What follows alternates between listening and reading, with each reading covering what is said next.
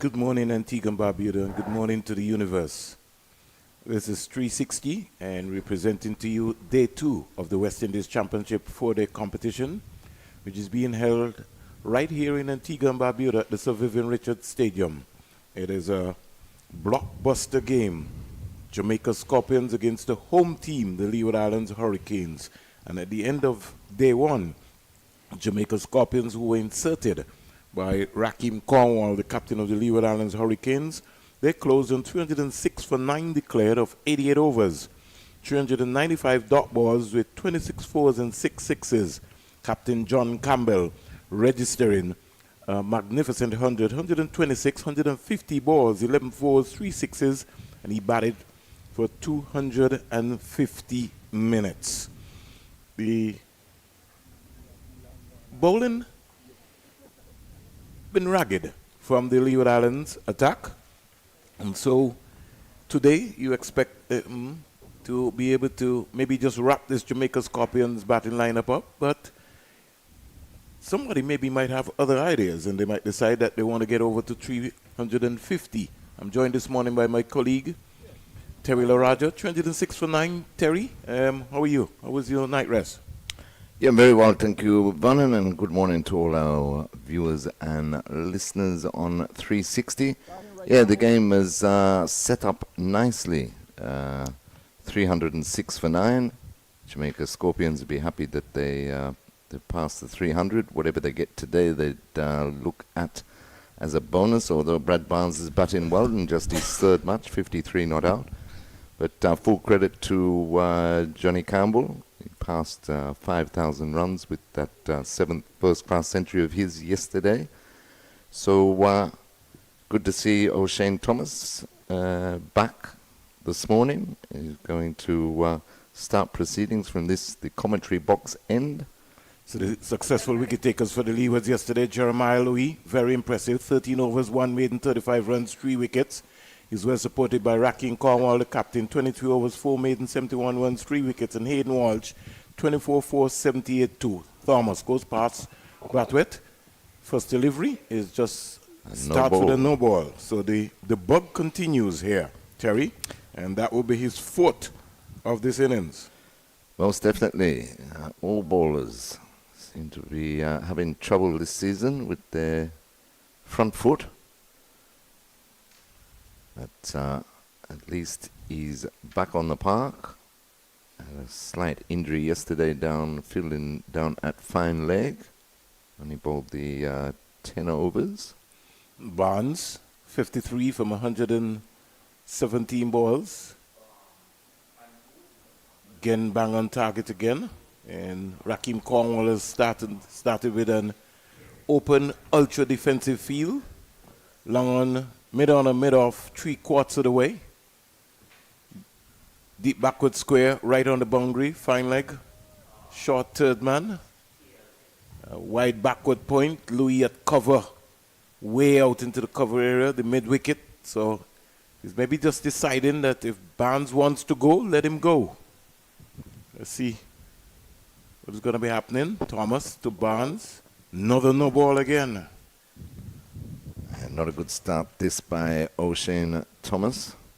But I thought Brad Barnes batted very well yesterday, Vernon. Showed a lot of maturity in just his third match at the first-class level. But picking up his first-class half-century.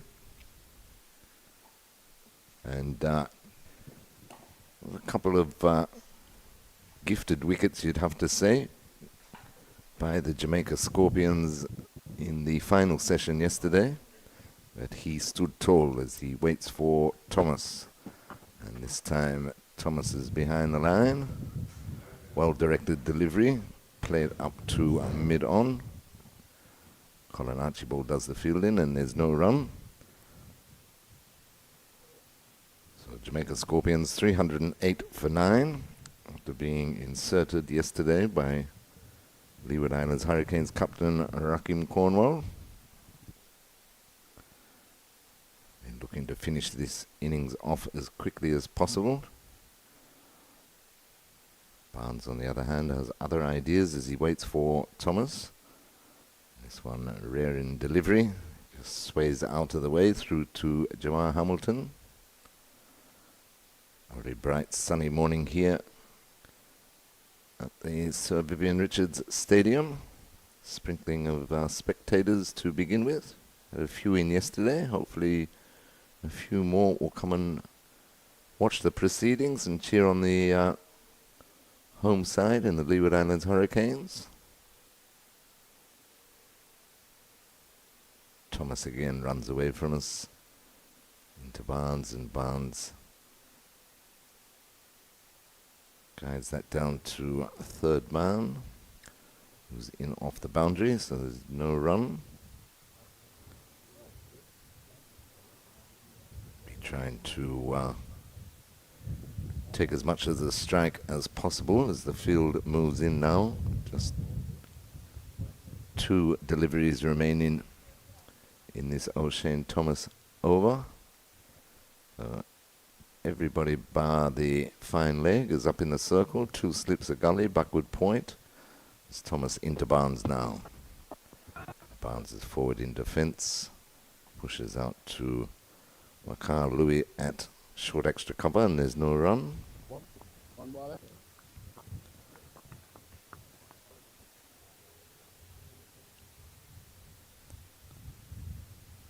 Tamari Redwood, the youngster who took a bag full of wickets last week in Jamaica Scorpions' victory. And Barnes gets it through, and that will go all the way to the boundary between backward point and gully for 4 runs. So he opens his account this morning. He moves on to 57. And at the end of the first over, Jamaica Scorpions have moved on to 312 for 9.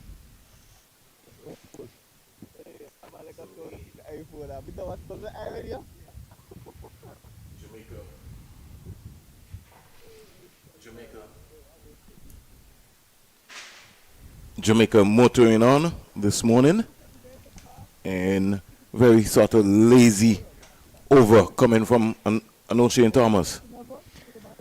Yeah, he just doesn't look himself on.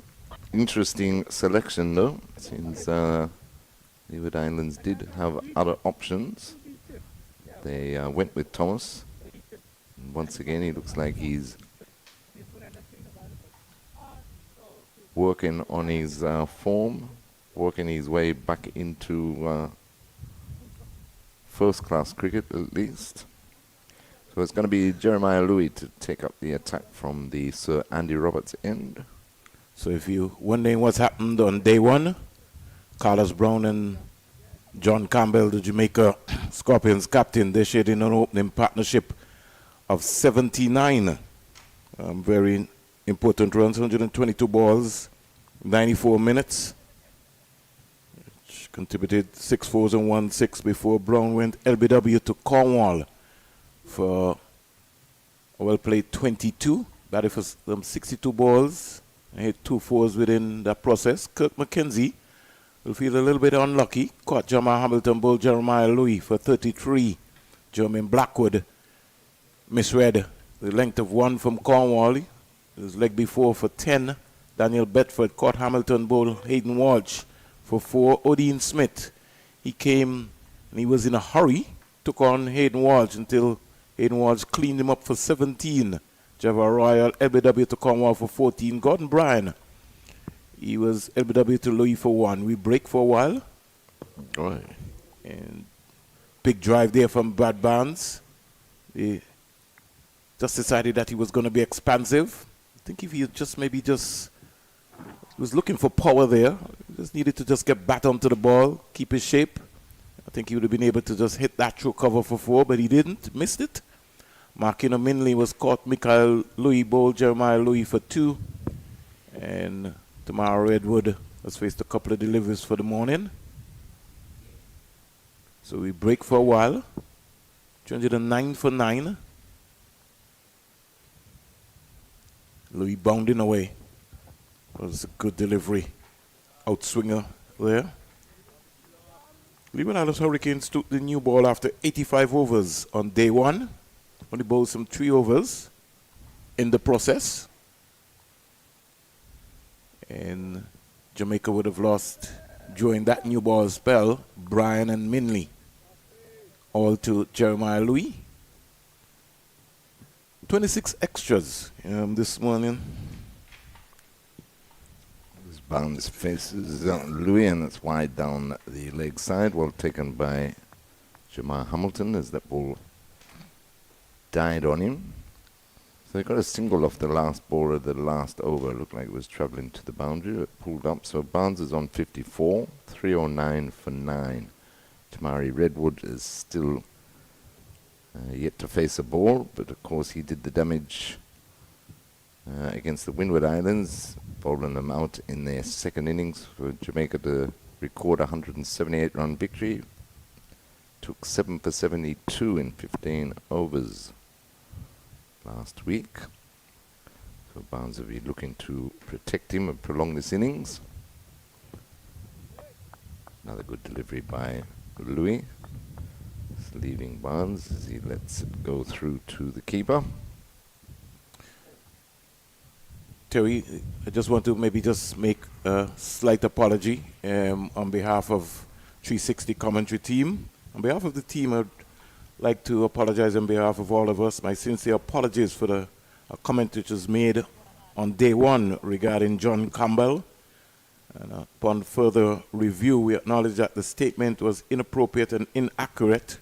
We hereby retract the comment in its entirety, particularly to the reference of an anti-doping rule violation.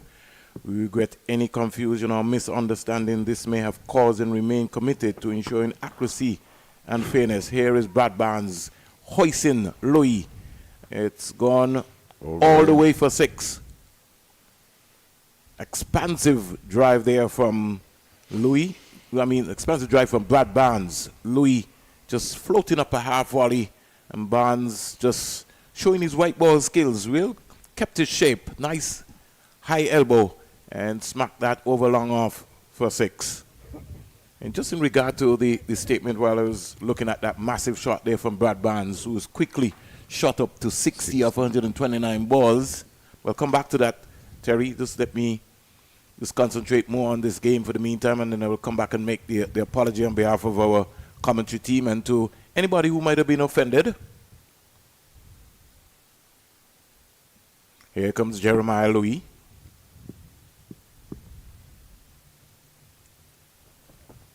Boy, that was a good one.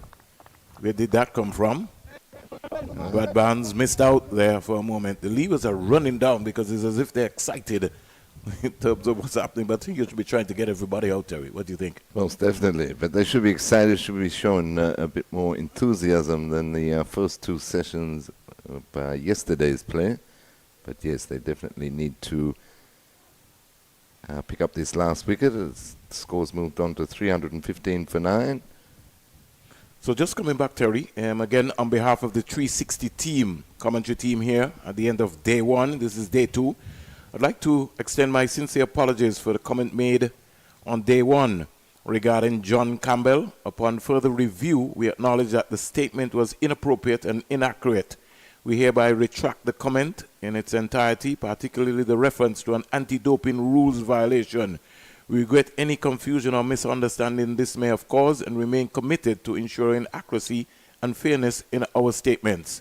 And so we just would like to apologize to the management and to John Campbell, the Jamaica Scorpions captain, for a comment which was maybe made yesterday. We do apologize. There's a slight hold up here now, Mali. This is just only the second over. What's happening here? Yeah, I'm not too sure. They seem to be surrounding young Tamari Redwood. Is that intimidation? Well, Brad Barnes is in the conversation as well. Yeah. Square leg umpires moved in also. Well, the Leewards did call for a helmet change, but there had to be something else more taking place. Why that conversation continued for so long? Is there a spot that we don't know about? Because everybody's now looking at that spot. Casey Carty is now lining up himself, Brad Barnes and the umpire Well, both umpires now. are now closed. So we look like we're going to have a hold up. What is happening? He forgot his seat guard? He's not serious. He sort of remind me of somebody I know. He didn't forget his seat guard.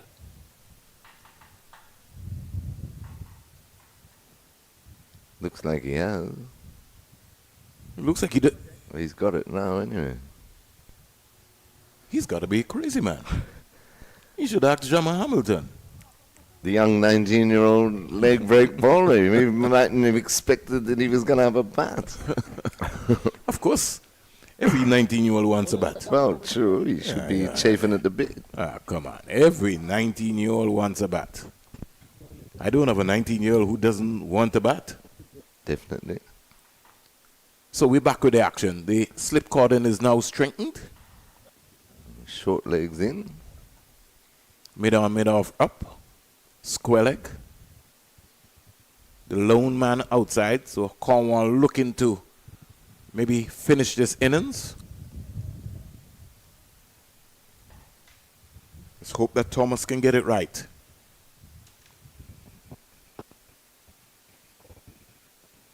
Lift outside the off stump, but well played by young Redwood. Just let it go through to the keeper.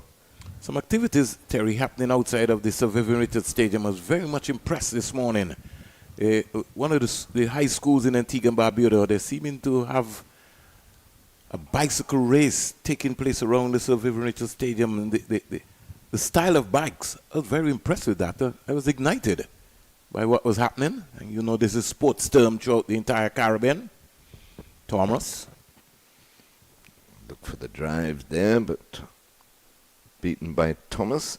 Yeah, it is an initiative put on by the Antigua and Barbuda Cycling Federation. It's Otters Comprehensive. Oh, that's great. That's trying wonderful. to encourage the youth into cycling. So bring your bike and bring see your what bike. you can do. Yeah, that was wonderful. That's a magnificent move, because so many of the communities, when you drive around in Antigua and Barbuda, and also the wider part of the Caribbean, all of the youngsters are styling up their bikes. So that's a good move. Excellent. I really salute them.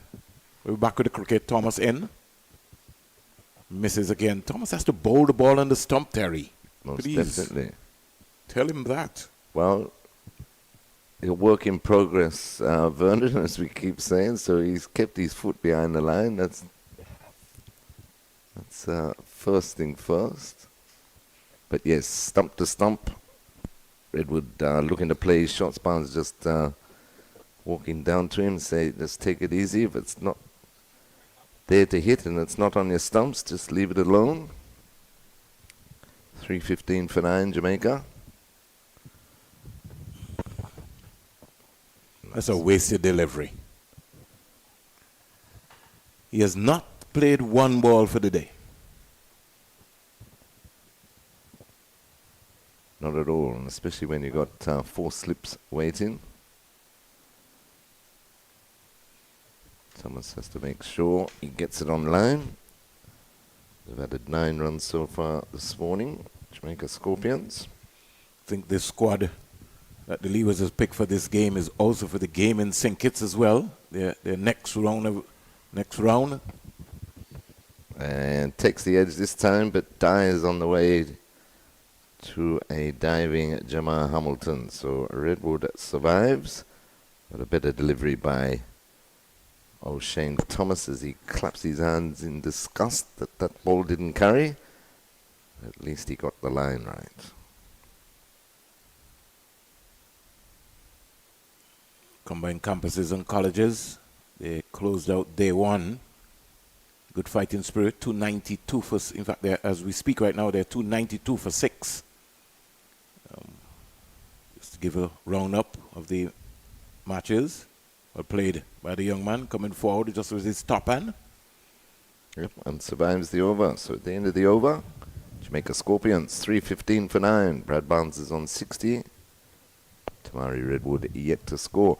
Yeah, from 170 odd for 4. That's a good fight back by CCC. I see Winward's made 166, I think it was, and 126 come off the bat of Kabem Hodge. Yeah, Kyle Corbin, as we speak, is on 71 not out. The West Indies captain Craig Brathwaite in among the runs as well, very early. Yeah. You know that he's going to register runs. Once you come back to regional cricket, Craig Brathwaite has always showed his dominant class, especially here at the professional level. The centuries that he would have scored over a period of time. I was going to them yesterday, Terry. Yeah, most definitely. Prolific scorer at regional level. Even at the test level as well, too. Test level as well. It was that double 100, I believe, in 2014 against Bangladesh that really got K. Brathwaite going. Yeah, at this professional level, 182, 112, 102. And this is just in the first year of the competition for the West Indies captain Craig Brathwaite. 2015, 2016, 123, 119, 117. We break for a while. Inside edge, just for a moment. Brad Barnes thought about a single. Changed his mind. 2016, 27, he scored 143, Craig Brathwaite. And then the next time he came back to the Caribbean and participated in the competition, he would have registered and just teed off some 12 centuries by Brathwaite during the process. Last year, he scored 142 and 189, Brathwaite. So he has an appetite for big runs. Stifled appeal there by Louis, dug it in short.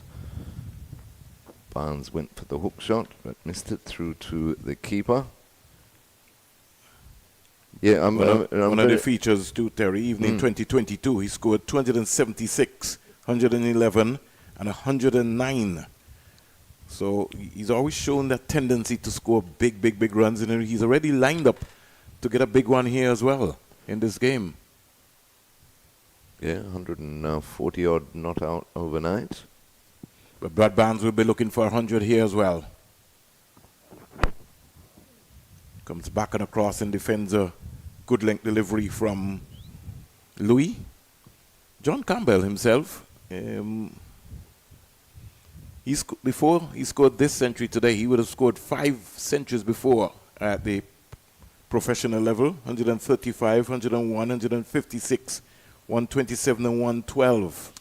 Yeah, and as I say, he's passed 5,000 runs overall now in his first-class career. And it's just great to see that he's come back, he's scored runs, captained Jamaica Scorpions to the final of the Super 50 Cup, and then continuing on in the red ball game, of course looking to get his test spot back.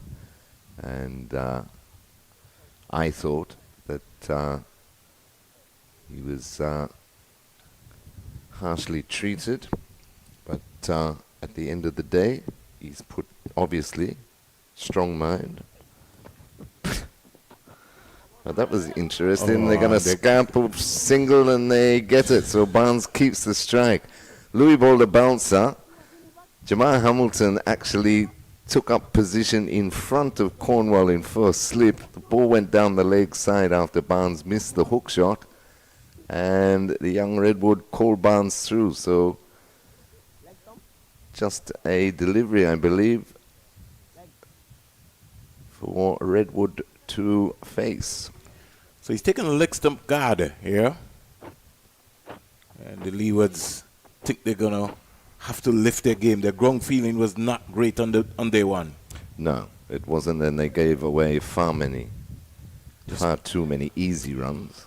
Too many singles. You're saying it like you don't want to say it, Terry. The fielders were just caught on their heels.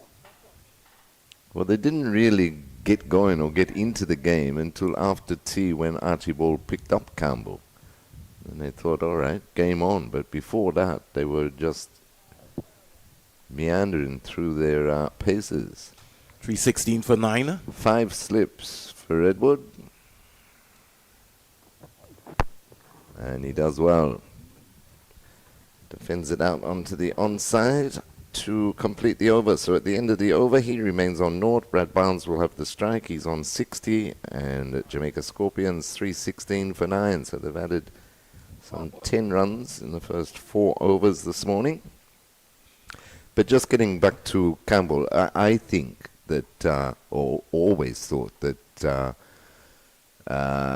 he was the most compatible opener with Craig Brathwaite in the Test arena.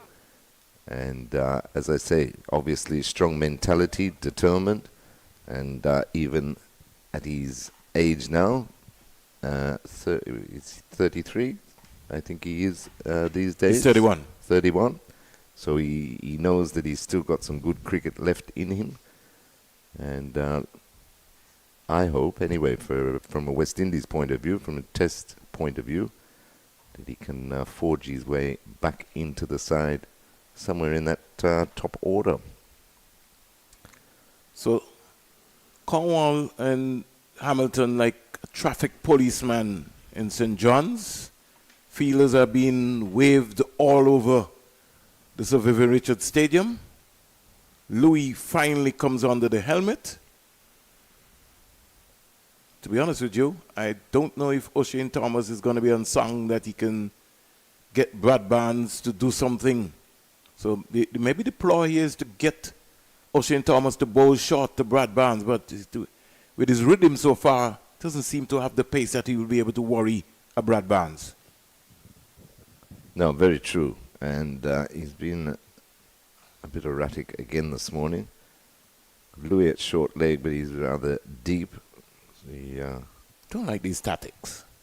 I don't know how you feel, Terry. Long on, mid wicket, deep backward square, fine leg.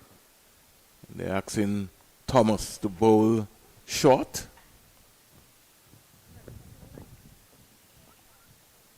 It's a sort he's of got 4 men out on the onside. Yeah. Louis in the... Now, where's Louis going? He's going back to short leg, I think. You mean short square leg? Short square leg, yeah. Can't be short leg anymore. Let's see what the ploy is. Barnes is looking to play his shots. Half an appeal there as the ball went down leg side. He skipped across his crease trying to turn it down towards the fine leg area, but missed everything through to Hamilton. Thomas just asking the question if he got a little nick on it, but not to be. Yeah, you got to wonder about these short leg positions though, Vernon. I mean, Mikhail Louis is almost 3 pitches away from the bat of Barnes. I guess Barnes is going to also be trying to be... Now, if he's going to back away like that, why is Thomas not bowling at the stumps? Yeah, Thomas's radar is not switched on this morning, and he's bowling short also. Barnes might be better off just staying in his normal stance and playing normal cricket shots. He's got vast expanse of acres to work with, I should say, on the offside. Thomas in again. And that's turned nicely backward of square. That's why they had Louis there.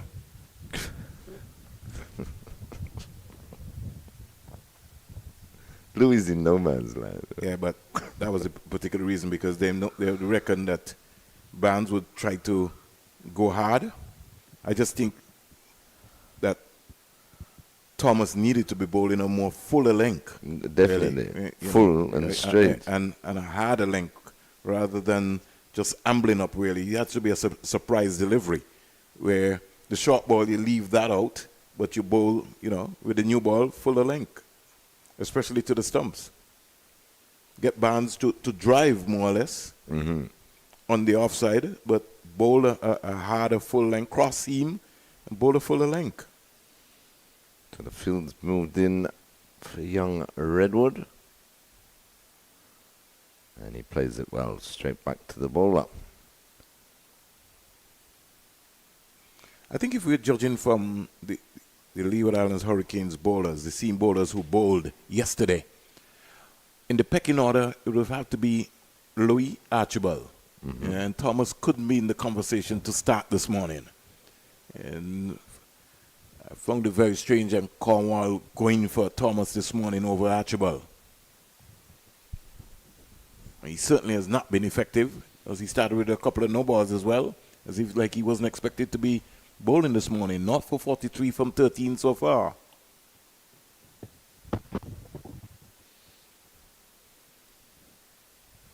Down the leg side, Redwood keeps it out. 3:17 for 9 at the end of the over. Barnes will have strike, and he's on 61. Yeah, and that's what I say, and especially with what you were saying before, that this squad will be in action again in the third round. It's like they're using this match for Thomas to get match fit, which is ridiculous, and it also makes you ponder why Cornwall decided to bowl first when really, you don't like to say it, Vernon, but really Thomas is a liability at this stage. Well, he might prove us wrong in the second innings if he gets a chance to bowl. We don't know. True, and I hope he does. But a lot of pressure will be on the return of Test batsmen in Mikhail Louis and Casey Carty. Be interesting to see how they go, because that's why you were talking about Brathwaite before. You come off those pitches in Pakistan, and he followed his form through with the big century yesterday that he's still going after the 50 in that victory in the second test in Pakistan. And a good rising delivery, but drops short again in front of a gully.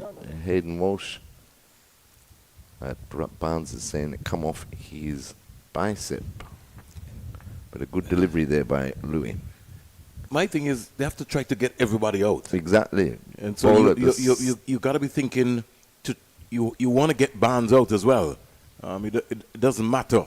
You're playing a normal cricket game. You can't just relax. So you got to switch on all the time and try and get either batsman out.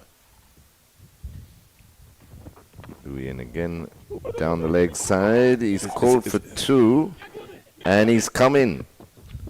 Excellent run in there by Barnes. That's what we're talking about. He just dropped it backward of square on the onside and realized straight away that there was 2 there. I probably get it here. And got it. So this is a good batting by Barnes, and it's frustrating the Leeward Islands Hurricanes. Really? But not to be too critical, Vernon, I just find that Leeward Islands wait too much on the batsman making an error rather than being proactive and trying to bowl teams out. And it's happening again this morning. 3:19 for 9, so they've added some 13 runs so far. All 13 to Brad Barnes. Correct. Louis still working. The Leewards looking to wrap this innings up. Jamaica Scorpions looking to get up to 350. Another bouncer, another missed hook by Barnes through to Hamilton. But just to finish on what I was talking about with Brathwaite, you know, cricket played 90% in the head, as we say, and they should feel confident. And I'm looking forward to seeing Mikhail Louis and Casey Carty. You can survive on those minefields in Pakistan. This should be a walk in the park. And Brathwaite proved that yesterday. Of course, you know, you have to look at the opposition ball and attack and take all variables into consideration. But still, a lot easier assignment that you would think for the experience. The test players should shine. But it's not good for world cricket based on what Pakistan is preparing. Not at all. Not at all. You it's know, rubbish. Because you can't tell me that you're deciding that you're going to prepare trackers with fans to accommodate spin greenhouse bowlers. effect and all but this then business. your batsmen are also struggling against the same spin bowling. I don't think it is good for world cricket. No. I really think that something really should be done about that. But maybe it might happen after the Champions Trophy. True. We don't know. We'll wait and see. But there just needs to be an even playing field, and because what is you're going to find happening, Terry, is countries are going to, if that is going to be the norm, then countries are going to prepare dust bowls to be able to make sure that they win test matches to get to the World Test Championship final. Exactly. Right? You want the game to be even. You want to have a balance. You want to have a balanced game. Exactly. Prepare cricket wicket and let everybody go out and everybody work. Yeah, I mean, fair enough. You're playing at home, and you want to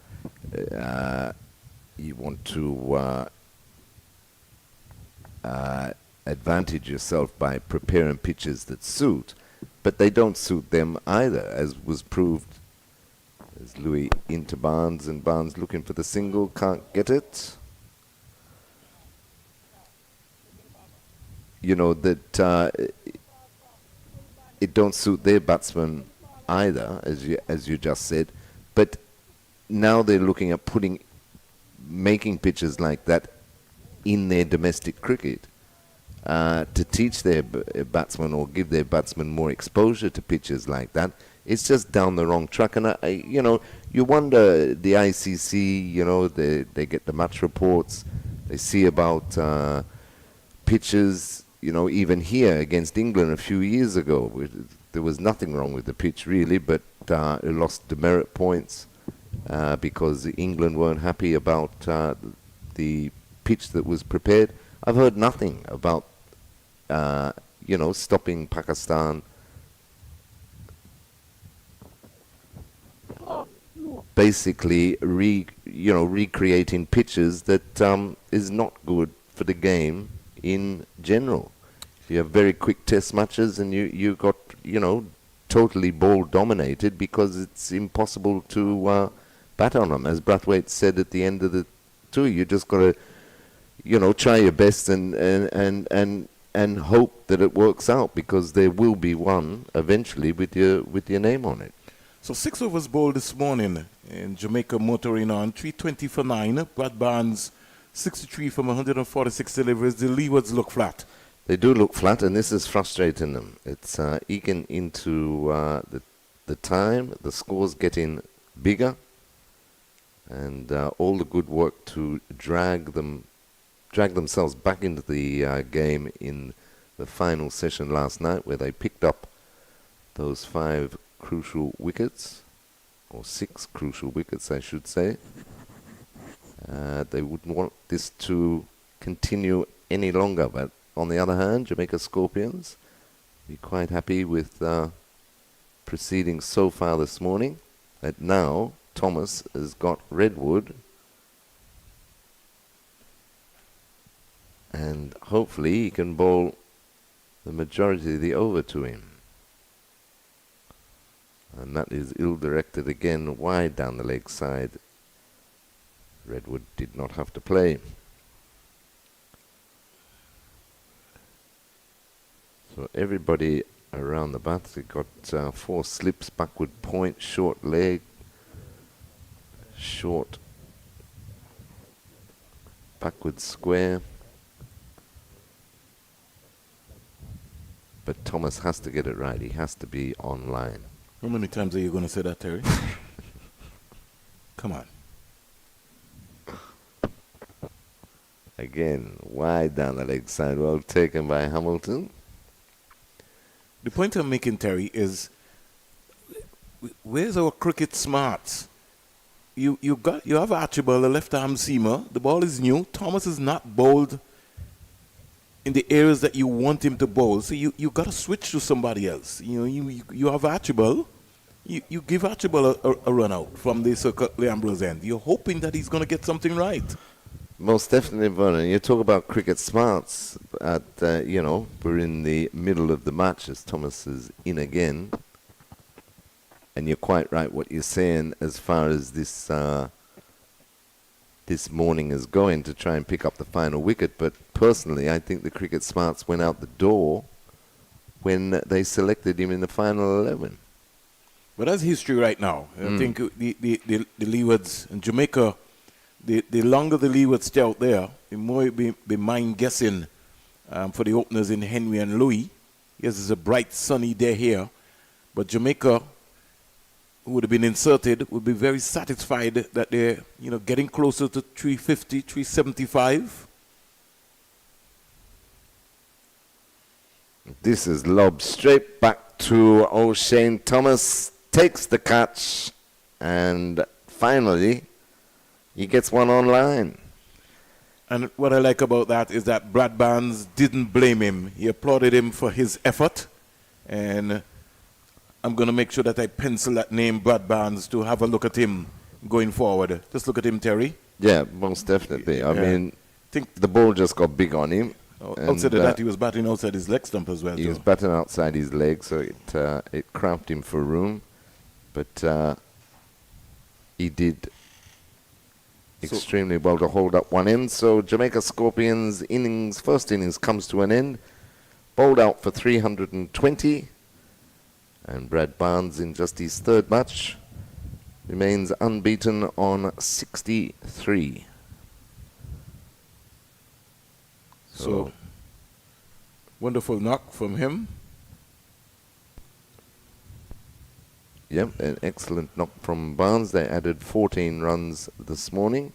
Started off at 306 for 9, so they've been bowled out for 320.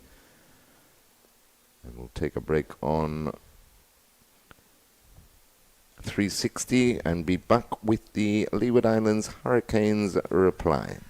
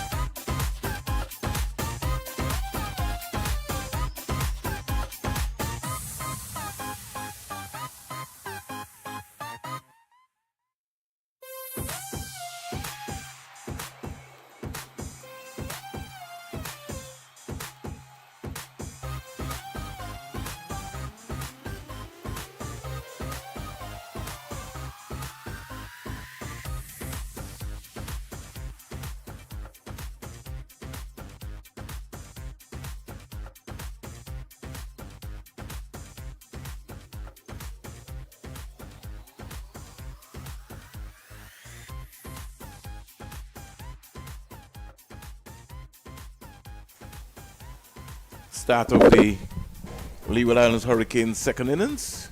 And on the money. Terry? Yeah. Is Minley? It was Mikino Minley. Half a shout for LBW, but the ball going down leg. Ball into Macau Louis.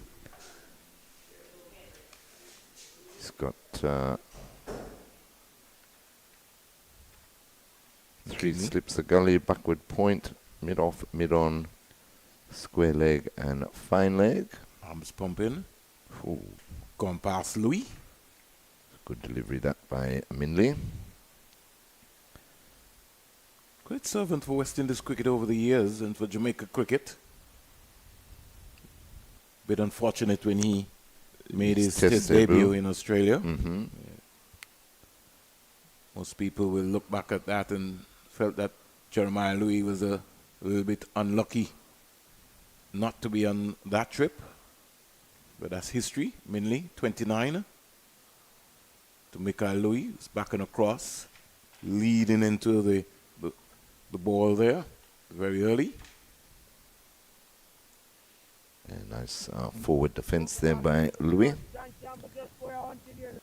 Combined campuses and colleges, 318 for 8. They have rain in Guyana.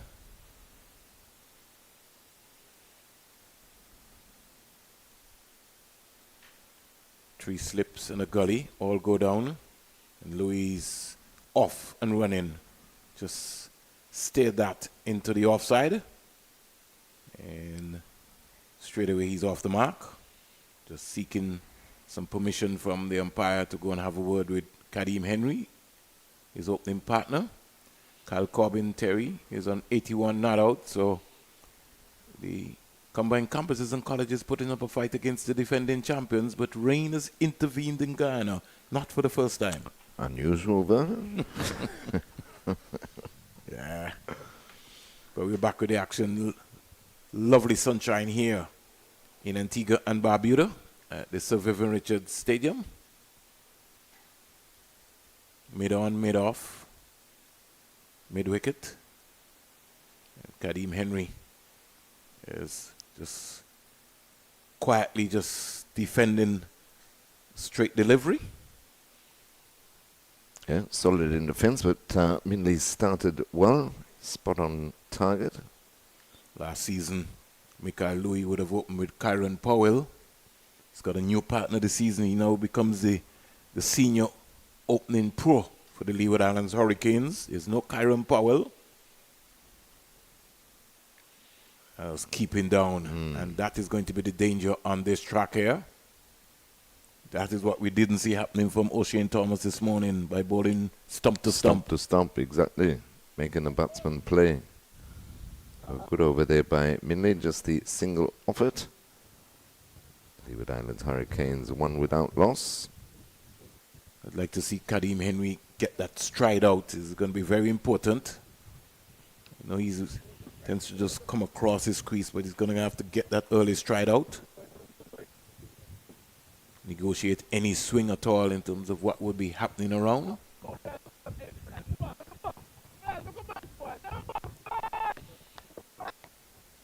It's just amazing, Terry. Louis only made his debut last season.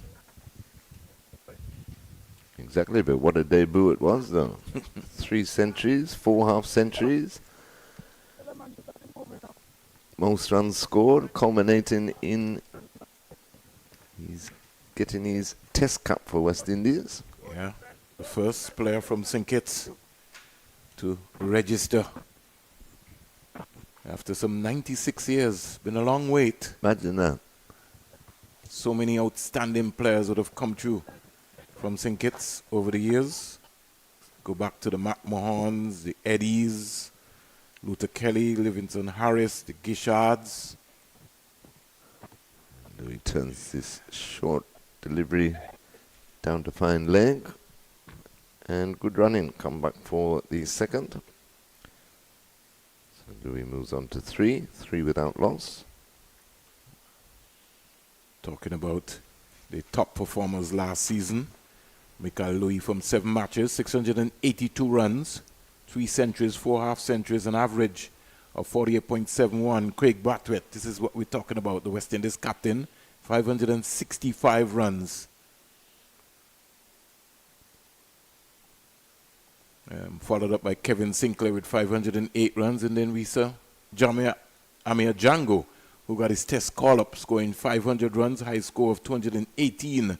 Casey Carty, 496 runs. He also got his test call-up as well. Tevin Imla, 485. And my young favorite cricketer, who I love so much, Kevin Wickham. I just think that he's a tremendous talent.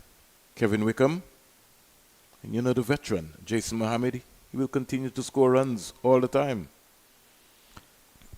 Yeah, and a big season for Kevin Wickham. As you say, Vernon,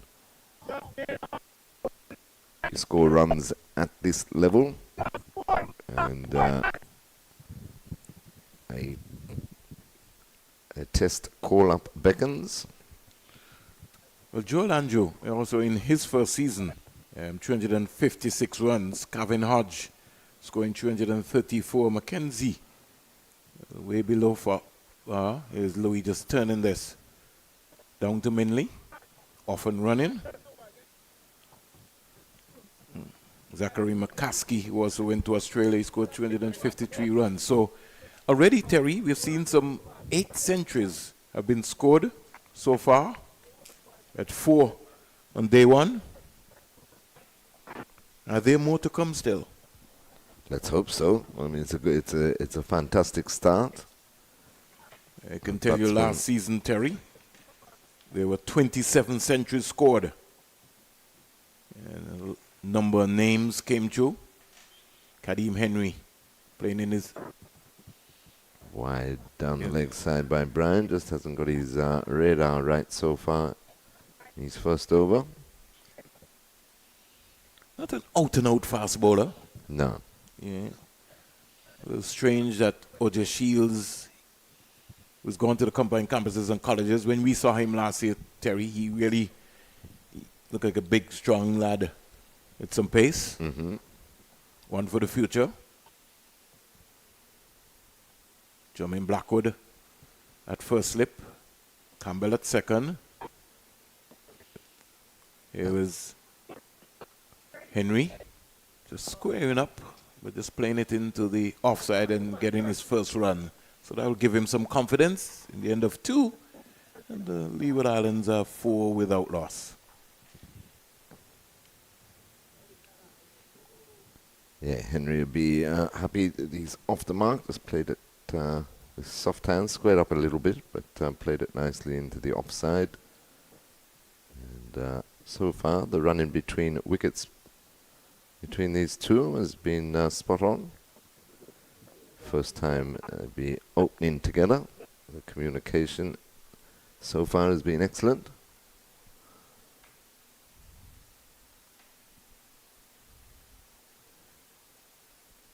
Henry will be on strike now to Makino Mindley. Coming in from the Sir Curtly Ambrose end. That's another good delivery by Mindley. Henry plays it well, shoulders, arms, lets it through to the keeper, no run. So 3 slips, backward point, mid-off, mid-on, square leg, just in front of the umpire. And fine leg on the boundary.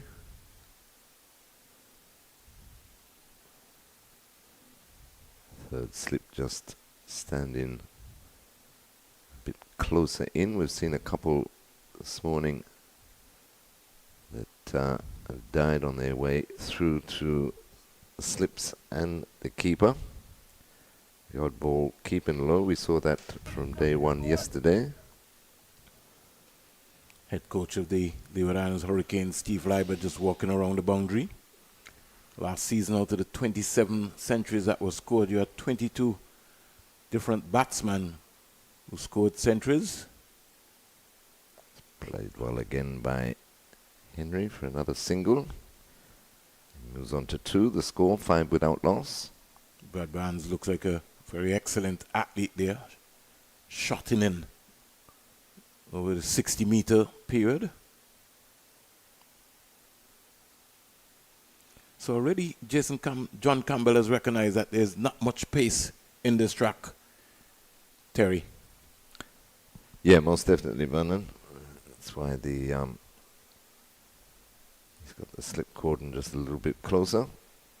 2 slips a gully now for Mikhail Louis. And cleaned him up straight through his defences. First blood to Jamaica. Played right around a straight one. But consistently bowling stump to stump as McKenna Minley, and it's paid dividends. Let's look at that again, Terry. Look at where his straight through bat and pad. Yeah, look at where his foot was. Bat face. Can you just play that again, Terry? Let's look at that and the movement. Look, Terry. Look where his foot is. Went straight. Yeah. Played down the beautiful. He was looking to drive and he really wasn't there. I think he got himself into more or less the wrong position with his left foot, where he was planting his left foot. And so Louis goes back early and Jamaica strikes early. That's something that they were looking for. Right into the right area. Yep, right through the gates, as they say, and Jamaica will be very buoyed by that. A lot of responsibility chasing a 320 in the first innings of Jamaica. A lot of responsibility on Mikhail Louis and Casey Carter, you feel, in this Leeward Islands batting lineup.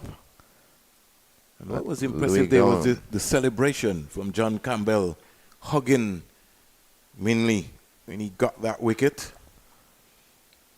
Minley being the strike bowler for this Jamaica team over the years.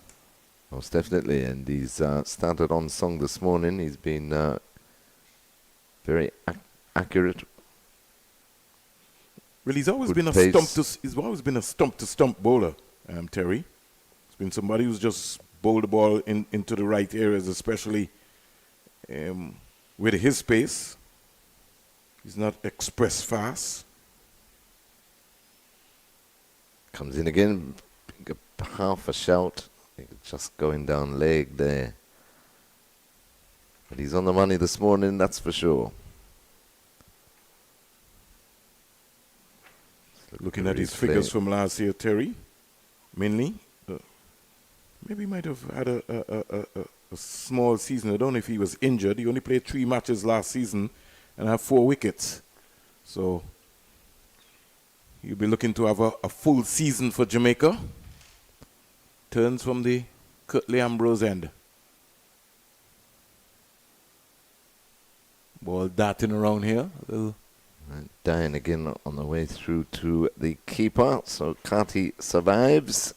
Successful over there for McKenna Minley. And the end of the over, Leeward Islands Hurricanes in reply to Jamaica Scorpions. First innings a 320, a 6 for 1. And just to go through the bowlers, Terry. Salman, who picked up some 30 wickets for Jamaica last season, is not in this lineup this year. He would have bowled some 276 overs with some 30 wickets, 5 for 50. Next time I think I get close to Robert Haynes, got to ask him what's the position. He certainly is not featured this year. O.J. Shields, he would have had 15 wickets for Jamaica last season. Man Singh also had 17 wickets. But we're back with the action here.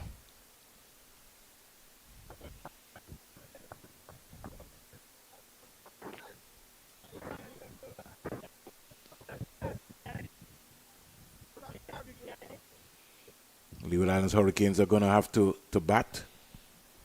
Casey Carty coming in at number 3.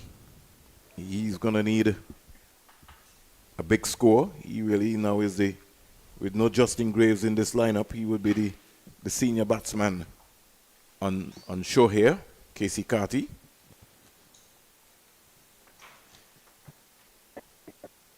Nicely turned by Henry into the mid-wicket area. Picks up another one. Yeah, you feel Carty is the key for Leeward Islands Hurricanes. Before this match, Terry, he would have played some 43 games under this professional format organized by Cricket West Indies. 2,204 runs, high score of 127, 17 half centuries in 3 hundreds. So he'll be looking to make sure that he can push the button. Yeah, and to improve that conversion rate from 50s into centuries.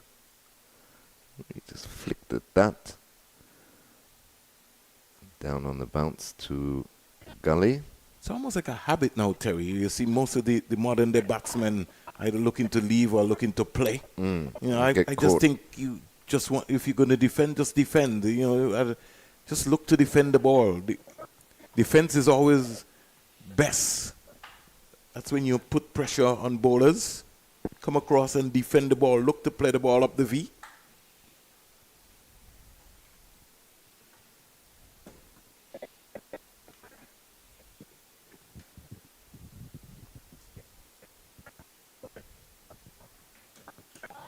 Gonna have to be careful with that, Casey. Maybe just with the new ball, look to play the ball up in front of the V. Vast acres of space in front of you.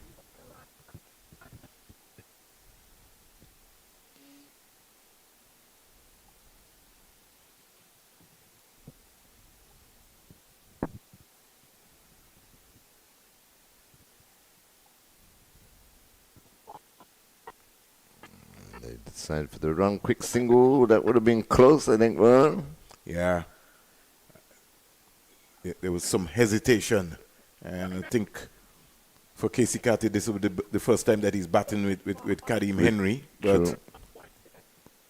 He just tapped it up in the offside. Yeah. I feel it coming close. Yeah, it would have been close, but nevertheless, Carty is underway. Moves on to 1, the score 8 for 1. And you know, no bowler, Terry, likes runs to be scored off of them. So rotation of the strike, even if you can't get a boundary, you can get a single. That is always important as well.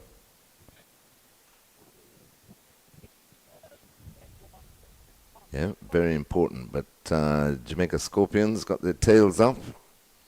Very energetic in the field. So Leeward Islands are going to have to work hard for these runs. Into the over, Kadima Henry is on 3, Casey Carty 1, Leeward Islands Hurricanes 8 for 1.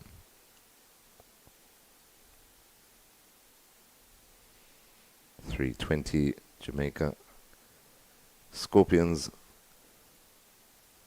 tallied up in their first innings. Splendid century by Captain John Campbell leading the way. 126, and Brad Barnes first class half century for him, 63 not out. Minley will continue from this to Sir Curtly Ambrose end. Carty shoulders arms, lets it through to the keeper, no run.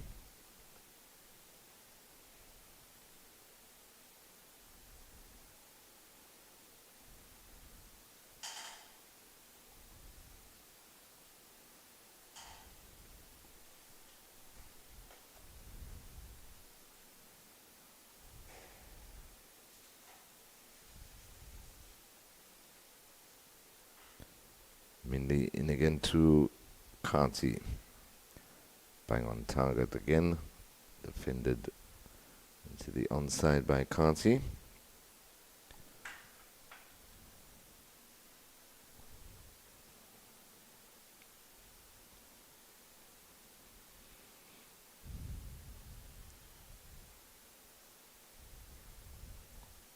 Interesting period of play here. Jamaica will be looking to pile the pressure on here on the Jamaica after scoring, you know, that 320 of 94.4 overs. 81 overs expected to be bowled in day 2. And they'll be looking to try to put as much pressure as possible on the Leeward Islands Hurricanes.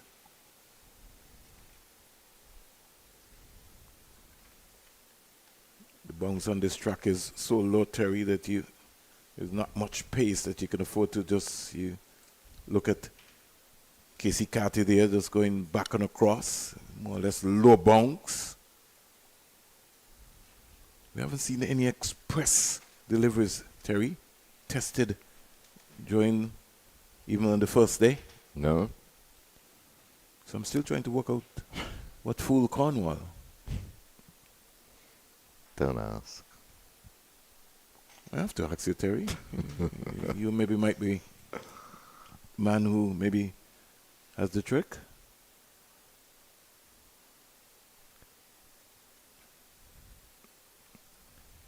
I mean, he's into a good spell here.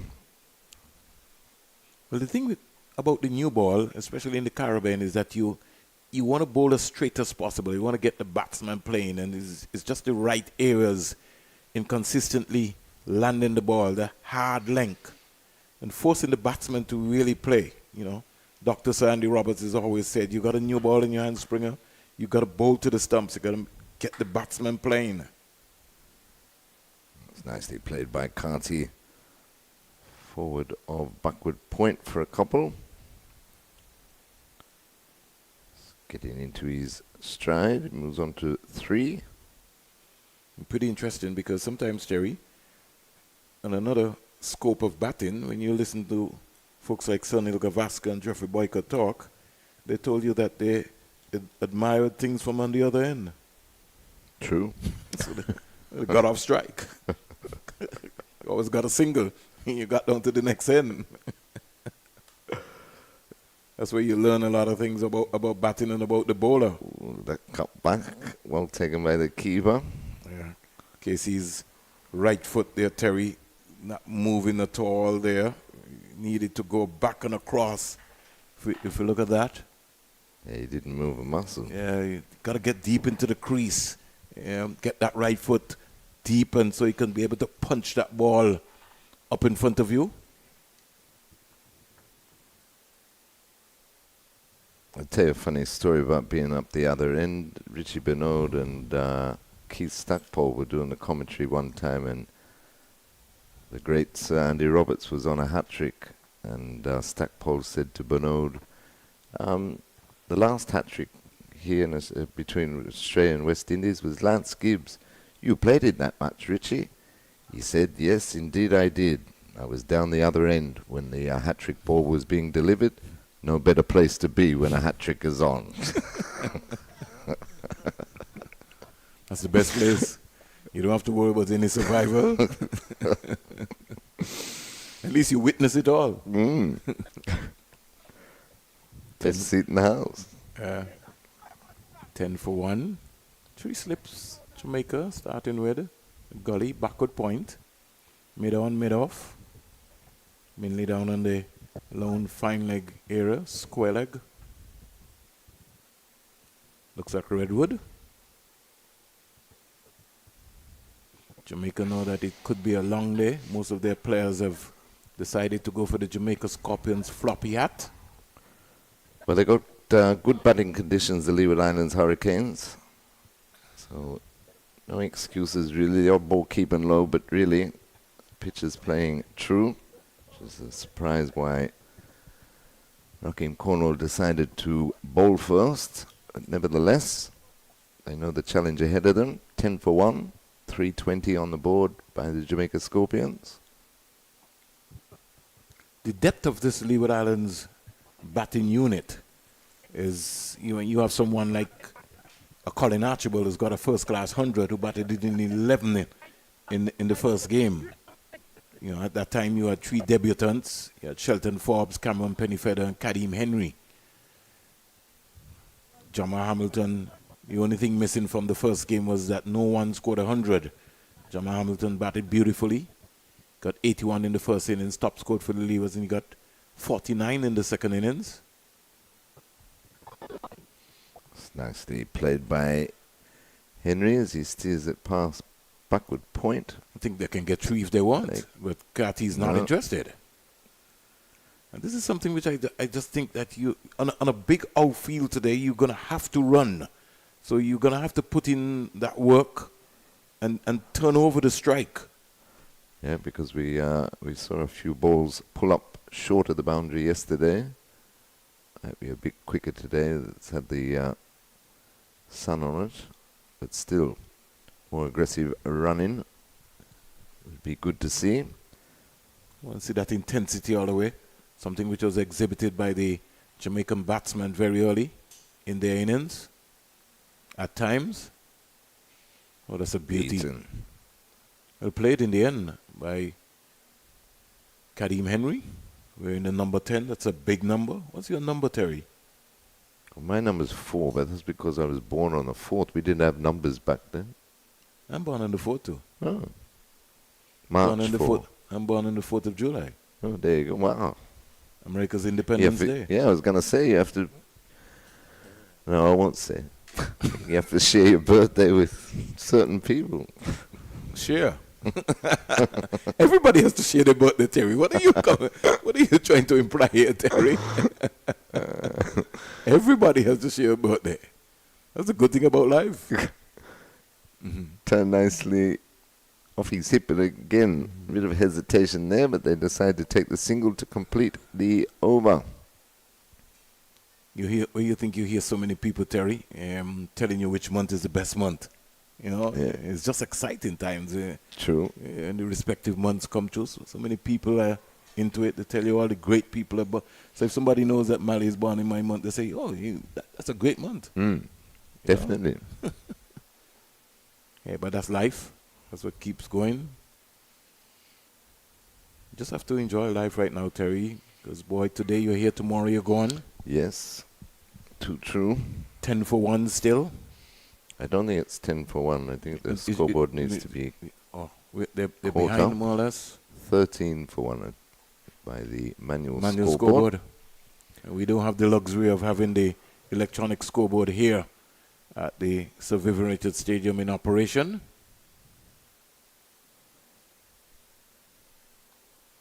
Minley to continue into Kadeem Henry, and Henry steers that nicely between backward point and gully. I think about a second, but just the signal. Pace off delivery there from Minley. So Kadeem Henry playing with nice soft hands, just opening it at the last minute and going down into the vacant third man area, picking up a very easy single.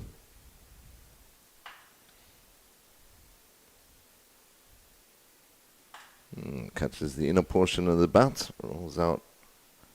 That's 2 runs. Through the mid-wicket, they just strolled that one. That's 2 runs. You've got to be looking to run the runs.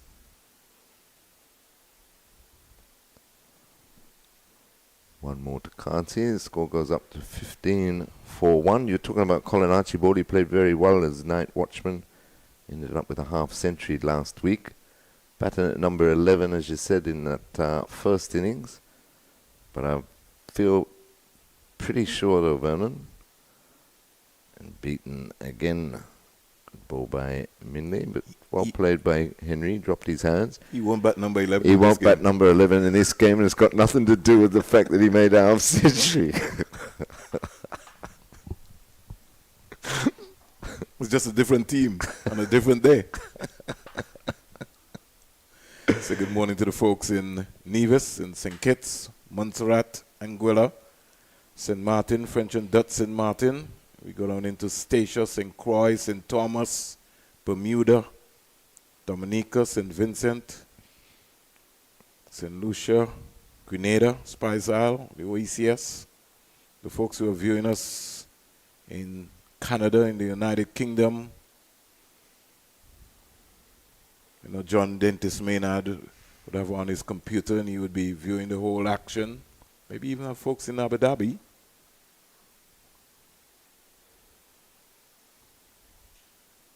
So much sports taking place, Jerry. So much Most to cover. definitely. Oh my. Wow. Mainly with a sort of slingy action. And because there's no lot of pace on this wicket here, then it's going to be a objective for him to just come and consistently bowl the ball in the right areas. Maybe he just needs to bowl a fuller length, the one that he knocked over Jeremiah Louis with. You'd want to maybe replicate that to a Kadeem Henry, bowling that fuller length.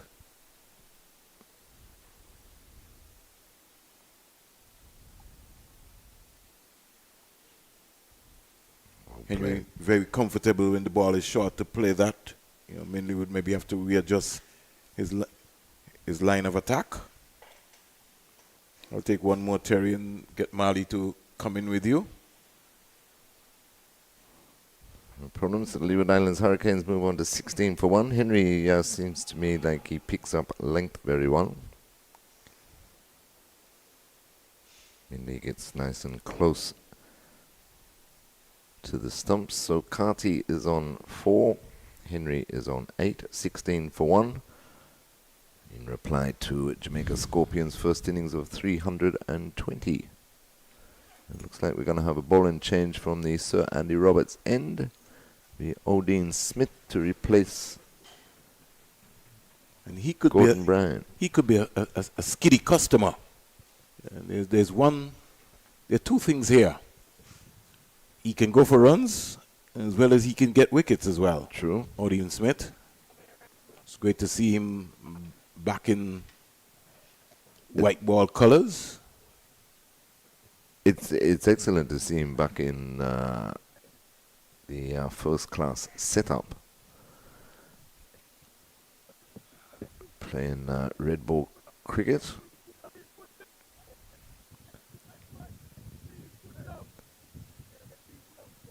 We saw him yesterday, tried to take on Hayden Walsh Jr.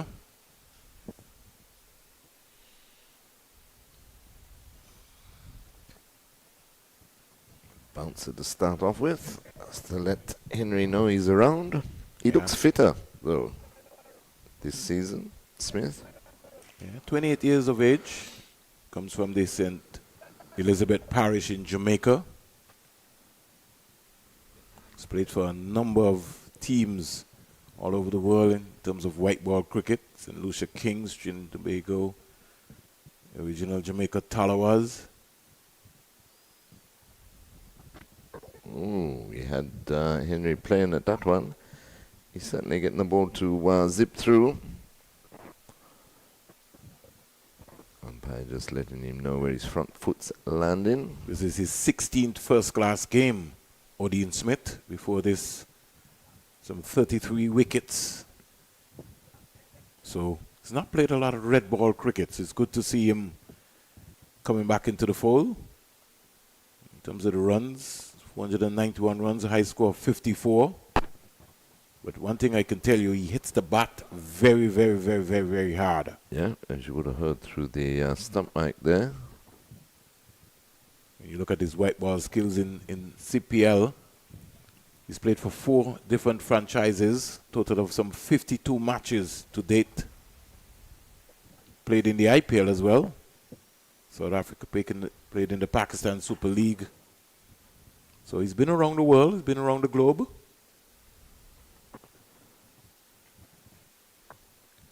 The thing about when you see power players like Odin Smith in terms of their batting skills, Terry, because of the way how, you know, broadcasters have termed them as finishers, you know, but right. Odin Smith on any good day when he's batting looks real organized, but then he just backs himself to feel that, like yesterday, I'm going to take on Walsh and see how far I can hit the ball. Yeah. Just the way he got out yesterday, you know, I'm sure Coach Robert Haynes would have been very disappointed. Cut nicely by Henry into the backward point boundary for 4. Short and wide, that one by Odin Smith. Henry all over it in an attempt to keep it down, just cut it very nicely. And that's the His problem boundary. that Campbell is going to have, especially with a bowling with somebody like a Odin Smith. You know, he has to come and bowl at hard length, but it can't be that wide. Because that was like, that's an easy pick in there. It was so wide, it just sat up. There's no pace in this track. Yeah. So he's going to have to now develop his skills now to understand. He's going to have to bowl a lot more off-cutters on this track here, because this track here, the Sir Vivian Richards Stadium, it doesn't have any pace. So that's a wasted delivery there. Stump to stump, Odin Smith.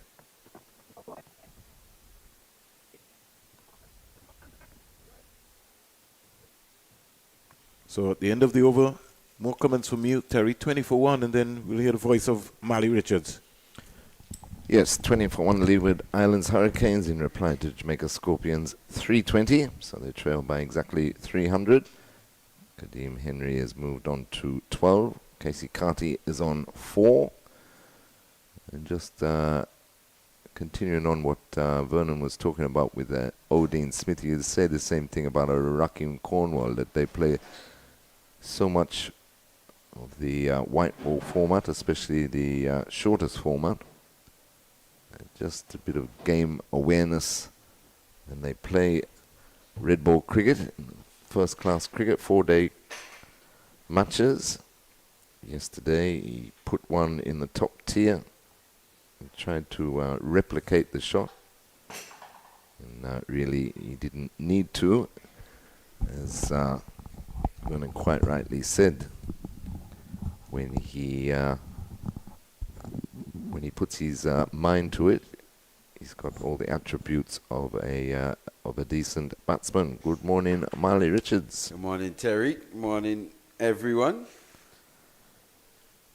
This is a very good batting track here, isn't it? Here on day 2. It was Definitely. pretty good yesterday, maybe. Should be even better Yes. today, yeah. Odd ball still keeping a little low, but apart from that, No real movement through the air or off the pitch. no, Easy paced as well, exactly. especially with the new ball. Thought Marquino Minley was good in that first spell. Yeah, he was Tried to- spot on. Was a threat with that new ball. An area in which the Leewards would have just let themselves down yesterday on day 1. True. A bit too wayward. Yeah, Not consistent lines. they gave away a lot of easy runs Yeah, no, a lot of yesterday. boundary balls. At least Marquino Minley's accurate, and in conditions such as these, that's what you have to be. Have to be accurate. Look to build pressure in different ways. It's going to be harder work, especially it's quite hot here today as well. Had a couple of disruptions yesterday for rain, but I expect another full day of cricket. So Gordon Bryan has swapped ends. Hint to swing there. Mm. Just a hint. Similar to what we saw from Jeremiah Louis as well. Just with that new ball, looking to bowl full. Not extravagant movement, just a hint of shape away from the right-handed Carty.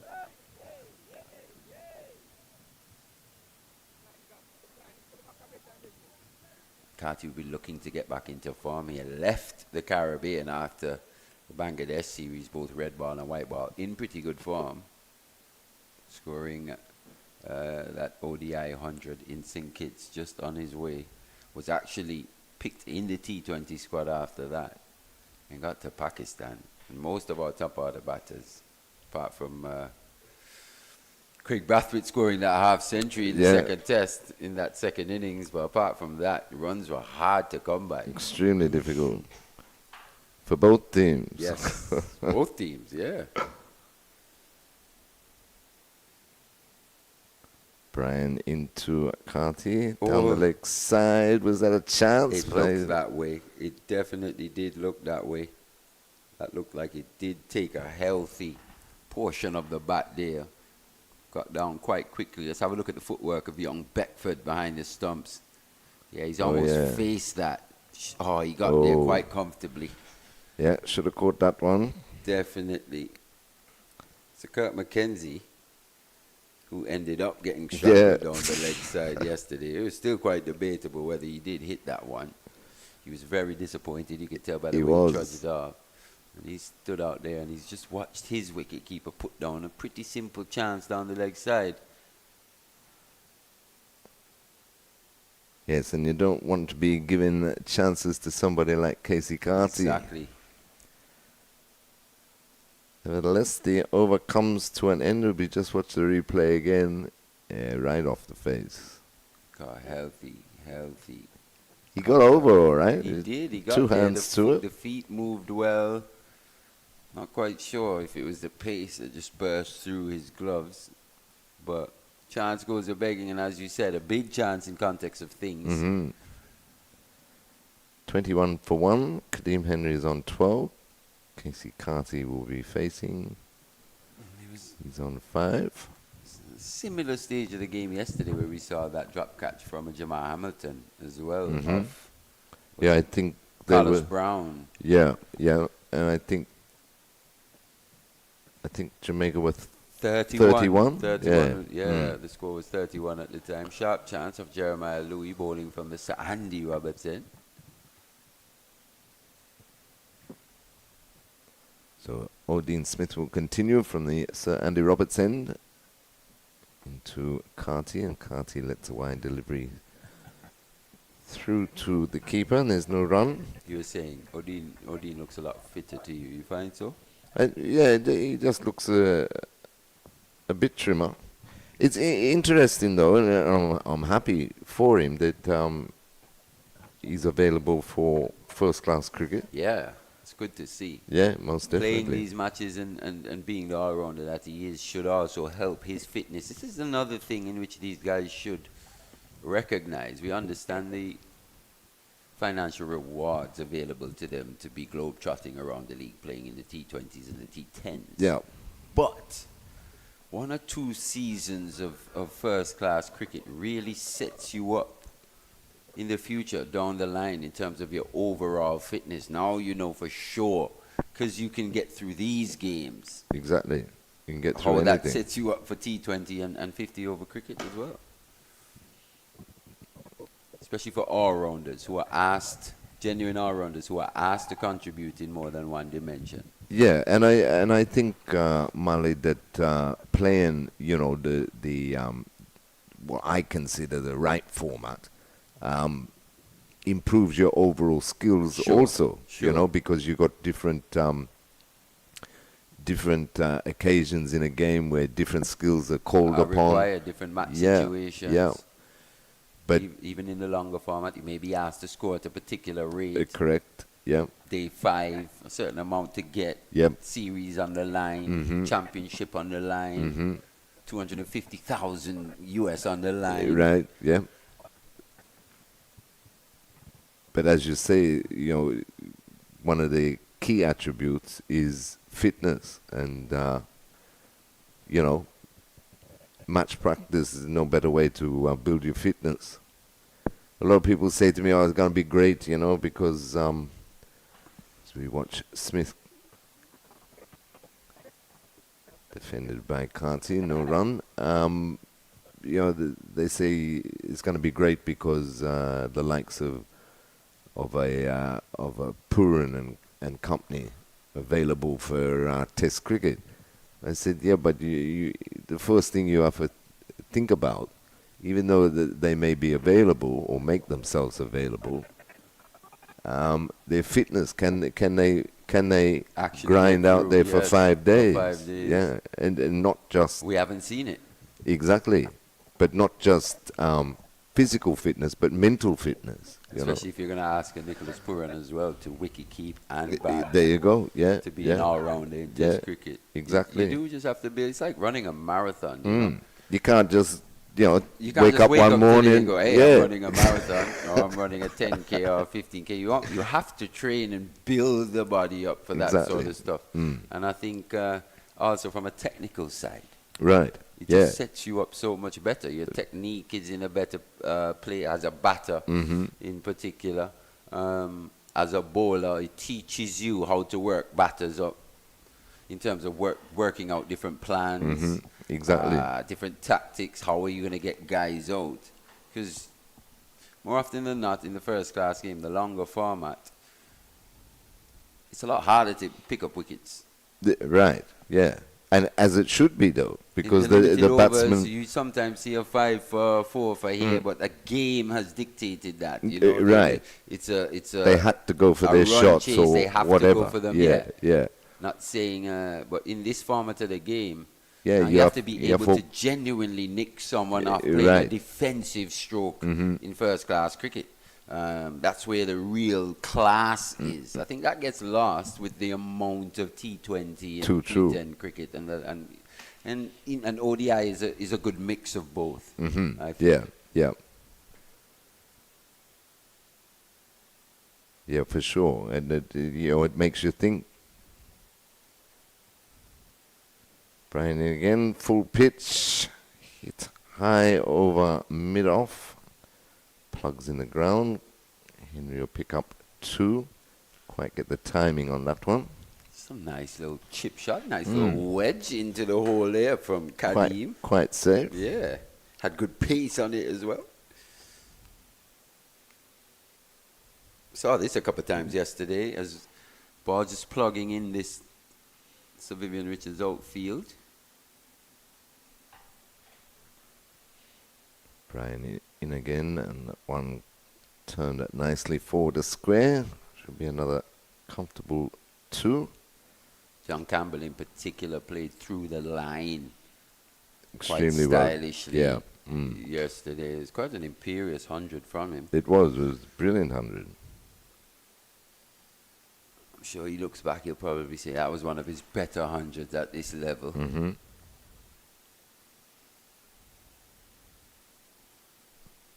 But we were talking about, pressure on guys, competition for places and so. He's got one up on Mikhail Louis so far in this match. There's no doubt he'll be looking to try and force his way back into the West Indies Test team. That's for sure. Louis, not the best of starts in his return to regional 4-day cricket. We spoke about how prolific he was last season. He'll be under a bit of pressure to somewhat replicate that form. True. Finished as the top run scorer, averaged just under 50. And that's a wayward delivery there by Brian and clipped nicely. A good bit of footwork though on the fine leg boundary. Yeah, had to be quite fleet-footed. Yeah, because that was travelling. It was. Looks like Odin Smith down in fine leg, just into the shadows now. You know, he's going to think about getting down and putting his body on the line. Especially at this stage, you can't fault him. Does good work nonetheless. Most definitely, because he's fairly wide there at fine leg. He got around very quickly, restricted the scoring to 2. Young Henry started quite nicely here again in just his second first-class game. This is his strong area. He loves anything on the pads. Saw this shot quite a few times in round 1 versus the West Indies Academy. Doesn't quite get into the boundary, but he'll come back for 3 quite comfortably. So he's just starting to grow in confidence now. Those last 2 shots maybe just starting to illustrate that this pitch maybe will be best for batting here on day 2. Definitely. So the over is completed. The Leeward Islands Hurricanes 30 for 1. Kadeem Henry has moved on to 21. Casey Carty is on 5. But that was a nice little flick over square leg by Henry. Last ball of Gordon Bryan over. Yeah, and the little that I have seen him play, especially at this level, you know, he's been quite prolific in Antigua and local cricket, playing for the Pickets Cricket Club. Is there and at the top of the runs and wickets charts every season. He's improved quite immensely, working alongside a Johnny Frederick and Winston Benjamin. There's still a little bit of work to be done. He's made a quite satisfactory start, but he's going to want more than this. He only bowled the 2 overs yesterday as well. Yep. Still yet to really showcase all that ability that we think he has with the ball. Being able to bowl, well, having that ambidextrous nature to his bowling with both arms. But just having a look at his play here, he'll definitely have to work on that transference of the weight onto the front foot. Maybe at times just look to get more momentum into those deliveries. But when that ball's pitched on his legs, it's very quick to just whip it away, and he's good on anything short as well. He's quite quick on the cut. Smith continues from the Sir Andy Roberts end.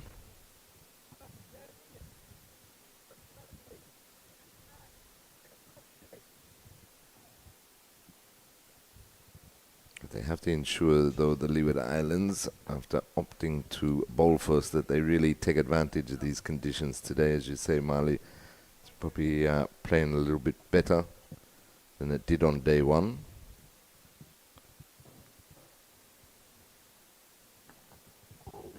on short. As you said, Odi, not the tallest guy, so his bounce is never really going to get up that high. It's going to be skiddy. These type of bowlers can be quite troublesome or worrying to a batter in terms of those bounces not getting up or going over, just coming through at an awkward height. You're not sure whether to duck, whether to play. And with that ability as well to just skid the ball on, he could be quite a dangerous proposition, especially if this wicket, as we saw yesterday, that variable bounce continues to creep in and gets even more prevalent. Smith in again to Henry. That one loses his radar, very wide outside the off stump. Yeah, a la the late great Malcolm Marshall, he was deadly with his bounces, wasn't he? He used to skid on and rush the batsman, if not knock them flat permanently. So always thinking, wasn't he? A real thinking type. Absolutely.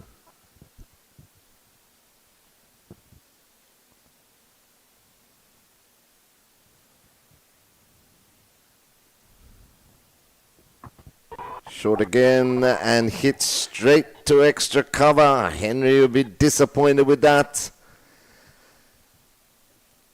Leeward Islands Hurricanes lose their second wicket just when he looked like he was getting into his stride. It was a fairly nothing delivery, just banged it in short. It was wide outside the off stump. Henry stood up straight but couldn't get on top of it and hit it straight down short extra cover's throat. So Leeward Islands lose their second. Marley in some trouble. 30 for 2. Henry gone for 21. Yeah, Henry goes again for for double figures. His third consecutive double figure score. Yet to get to a half century.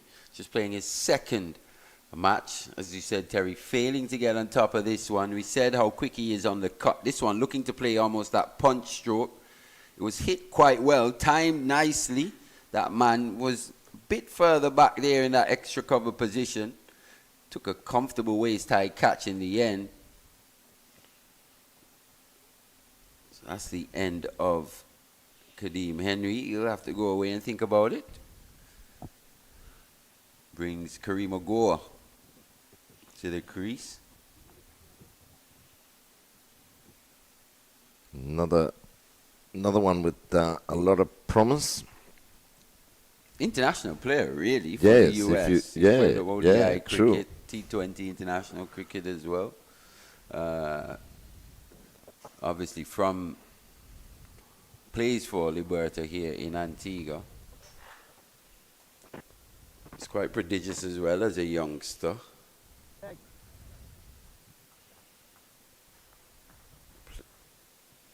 Round one played quite nicely, especially in that first innings for that half century. 59 was quite positive, showed good intent. Footwork was quite impressive as well. Yeah, I think he looked the best of the Leeward's batsmen in the first innings against the West Indies Academy. And he's got some work to do here. Jamaica will be feeling that they're on top of this match. They've had a good morning so far, apart from the one blemish by keeper Beckford.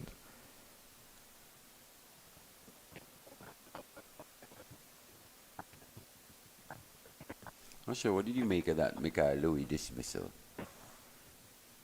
Yeah, it was a hard one to judge. I mean, his front foot didn't move enough. It was like the spikes got, if he was wearing spikes, got caught in the pitch. He didn't come fully forward. He come half forward, and tried to play a straight drive to a ball that he was better off defending. But big gap between bat and pad though. And I've just noticed in Mali, since he started his test career, and I know, in England they encouraged him to get forward because of the moving ball and everything like that. But he seems to plant himself on that front foot and nothing else these days. And, we know he's a lot better batsman than that. He's got all the strokes. He can play off the back foot. I remember Ian Bishop saying, we haven't seen him tested on the back foot and so. But if you watch, first-class cricket. He can play off the back foot, but he just, to me, seems to be premeditating too much. That he's got to get forward, but then when he gets forward, there's nothing follows it up. Well, I mean, when he's getting into his innings, at the beginning of his inning, if he gets through that, he's fine. But it's like, I'll move forward and defend. But that one, I think he was caught in two minds as we see it again. He ended up in the position in which he should have been. It should have been, yeah. But credit must be given to Marquino Minley, who's a pretty special bit of bowling in terms of how he set it up. He'd gone past the outside edge on a few occasions, and that's an area which I know Mikhail Louis in particular is trying to tighten up in terms of just following balls outside that off stump and really knowing where that off stump is. This one didn't quite go away from him. Yeah. In fact, just came back slightly, just on the angle. So he said he's got slightly slingy low arm, Marquino Minley. And Mikhail Louis was almost playing for a bit of swing that wasn't there, ended up playing down the wrong line, presented quite a big gap. But I think credit has to be given for Minley. And that type of dismissal, especially if Mikhail Louis is selected to play against Australia later on, that's how they're going to be attacking him. In that way.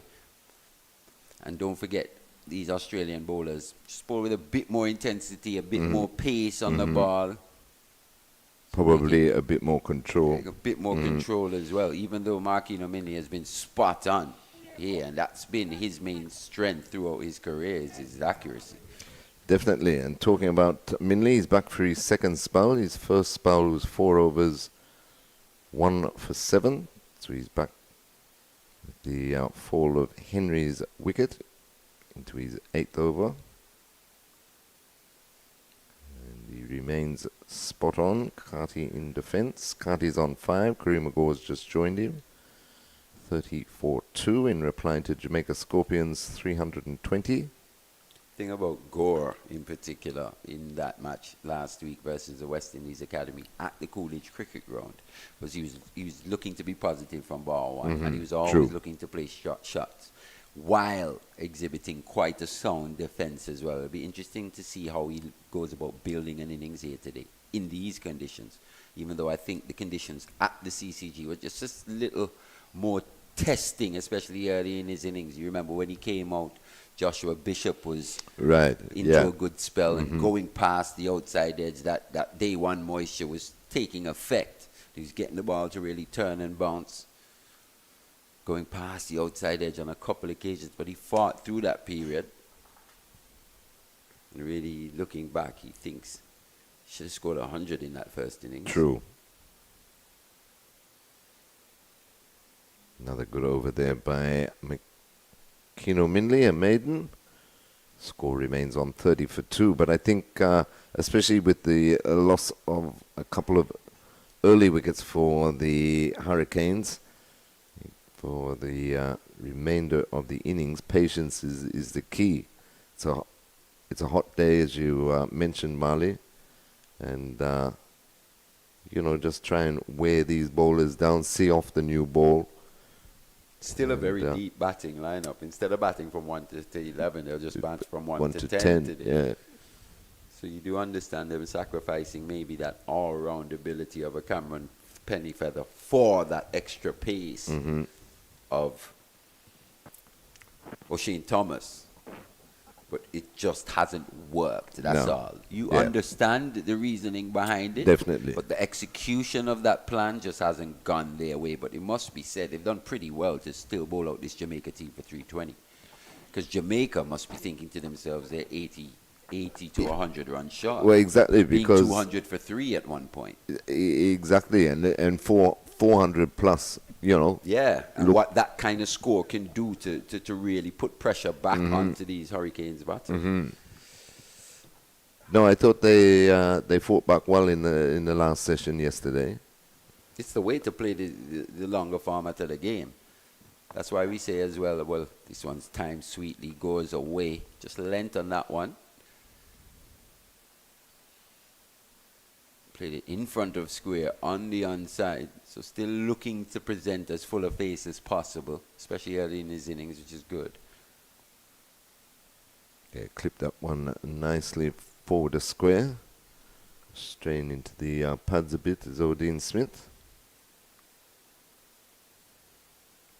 Yeah, but we were saying that's why maybe we harped on about the decision to put Jamaica in. Because the way to really control games in this format is to bat first score. 350, 400, 450, 500, whatever. But even 350 in the first innings still gives you a good opportunity in which to win a game. You still bowl out a team for 250, 260. You still have a lead of 100 or so. You go back in, set them 300 or whatever to win. Right. On wearing pitches. And that's how you win games at this level. You try and be in control rather than responding. No, most definitely. You know, to put yourself behind the eight ball, so to speak, in the first place. And it just surprised me too that, I mean, we have to be realistic about this. Even though they were looking for extra pace and everything, he's basically bowling himself into form, or trying to bowl himself into form in these matches. Right. So you're really a bowler short, you know, and to put the opposition in when you've selected a team like that, it doesn't make a whole lot of sense. Slightly similar situation to what we would have seen here. I think we were the ones doing that test match when Sri Lanka toured here in 2021. Right, yeah. Shannon Gabriel was almost using the test match. That's right. You do remember it was COVID and things was a little different in terms of the traveling restrictions and protocols and bubbles and the like. But remember a similar situation with Shannon Gabriel right here at the Sir Vivian Richards Stadium. Using the test match in order to get match fitness. Exactly.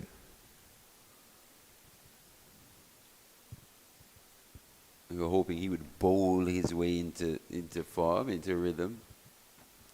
Lost that one completely. And every now and again,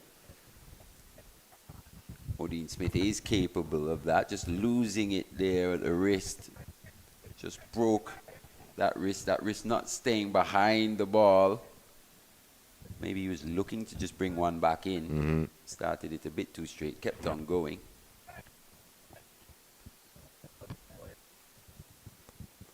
What did he looks to use this breeze here? Still quite a strong breeze from east to west across the Sir Vivian Richards Stadium. Back on target that time, but well defended by Gore. But very dangerous, though, Malia, what you talk about when you're trying to get somebody fit in a match. You know, it very rarely works. This stature. Exactly. Yeah, it very rarely works. Would have been nice if he could have at least just gone on board a 10-15 over spell on the weekend for some club here. Right, yeah. It was the first round of local cricket, two-day cricket, red ball cricket as well here in Antigua. I'm not sure if he did, because I think if O'Shane was playing local cricket, we would have known about it. For sure. So it's a little opportunity for him there as well. Still, a lot of things to think about in terms of managing these players as well, because, you know, the thought that of him getting injured in a game like that will possibly come up as well. But right. It's all about finding the balance. Yeah, too true. Flicked away by Gore, down to final leg for another single. He moves on to 5 and the score 37 for 2 at the end of that Odin Smith over.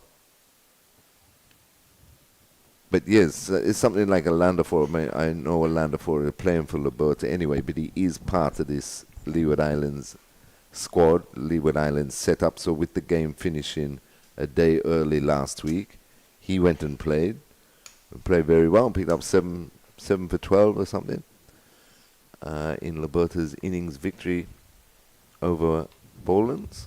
But yeah, I mean, match practice, regardless of the match, you know, the best form of getting yourself fit. Yes, but you don't want to come into a first class or a test match, as you were saying, Marley, trying to get fitted. It as I say, it rarely works. Definitely not sure when they'll actually fly off after this match, whether it will be on a Monday or the match would start on the Wednesday. On the Wednesday, yeah. So they'll probably leave on the Sunday or the Monday. McKinley starts a new over. Well, he got what? Let's see.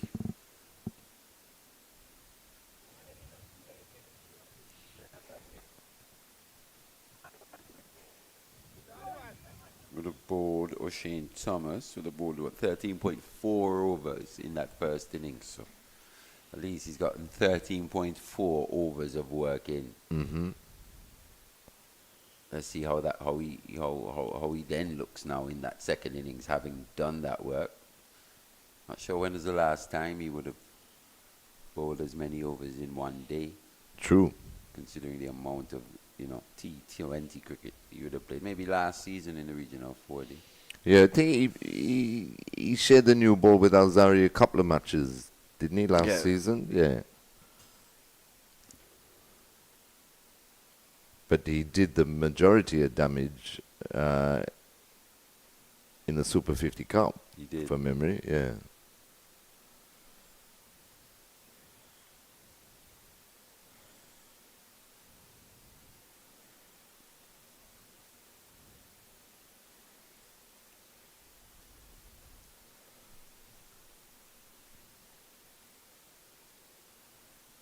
So it's McKenna Mindley. He's bowling to Kareem Gore. Both Gore and Carty are on 5. 37 for 2 Leeward Islands Hurricanes. One's left alone by Gore through to the keeper and no run. Bowling to 2 slips, a gully, backward point. Short extra cover, mid off, mid on. And he's just putting the backward square leg into a deep backward square leg position. He has a fine leg.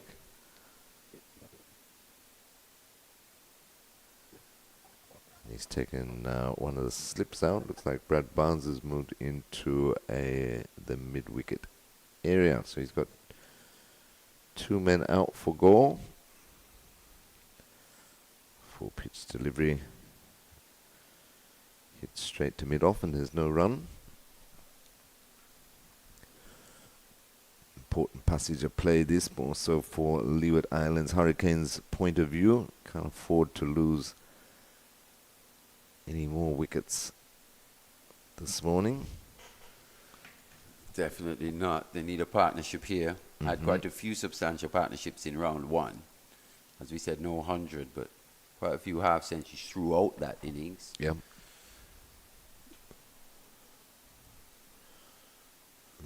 Maybe better conditions here for batting as well, so they should be quite confident in at least reining in this 320.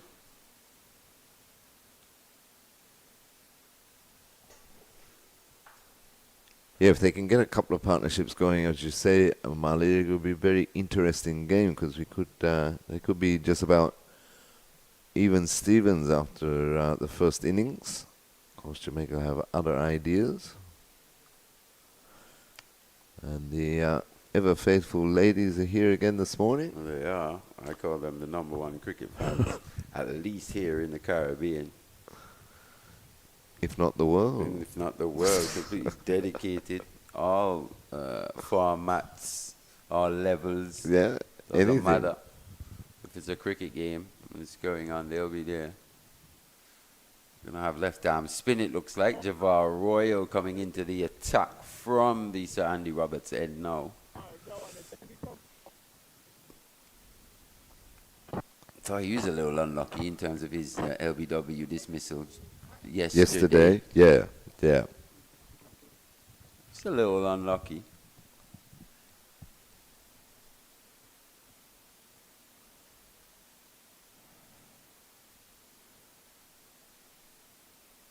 So he'll be bowling to Casey Carty with a slip short leg.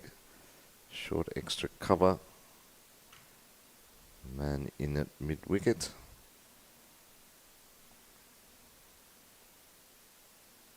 important season for him too, Mane. He hasn't really come on maybe as quickly as a lot thought he would. JV Roll. Well, he burst onto the scene in the CPL, didn't he? Mm. That's where I really became aware of him. It's former West Indies under-19 player, but he's only played the 4 first-class matches. He's 26 years old now. This is just the 10 wickets. Best of 3 for 113. So as you said, in this format of the game, you're probably expecting a little more from Javar Royal, but I do expect him to play a bit more of this format over the next few seasons or so, next 2 years at least, so we'll get a better indication of his abilities at this level. CPL is quite economical, feels quite well. But I just feel, though, Mali, just another one to really further develop his game, you know. In 2 years, I thought he'd probably be a little further than he has been, as you said, when he burst onto the scene, maybe in 2022 or so, in the CPL here in the Caribbean.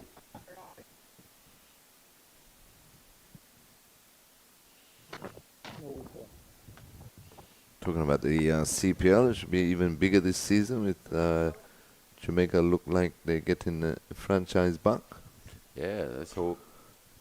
Let's hope. That's the intention. It's always a valuable addition whenever anything from Jamaica is involved, especially when we come together. And, you know, they've almost been not left out, but a bit on the outside in terms of West Indies cricket in the past few years. Well, it's great to see them wanting to be a part Be of involved again yes, because yes. you know look at the greats, look at the history, Sabina Park, and the greats from Headley through to Holding, Gale, you name it, that have come out of Jamaica. We take a break here. It's lunchtime. And at lunch, Leeward Islands Hurricanes, in reply to Jamaica Scorpions' first innings of 320, a 39 for 2, with Casey Carty not out on 7 and Kareem Gore on 5. We'll be back with the second session of play in around 35 minutes on 360. Hope you can join us then.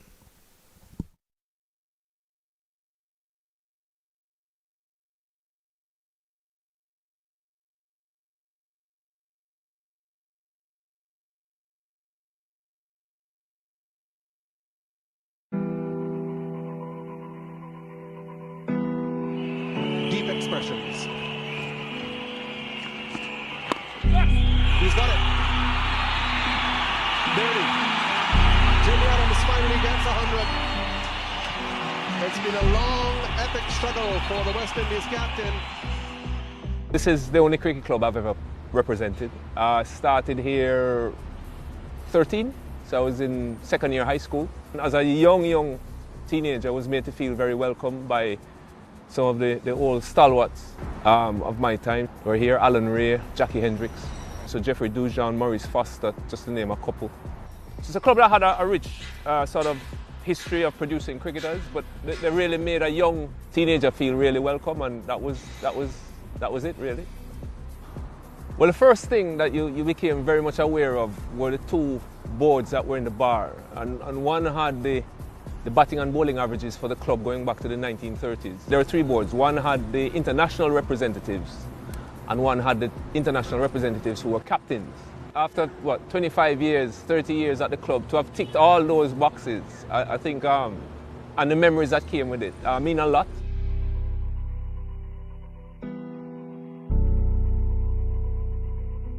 There was a rich mix of sort of generations here, and all of them really made me feel welcome and were very helpful over different periods in my career. And then just what the facility represented, it was the international ground, and over time, I just became very familiar with it. Every blade of grass, I knew the wicket inside out. The atmosphere here, even before these stands were built, was something that I was very much aware of, and it became part of the whole experience. A full house was just very loud, as any Caribbean full house can be.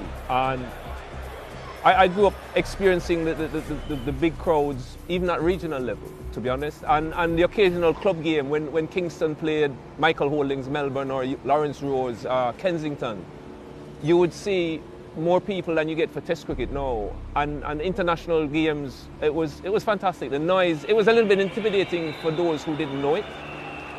But it was home for us, or for me anyway, and I thrived on it. I loved, you knew who the people were, what sort of instruments they were bringing on the day, and just the whole atmosphere.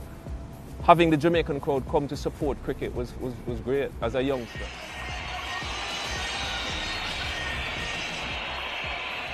I guess the first Test match here would have been, that I played, would have been against England.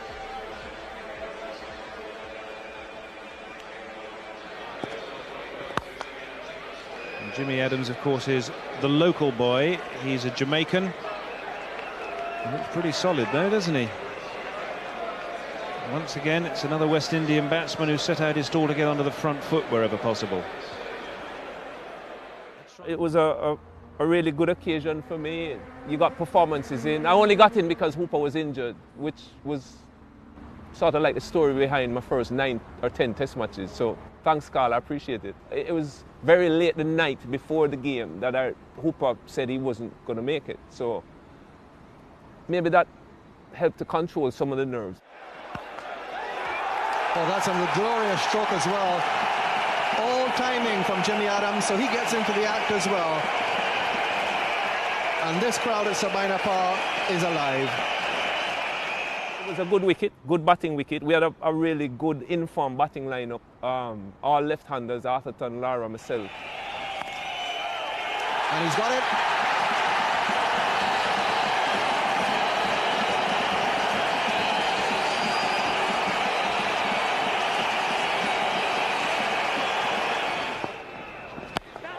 He's got it this time. Murray's out of the blocks, and an excellent and invaluable 50 for Jimmy Adams and the West Indies.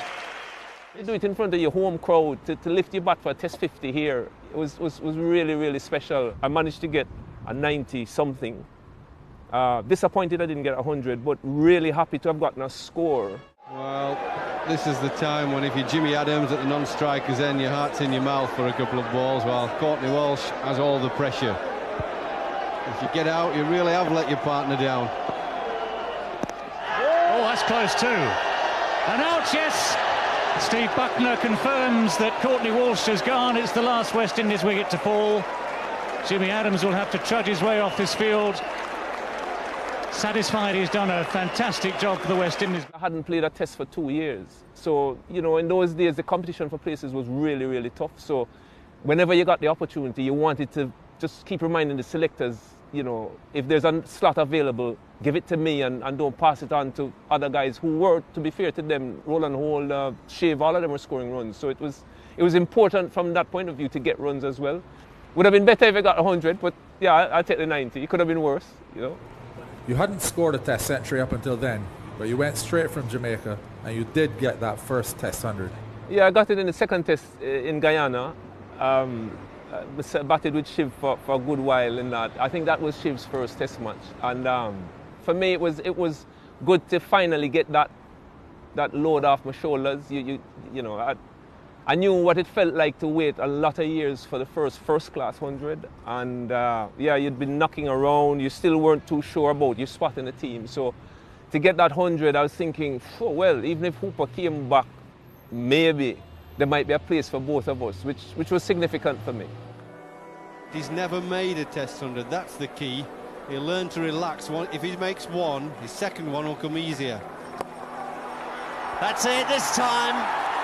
Full toss from Salisbury. Adams puts it away. The first thing he acknowledges are his teammates in the dressing room. And a brilliant moment for Jimmy Adams.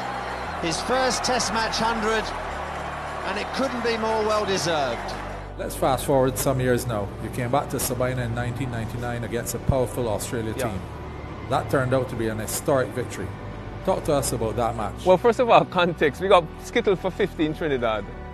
Lara's neck is on the chopping block with the selectors on the board, and yeah, things weren't as great as they could have been.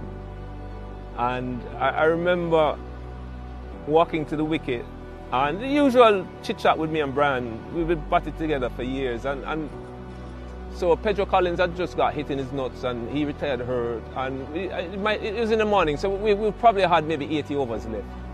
And we literally just started counting down overs. So at the end of the over, Brian would say, right, Jimmy, we've got 79 left. And I would say, okay, we've got 62 left. I guess the underlying theme for both of us, you know, we're going into lunch, we've got 2 of us to lunch, and we just kept going. And I think both of us by then were old enough to realize when momentum was shifting. And yeah, pretty much between lunch and tea, we knew, we kept saying, you know, if we are here in 8 overs time, we'd have really taken this game away. And we kept going and we kept going. No ball, smacked down to the long on boundary for 4 runs. Lovely shot. Found the gap between mid-mid and mid-on. Nice placement. And they'll come back 4-3. Good 15 for Jimmy Adams. A claim for him now on his home ground here at Sabina Park. Lovely shot. Beautifully played by Lara. He's hoisted up, down towards Lawan, into the mound stand. That'll go for another 4. Brian Lara in full flow, moves into the 90s. What Brian did was special, to be honest. I don't think anybody can understand or appreciate the kind of pressure he was under, just generally going into that series, first of all, and then that game.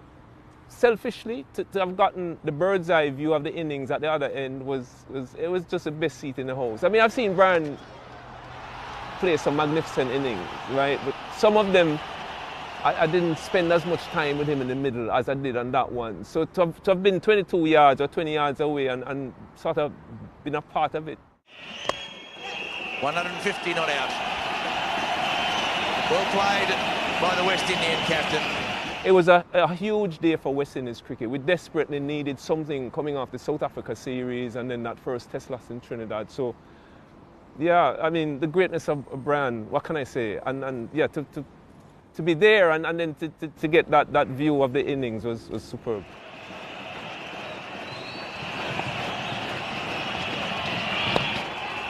There it is. He's whipped it past mid-on, and Matthew Elliott's got to beat a lot of people helping him field the ball. So the umpire will give him 4 runs.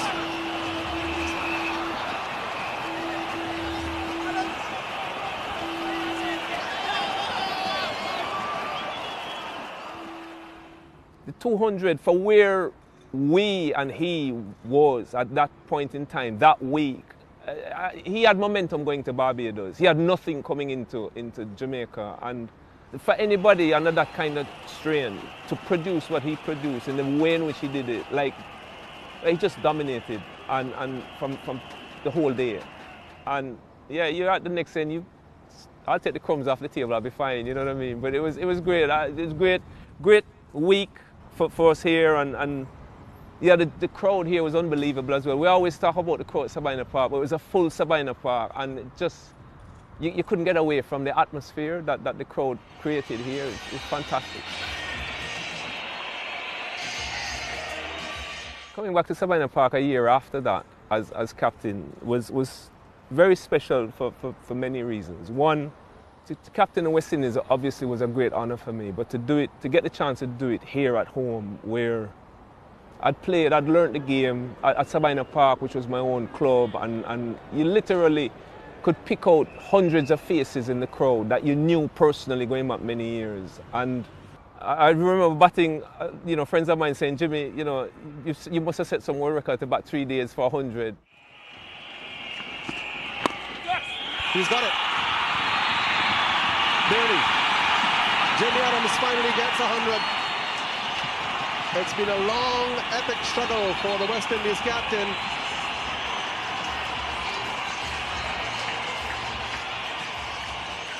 Yeah, it was just getting a test 100 as captain at home at your club ground. Yeah, I had some champagne after the game. To me, it doesn't get much better than that. Courtney Walsh breaking a world record in the same game. Message being sent to Courtney Walsh there. Patience does it, Cuddy. Of course, he can't afford to be too patient.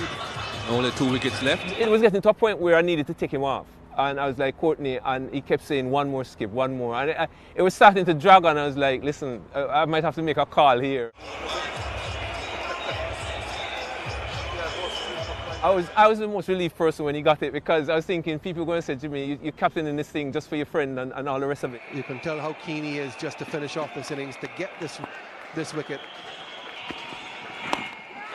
Take on, that's it. Courtney Andrew Walsh is now Test cricket's leading wicket taker. The West Indians surround him on the field. There's this picture of Wavell Hines like hugging Courtney or almost lifting Courtney off the ground. And Wavell is a generation behind me, but yet Courtney had literally raised all of us, right? His mum had looked after us. If there were nights when we didn't have food or we were struggling, if we needed kit, he would bring kit back for the lads. And there was so much love for him. There is no more admired cricketer in the game today than Courtney Walsh. You can see what Courtney meant even to that young generation. Some of them from Jamaica, some of them weren't, but he's always had that effect on people because he's a giver, and he gives of himself, and he loves people, and yeah, it was great feeling, and great to be involved in it as well. So much happened in that game. But that's why we play sport, isn't it? You carry those memories for life. I mean, if I was young enough, I'd be playing now, but it's why we play sport. West Indies captain Jimmy Adams, who himself will remember this day for a long time for his personal achievement early in the day in scoring his 6th Test 100.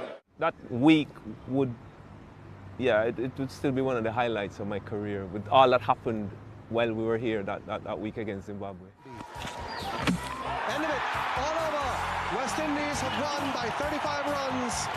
Zimbabwe are all out for 63. And Jimmy Adams, in his first Test match as West Indies captain, has led his team, which has pulled off a quite astonishing victory.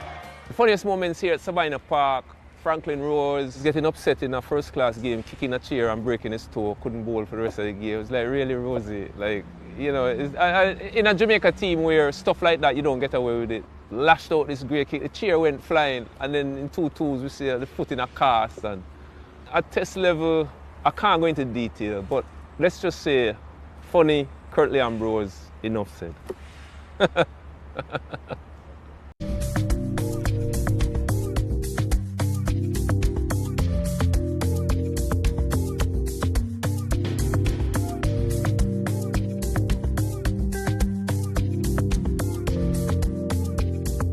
2024, the year of Amir Django. 500 runs in the first class season, most runs at this year's Super 50. Now he finds himself sitting here in St. Kitts ahead of the One Day International Series. Amir, this must be special. What makes it special to wear that emblem? It's everything I've dreamed of. Obviously, growing up, the only reason I started playing cricket was watching West Indies cricket. So a dream come true, and I just can't wait to get going. Take me back to your past, growing up in Trinidad. Who did you idolize? You're obviously left-handed. There's a very great left-hander to come from Trinidad and the West Indies. Who were some of the key figures in inspiring Amir Django? Obviously, definitely the great Brian Lara. I remember I have some pictures at home growing up, just going to watch Brian Lara batting in nets at the Oval. I always used to go watch him on matches that he played. And obviously, as my career went on growing up, I absolutely idolized Kumar Sangakkara. and Quinton de Kock, two special players that I have kind of replicate my game too, being wicketkeeper batsman. But yeah, definitely at the top is Brian Lara. And there it is. Yet another 100 for Brian Lara. Let's go back a bit. St. Kitts was actually a special place for you. Tell us why it's a special place. Obviously, I started my career, my first class career playing for CCC, then Trinidad and Tobago, and then actually got contracted to Leeward Islands for a couple of years. So St. Kitts was my home for 2 years, for 2 seasons, and I think that's when my game drastically changed. I think I understood work ethic better. Working with Stuart Williams as our head coach, he really made me understand batsmanship and explaining batting to me more and understanding my game as well. And when I look back at your career, right, 9 years ago you played your first professional game. You've been in a West Indies under 19 setup with guys that in this team, Casey Carty, Al Zari. What do you remember about those days? Just having a lot of fun with them, to be honest. Obviously it was a special group of players. Those guys went on to win the World Cup. But yeah, funny enough, obviously playing for Leeward Islands, me and Casey, we have such a close relationship along with Al Zari as well. So being in this setup with these guys from under 19 level and meeting them here now, it's truly special. Did the disappointment of not being in that final squad for that 2016 World Cup help drive you when you reflect? Definitely. Obviously there's always disappointments along the path of being a professional sportsman. But obviously missing out on that World Cup, yeah, it did hurt a lot. But having said that, going to university and meeting up with Frederick, who's even a coach here now, it's really special because he's the one who saw me and got me into the CCC setup, and that carried on my district career and actually took my cricket to another level as well. And let's talk now about this year, 2024, because life's changed for you. First of all, start of the year, as we said, maiden first class 100. Not only was it 100, a double 100. There it is. That's his double 100. Amir Django pulling this one in front of square, past that man at mid-wicket, celebrates out there in the middle, takes his helmet off. Proud moment for the young man from Fatima College. And then, of course, maiden list stay 100 in this year's Super 50. What changed?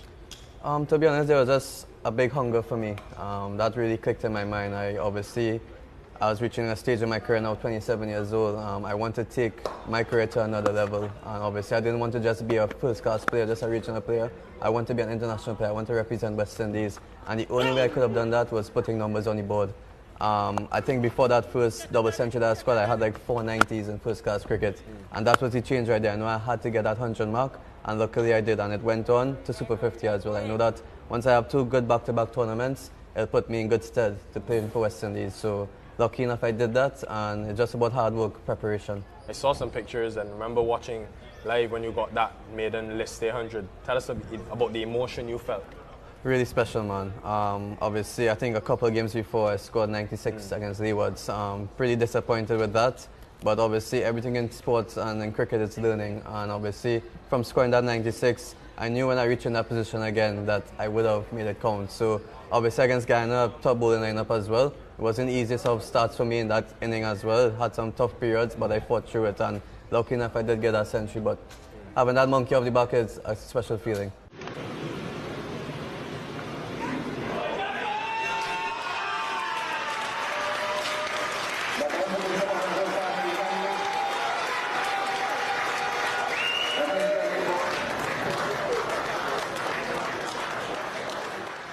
Let's talk about that crest.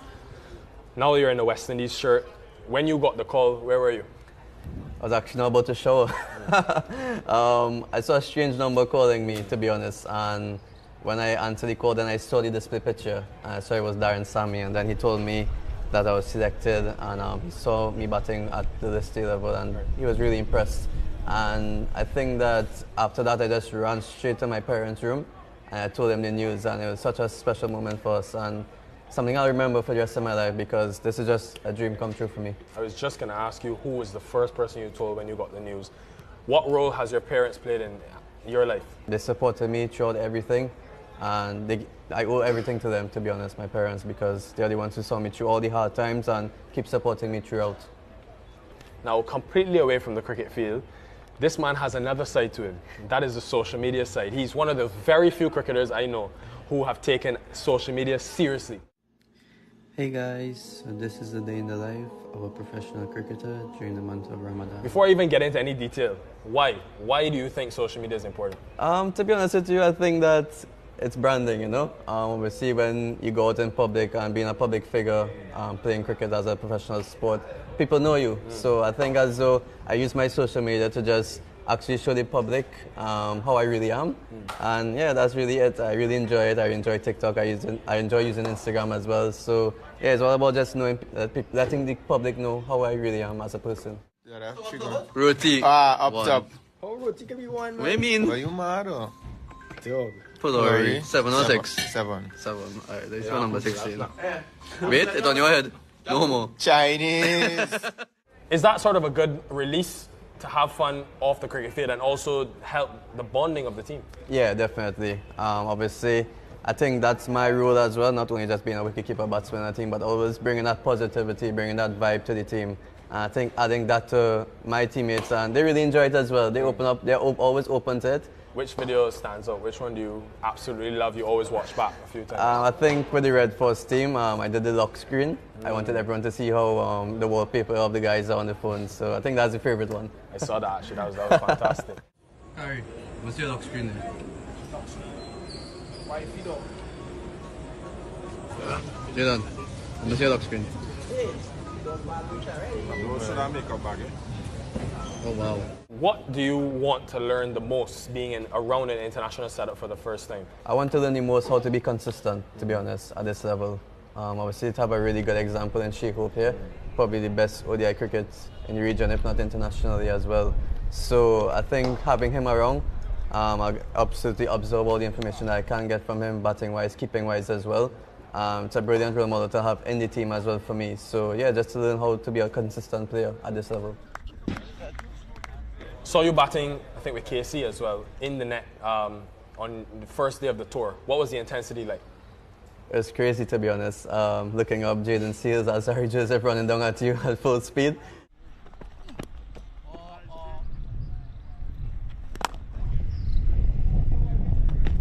I'm always up for the challenge. I really enjoy it. But yeah, that was a crazy experience, but I really, really enjoy it. And obviously at this level, that's the norm now.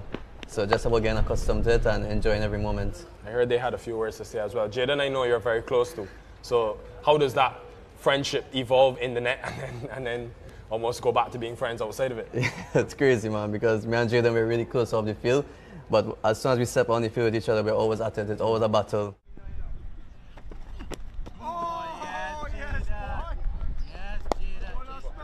It's really good though because we test each other at a high intensity, and that's what you want in training, obviously. So it's really good. Who wins more of the battles, you or him? I'll say me, for sure.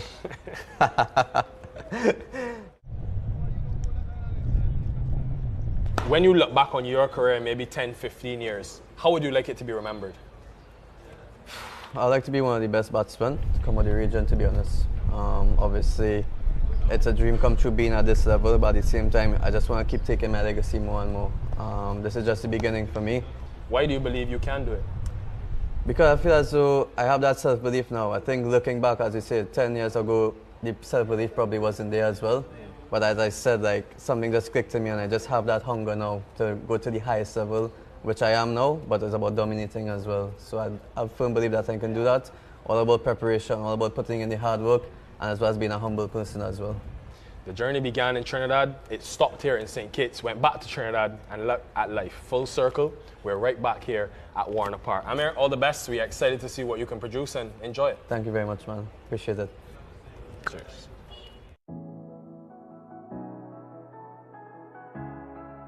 As we embark on the 2025 edition of the West Indies Championship, I want to extend my best wishes to all the teams, players and support staff as they prepare for what promises to be an exciting and competitive season.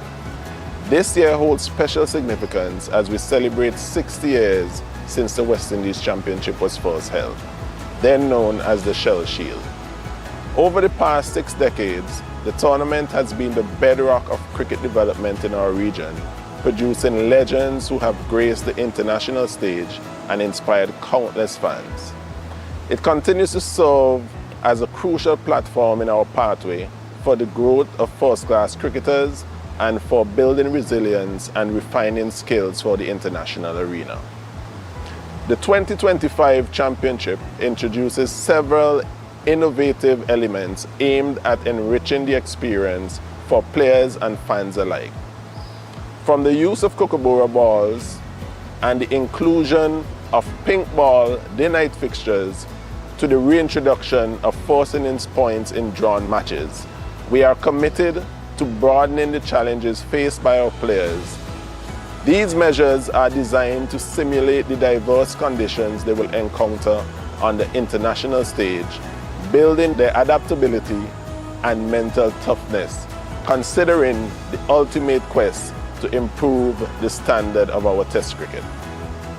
The teams will once again battle for the prestigious Headley Weeks trophy with the added incentive of an attractive prize purse of US $250,000 for the champions and US $100,000 for the runners-up.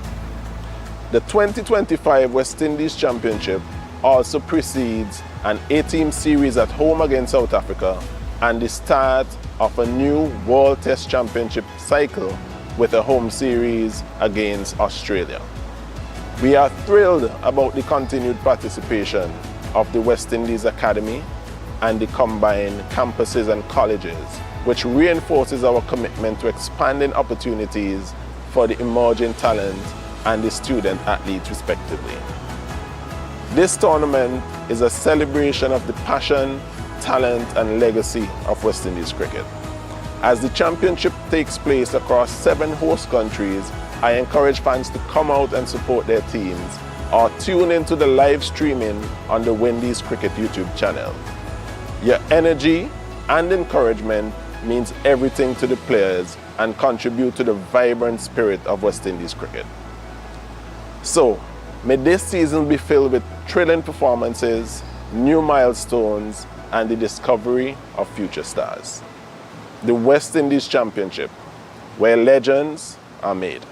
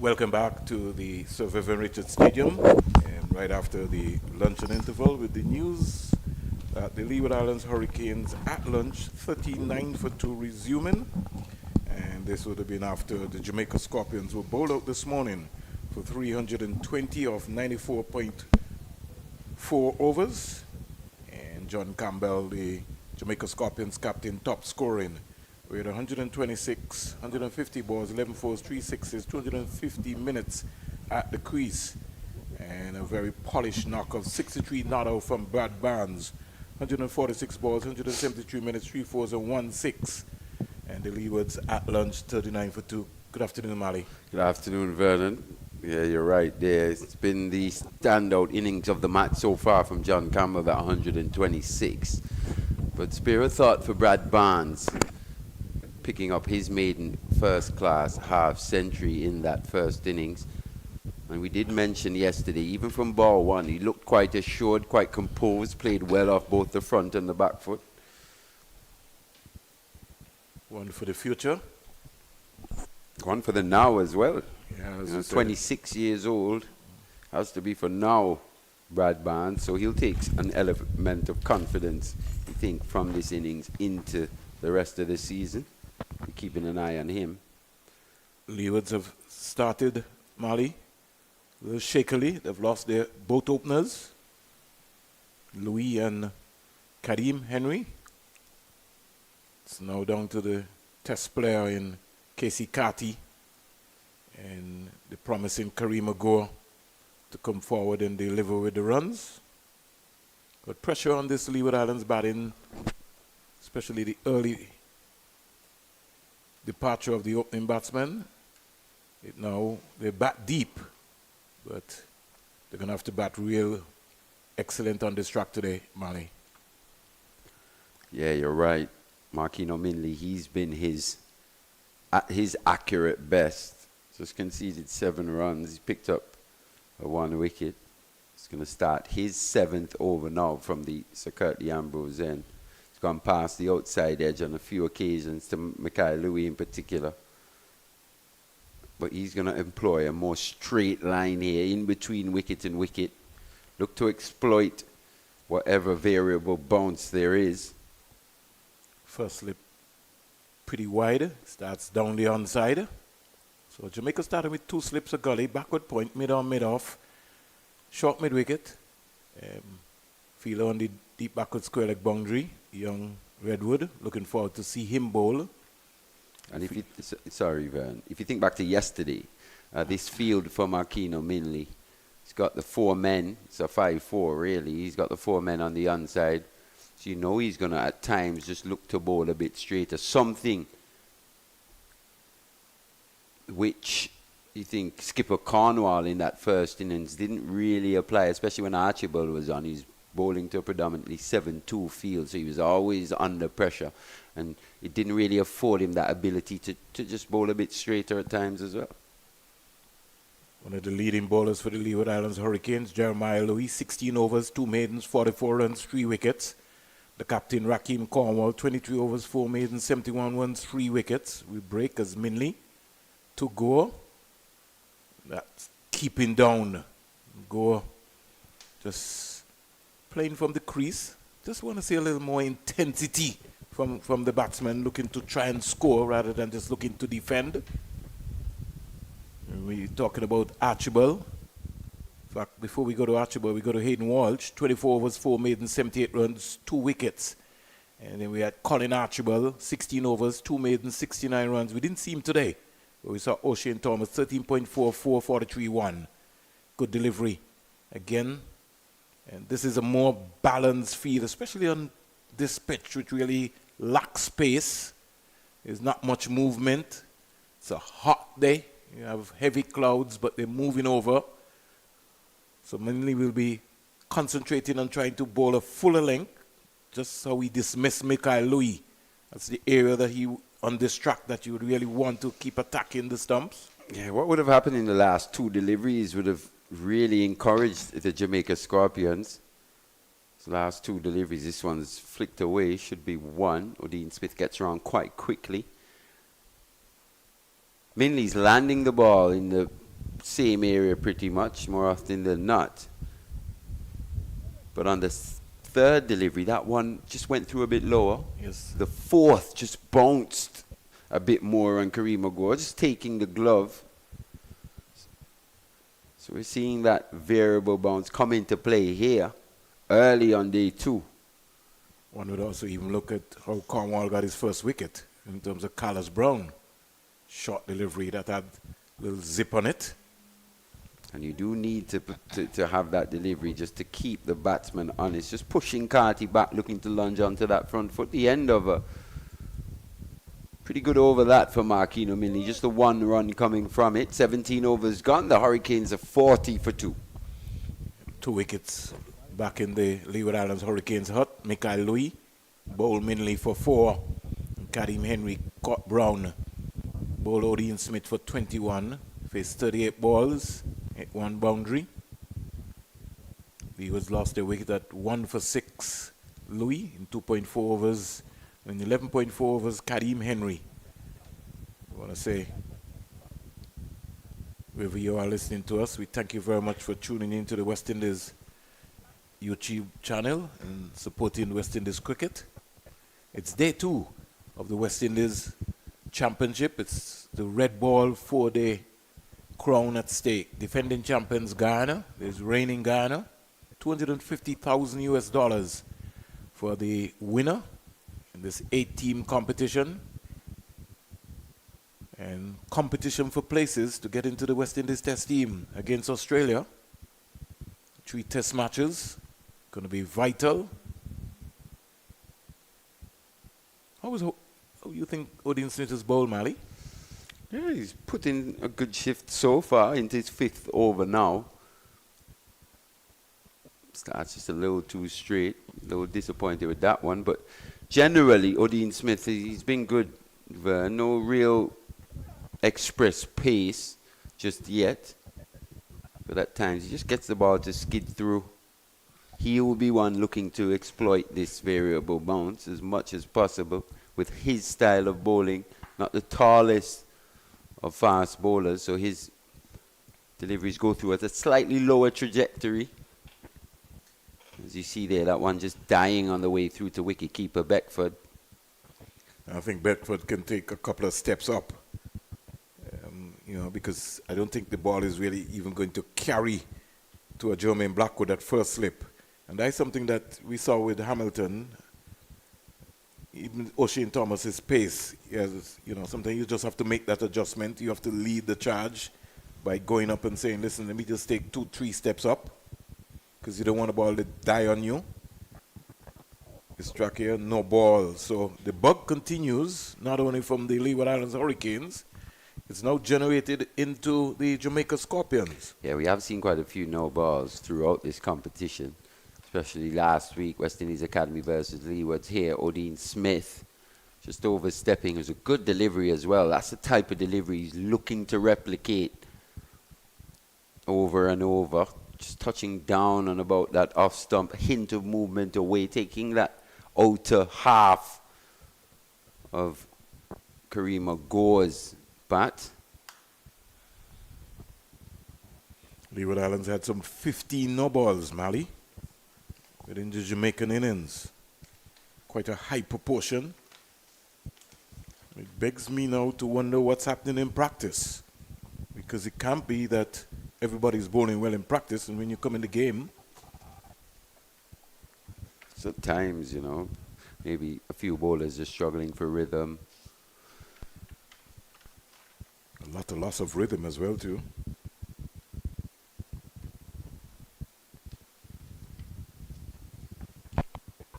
Goa was able to freeze hands and slash that down to backward point for 4. Yeah, he does feast on anything wide.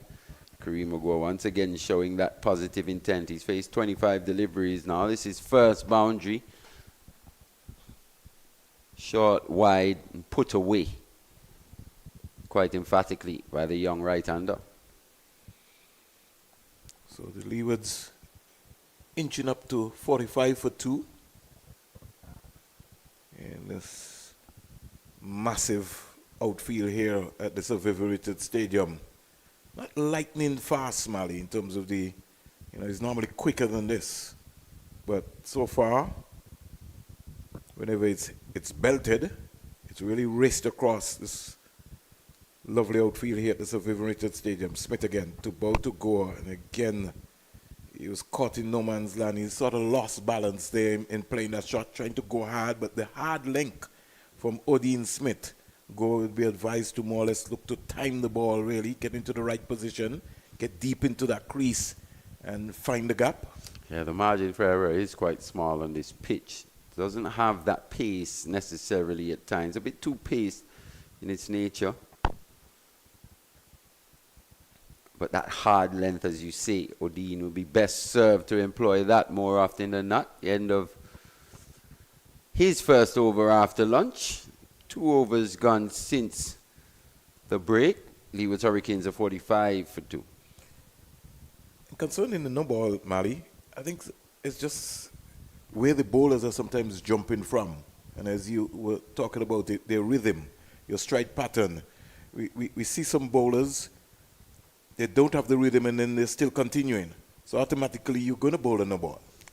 Maybe one of the things that we don't take into account as well is just how from ground to ground the dimensions change.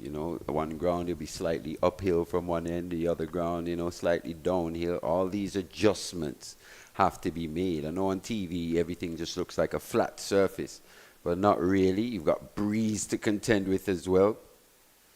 Breeze has been quite strong here at the Sir Vivian Richards Stadium. Yeah, very strong easterly breeze blowing across here. And because it's open, it comes through very hard.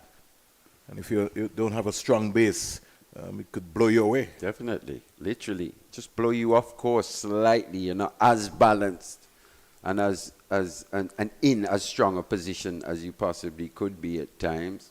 That's where all the gym work, all that cardiovascular work and stuff comes into play. But where Jamaica have been very good here in this Leeward Islands Hurricanes first innings, they've just limited the amount of boundary balls. As you see, the scoring rate, just about 2.45. If you think back to Jamaica, they were scoring at 4 and above 4s for the majority of their innings. It's only towards the end it would have been pulled back to just under that rate of 4 runs per over. They ended on 3.38. And with the sort of high proportion of boundaries that was hitting the Leeward Islands innings, as you rightly said, Mali, some 21 4s and 7 6s. And mainly a lot of that came because the Leeward Islands spinner, or one of the Caribbean top spinners in Raheem Cornwall, John Campbell, the captain, decided that he was going to launch an attack and go after Campbell. So it was almost like a head-to-head matchup, really. He just really read the situation beautifully, John Campbell. Cornwall brought himself into the attack quite early. That ball was still hard, still relatively new. Campbell recognized the main threat, Cornwall going round the wicket, just looking to angle the ball back in more often than not, try and get him out LBW or bowled. And every time he just slightly overpitched, tossed that ball up a little bit. Campbell was quick to get to the pitch. Ken forcing Carty. This is good bowling here by Minley. And on a pitch like this is where you have to bowl wicket to wicket. You got a new ball in your hand. Because once it gets down to 30, 35 overs, you're going to have a hard grind. Yeah, he's not trying to bowl magic deliveries. Is Marquino Minley, and with this Kookaburra ball, doesn't quite have as prominent a seam as, say, that the Dukes really comes into play as it gets older. Start seeing a lot more seam movement, even that reverse swing, but that Kookaburra ball, got to really make use of it when it's new. Just a little slight looking back at the bowling at the end of over number 19, Leeward Islands 46 for 2. Cornwall at no point in time during his spell to the left-handers went over the wicket. he bowled all around the wicket all the time. And I just thought that he could have just shifted his angles just to mix it up, give them something to think about. And credit has to be given to John Campbell, though, in the way he went about it. You know, putting pressure on a bowler of the caliber such as Rakeem Cornwall. As he said, look to take him downtown. Played with a straight bat more often than not. He then pulled out all the ramps and the little lap sweeps. Just scored all around the wicket. So he's made his intentions pretty clear here in the first 2 rounds, John Campbell. Especially with Mikhail Louis still trying to forge his way into international cricket. As you said earlier in this stint, competition for places is rife throughout West Indies cricket at this stage. Yeah. Remember Django made his test debut. Kevin Hodges come back from that tour and he said, well, listen, I know Django got a test call up. Casey Cadry's around the corner. So let me try and make sure that I register 100. The captain, Craig Brathwaite, he's demonstrated earlier clock because under the new format, you know, you can't leave anything for chance. You don't know what the new head coach is looking for, what will be his mantra. So almost like you might have a brand new test team going into that series against Australia.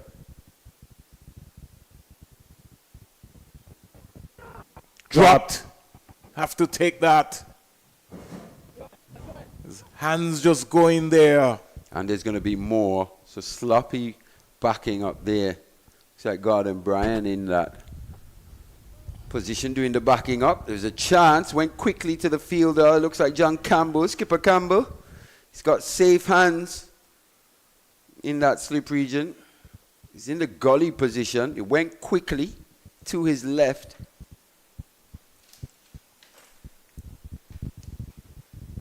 Chance for Casey Carty. I think it's Mackenzie dropped that one, Mally. Is that Mackenzie? Yes, number 7. Yeah.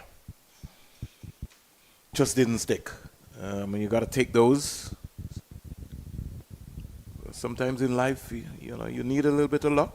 Carty getting a chance on, would have been about 8.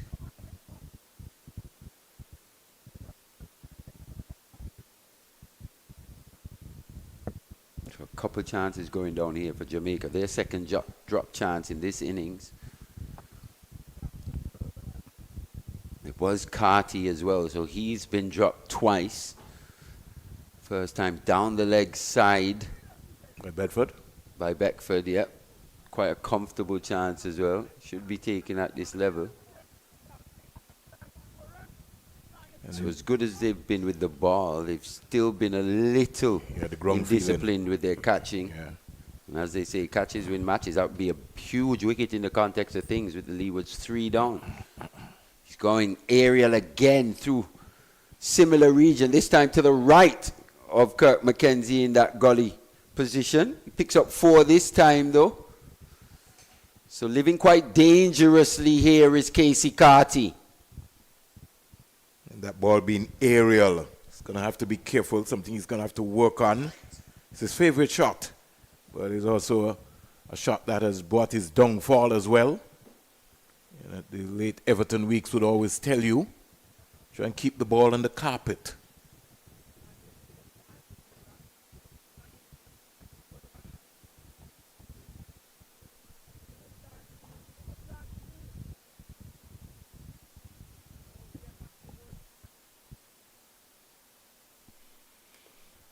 .50 comes up for the Leeward Islands Hurricanes. 53 for 2.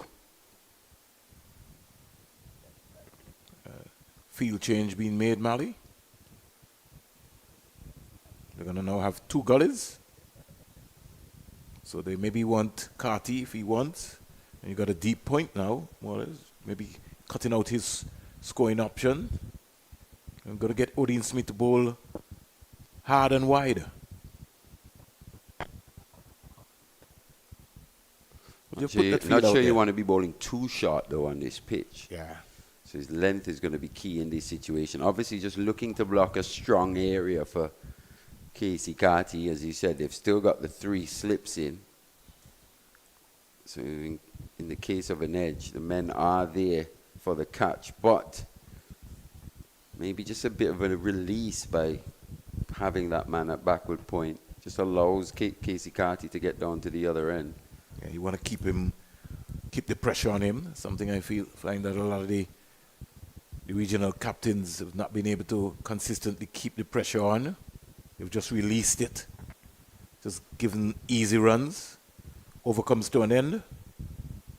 And Odin Smith will feel very unlucky not to have dismissed Carty.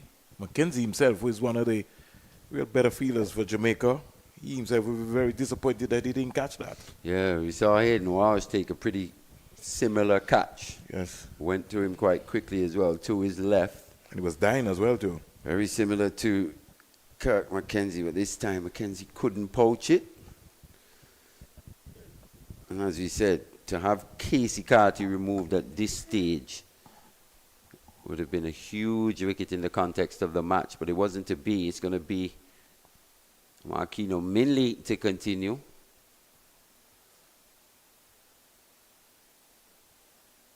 Pressure on the Hurricanes, pressure being applied by the Scorpions through some pretty disciplined bowling here.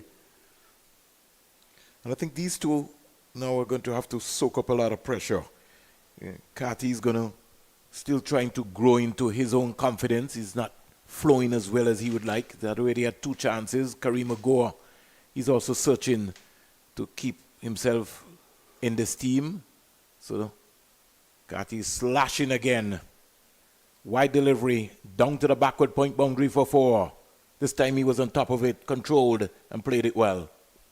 That's a much better shot. Doesn't have the pace of Odin Smith, Marquino Minley. Not quite as short as I thought. I thought first time seeing it. Just played off the back foot, allowed it to come on, using the pace. Didn't try to hit it too hard. As you said, kept his shape. In the end, kept it down. So he's starting to pick up his scoring rate now, Casey Carty. That'll give him some confidence. Gets a delivery there. Wasn't right out to the pitch of that. Just the hands really come in. You want to push, get that stride in, especially to Minley. I mean, the track sort of looking to pace and keeping low. Want to get onto that front foot and play that ball early. Yeah, it's important also. You can get that front foot in the way. So it's important not to get too far out ahead. You've got to make that head and shoulders lead. It's more about the momentum into the ball. That shot there just needed to just turn the hips there, especially with the on drive. Got to be leading, pushing your head into the ball. Because the release of the ball from the bowler is going to come down. And so that has to be mindful. You have to have those eagle eyes opened all the time. Looking closely to see which side Minley is either trying to get the ball to induck or go away from you.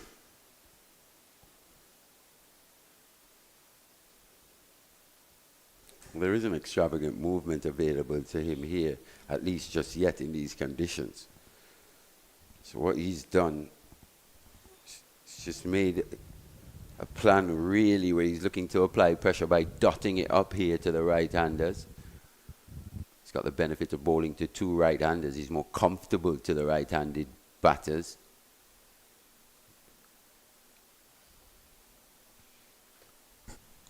Quite a balanced field as well. Just there. Yesterday that would have been 1 or 2. Because for long periods there was no man in that position at mid-wicket. And every time the Leeward's bowlers would have just erred slightly straighter. They were just knocked into the onside for 1. So the Jamaicans would have learnt from that. Assessed their own bowling lineup. And you know, on paper sometimes, Mali, it's good to tell Mali Richards come and bowl to a 7-2 field. But you also have to understand, as you rightly said, the conditions that are around to understand why you want somebody to bowl to a 7-2 field. Good positive straight drive there by Carty. Gets a single up to mid-off. Fielder coming around. Number 8. Looks like it is Royal, who maybe can't wait to get a ball. End of over number 21 in the Leeward Islands. Ladies score here at the Sir Vivian Richards Stadium. They are 59 for 2. Carty's 20 and Goy's 10. Yeah, just the beginning of a partnership. Partnership here starting to forge for the Hurricanes. It's a hot day here, Mali. It's all about not only creating opportunities, but taking them. Leeward Islands trailed by some 261 runs and they bat deep. So this partnership is going to be very, very, very important. It is important that this pair bats up until tea, because you don't want to have a procession of wickets and having to start all over again. It would give some momentum to Jamaica. Honestly, they've got to take it ball by ball at this stage. Maybe looking to tease a bit too far ahead. 59 for 2. Really just got to take it ball by ball. Look to get a partnership going and then apply pressure back onto Jamaica. Few issues with the ball here. Just a conversation between skipper Campbell and Smith. And there's also some adjustments made by Jermaine Blackwood now. They're trying to maybe put some pressure on Casey Carty, getting their angles worked out in terms of their field placing. It's quite an experienced leadership group here in terms of Campbell, Blackwood. Campbell at one time was the vice captain of the West Indies Test squad. Blackwood, I think. Blackwood, sorry. Yeah. Pretty strange that Jamaica didn't go back to Blackwood. Well, I guess maybe it would have been the poor form in 2024. He was dropped from the Jamaica team, wasn't he? Yes, Towards yes. the back end of the last regional 4-day championship. Yes, you're right. So that's why it's so good to see the way he bounced back even in that first match. Didn't get many in the first innings here, but he looked quite good, looked quite positive.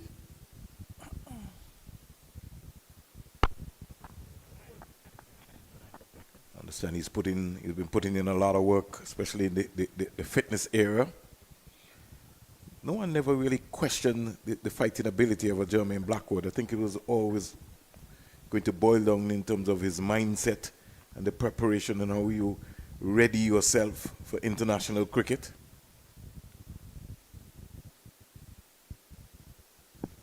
Always seemed to be a man for a crisis, though, Jermaine Blackwood. Seemed to really bring the best out of him. Sometimes in the context, Mali, it depends on the surroundings that you go into. You may, as players, some of the West Indian players may be not allowed to express themselves the way how you would, maybe you would look at maybe other test nations and their players coming through at a consistent basis. You think so? Well, I'm just talking about in terms of flamboyance. You know, some of the players always look like they're under so much pressure just to perform, really. And I think that comes when you have a lot of competition for places, and sometimes you only have 2 test matches. So if Mali's on the bench and I'm Terry and myself here, we're jostling for the spot. We train so hard to be able to make sure that you keep your spot in the team. And with limited opportunities, it also puts pressure on players as well. Yeah, I think it's the nature of professional sport. It wouldn't just be like that for the West Indies as well. There'd be quite a few other test teams in that boat, or test playing nations in the same boat. I mean, I draw that scenario, Mali, because let's look at Usman Khawaja. You know, there was really big talk about, looking, Khawaja's form. But the coach already always says, hey, I want you on that flight. By the time we're going down into the subcontinent, he's delivered in a big way. That's what, to be honest, he's never really depended on anyone to select him. It's been runs. Yes. That's been the thing. These guys let their game speak. But when we have players, here still trying to forge their way at the international game, it's been like that in the Caribbean. No ball called very again quickly. There from Odin Smith. Just overstriding every now and again. Looking for that extra pace. Maybe getting close there as well too. Partnership is important here. It's already yielded 30 runs, 30 off 67. Over comes to an end.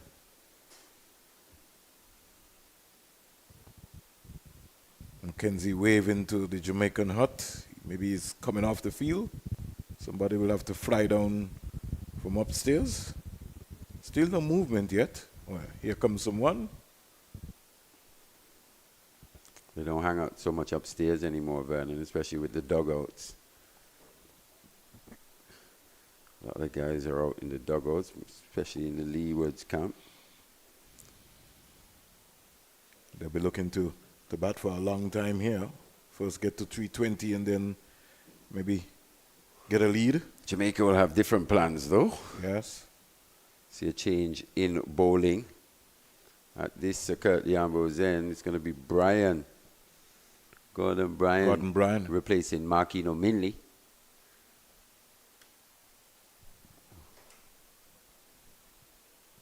And he starts straight away on the money. So no real express pace, Mali. Just more or less, I don't want to say military medium, but on this track, you can't afford to be blasting out anybody. You got to come and bowl wicket to wicket.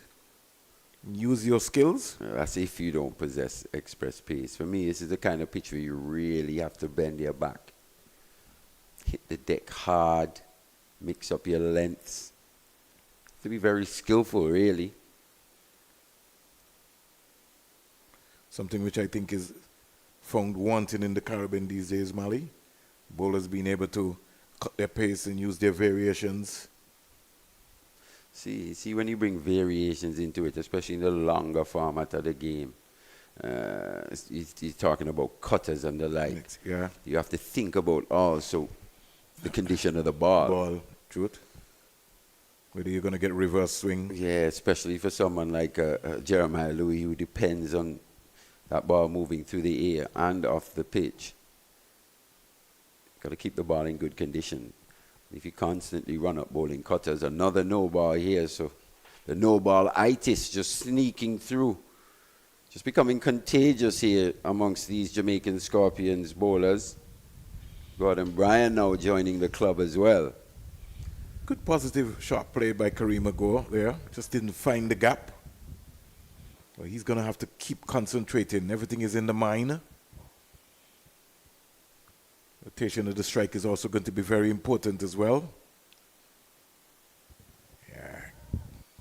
Got to find the gap. Got to find the gap. That was played right up to Campbell.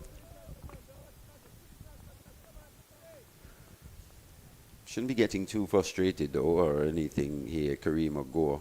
Just bat. Just a bat. At times, you're going to pick the fielders out. Something Shivnaran Chandapal always adopted in terms of if he survived onto the next ball, that was the result for him. Didn't care how it looked. It was all about the result. You got to stay in the moment, which is now. That's a good leave. That one just hinting at coming back. Good delivery, good cricket all round. It's a lot closer than maybe Kareem Agor anticipated. But his stride was good. He's sort of got onto his front foot.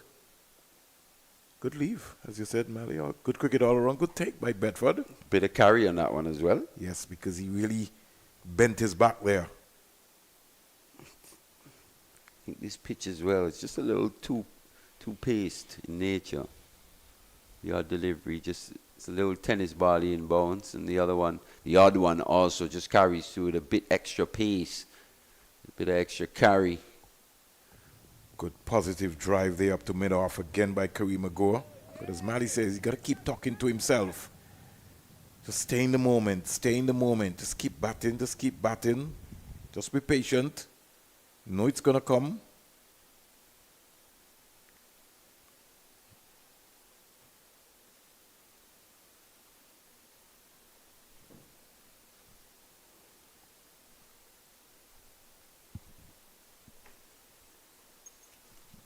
Very strong in that area. Anything pitch in that area, he clips it away for a boundary. Anything between middle and leg, Kareem Agor is very strong there. He's got a good bottom hand, very strong bottom hand. Yeah, the Leeward Hurricanes batters are particularly strong through that leg side. Kadeem Henry as well. Loves anything pitched just on the pads. Allows them to just flick it away, as you say, use that strong bottom hand. That was timed sweetly by the young man. 65 for 2 now. So they're just inching their way, the Leeward's Hurricanes. Jamaica Scorpions, apart from the odd no ball, making run scoring as difficult as possible in this situation. Or trying to. Still trail by 255 to the Hurricanes.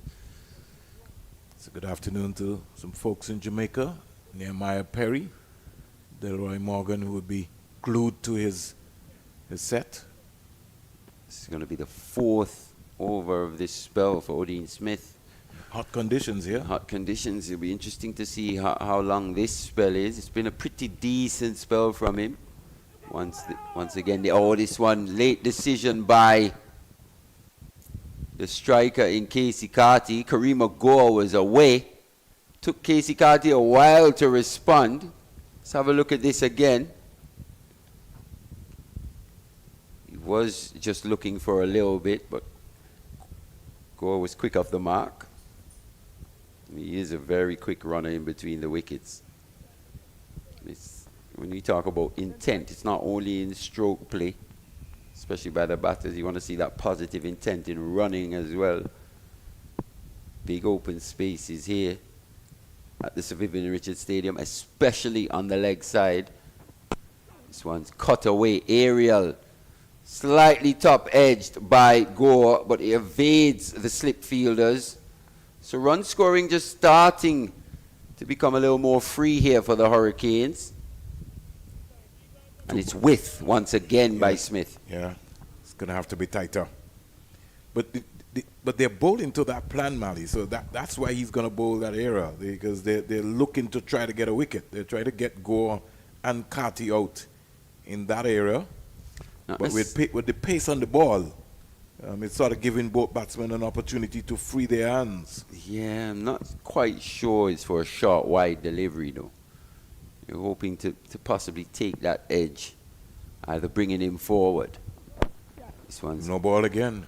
No ball. Clipped away into the leg side area. And straight. Is it going to get to the boundary? It does.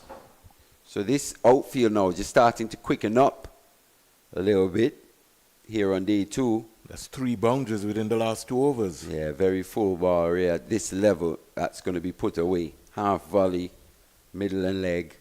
Lost his radar there after being called for a no ball.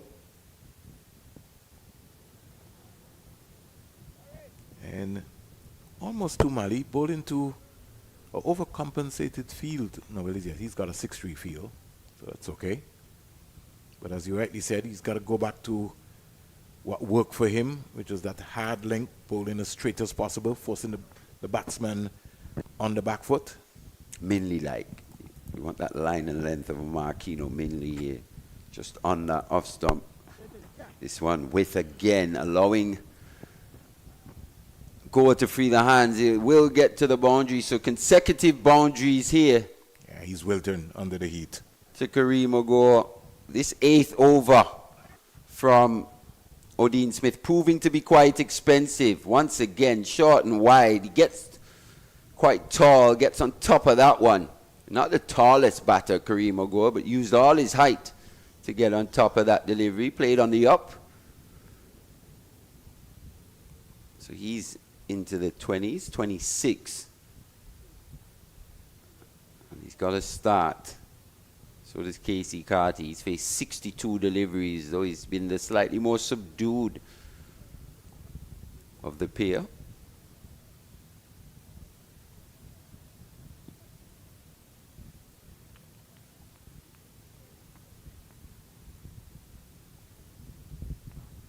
This rate now above 3. Starting to illustrate that these Hurricanes batters maybe just finding conditions a little easier now out in the middle. Just try to tempt him with a wide delivery. It's good batting that from young Gore. Very easy to play a rash stroke at that one, continuing in the same vein. He's just hit consecutive boundaries, so showing good batsmanship there. Odin Smith as well. Using a pretty good option, a tried and tested option. Just a full wide delivery, just tempting a loose stroke outside the off stump, but Kareem Agor does not take the bait. 79 for 2. Gore is 26.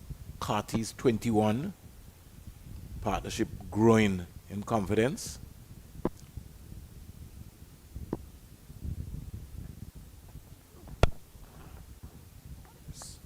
Driving again. Made a good sound, that one off the bat. Was hit quite hard, but Odin Smith does his own fielding. As you rightly said, Mali, this heat is going to be a test as well for somebody like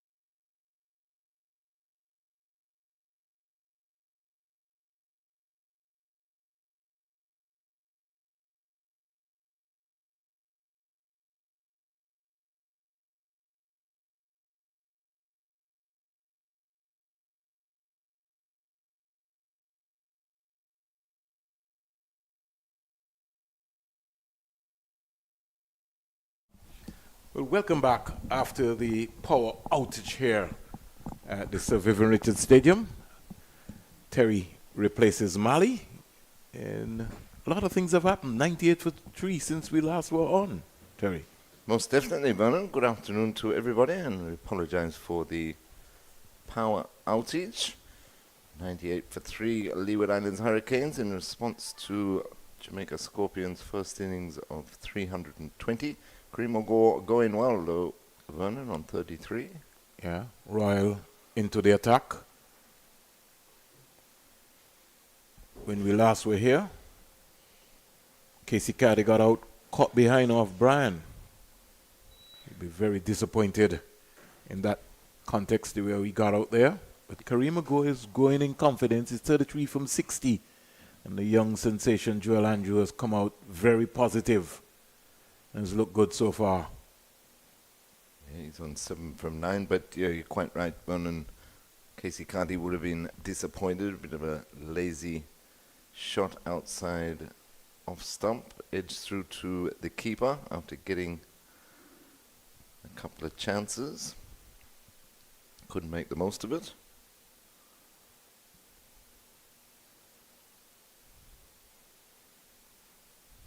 So this current partnership has put on 14.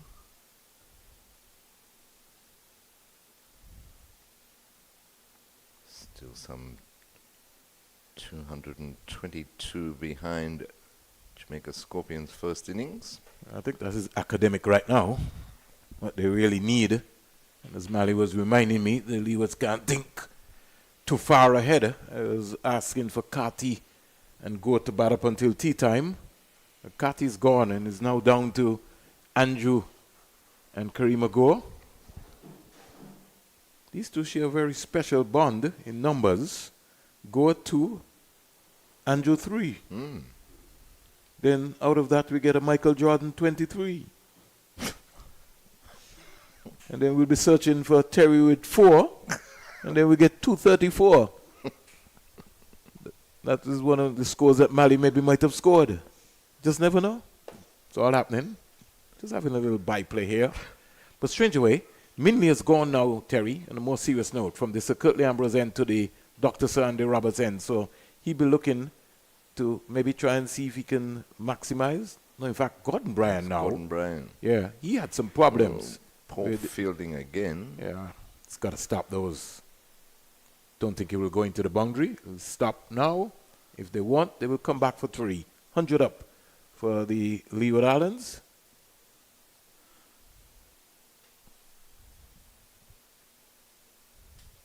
Straight through Javier Royal there at backward point. I think he's going off the field.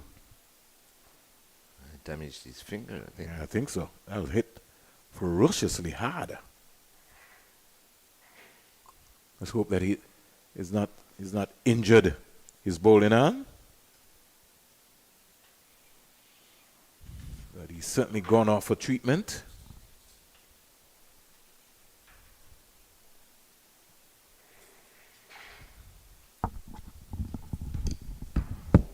Odin Smith just giving Gordon Bryan some words of encouragement. He looks to come in again to Kareem Ago, who's on 33 and look quite solid. He turns this nicely backward a point. Man on the boundary does the fielding. One more to go. He goes on to 34, 101 for 3. Leeward Islands will be looking for good partnership between these two.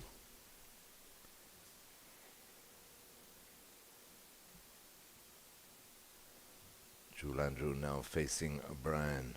That one dragged down the leg side, not taken cleanly again by Beckford.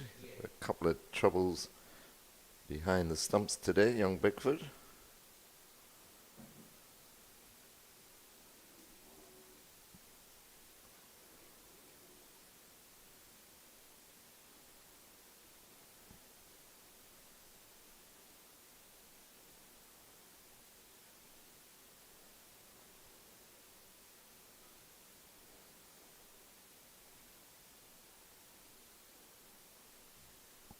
Line delivery by Bryan, but well defended by Andrew. Let's look at the fielding of both teams. A couple of catches going down in both innings. The Jamaica Scorpions a lot more on their toes than the Leeward Islands were in the field. Bryan in again, and advancing is Andrew. I don't know where that come from. Bryan stands there as a quiet word with young Andrew. He advanced way before Brian let the ball go. He saw him coming, so he dug it in short. Missed by Andrew.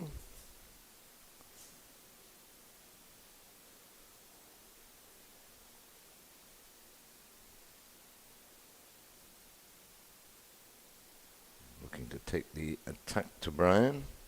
Again, strays down the leg side, this time well taken by Beckford to complete the over. So at the end of the over, had 30 overs of the Leeward Islands Hurricanes innings. They're 102 for 3. And that's in reply to Jamaica Scorpions' first innings of 320. Kino Minley being the pick of the bowlers so far for Jamaica Scorpions, 1 for 21 of his 11 overs.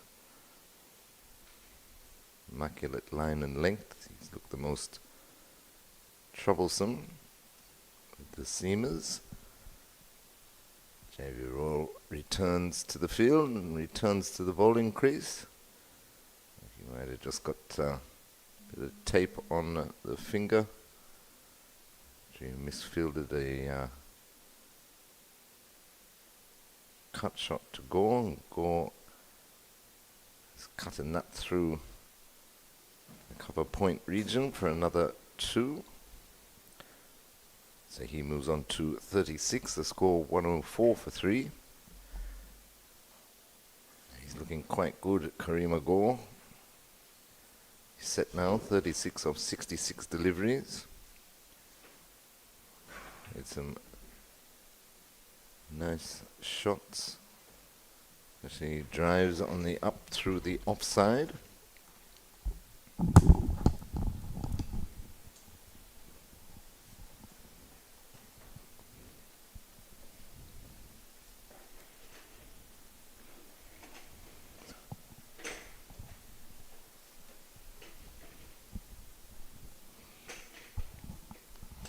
So Royal continuing, and Gore, Derek Hick could have been a little closer, but I think they ran so far.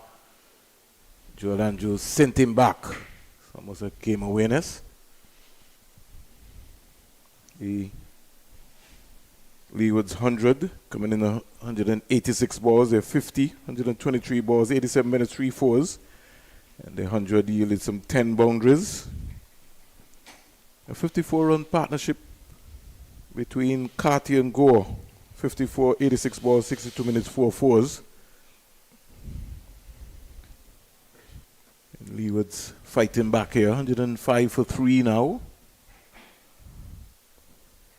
Terry, some special cricketers. We're celebrating birthday today from the Leeward Islands. Kerry Jeremy, Kerry Clifford. Yeah. Just wasn't ready. Quickly apologized straight away.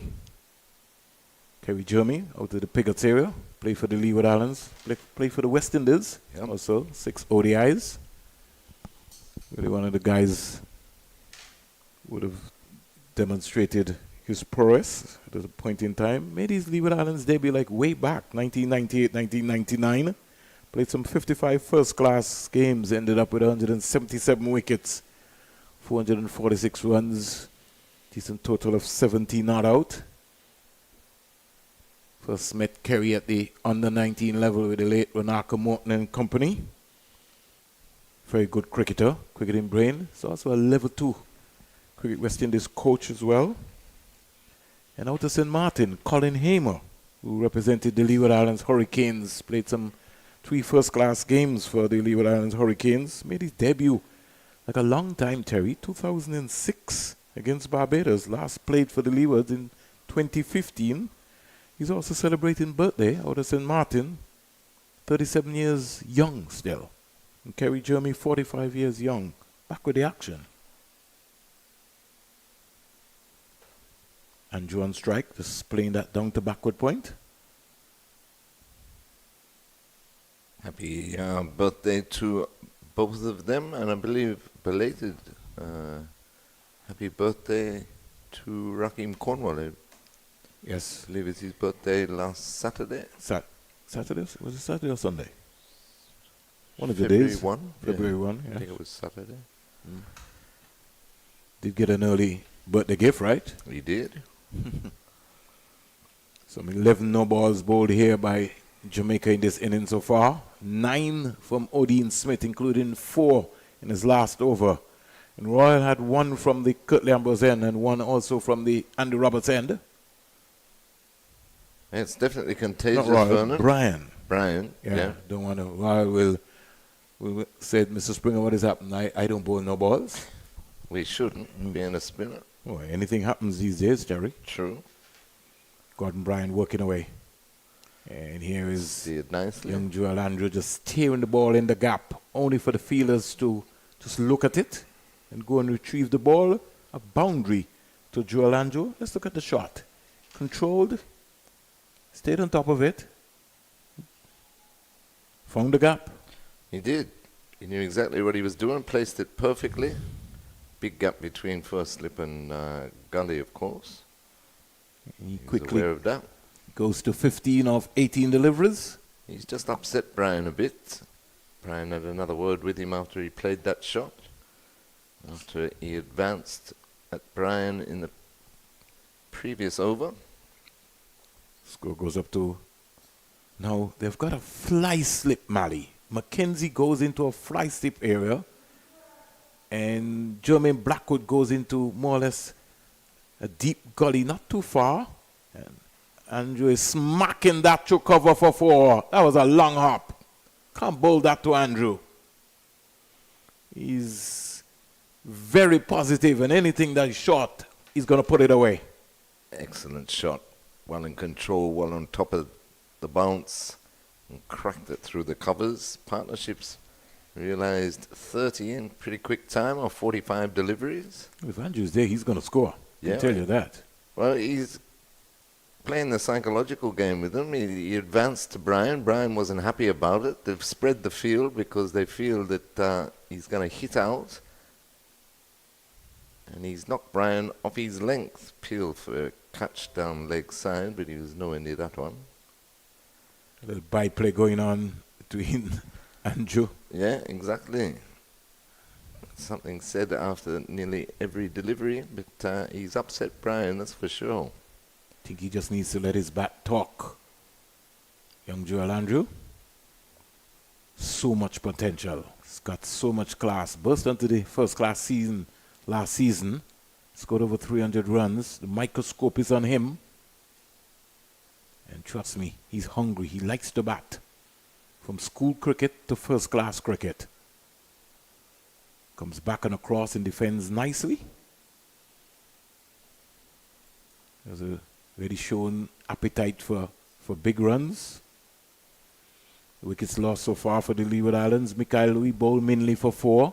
Kadeem Henry caught. Carlos Brown bowled Odin Smith for 21. And Casey Carty caught wicketkeeper Daniel Bedford bowled Gordon Bryan for 22.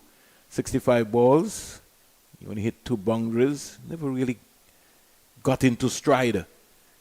Casey Carty, even though Gore and him shared in a 54-run partnership, which came off 86 balls, 52 minutes, 4 fours. Their 50 partnership came off 81 balls, 57 minutes, and 4 fours as well. Yeah, but it was more Gore that was dominating that partnership, but I'm sure Carty will be better for the run-out.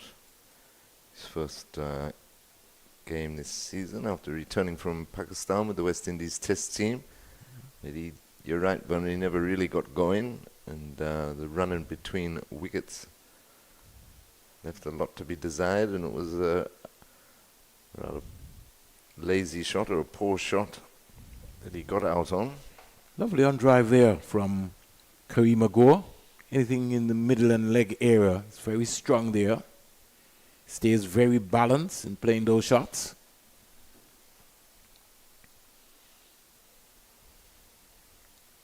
Driving. Kenny lost his shape there.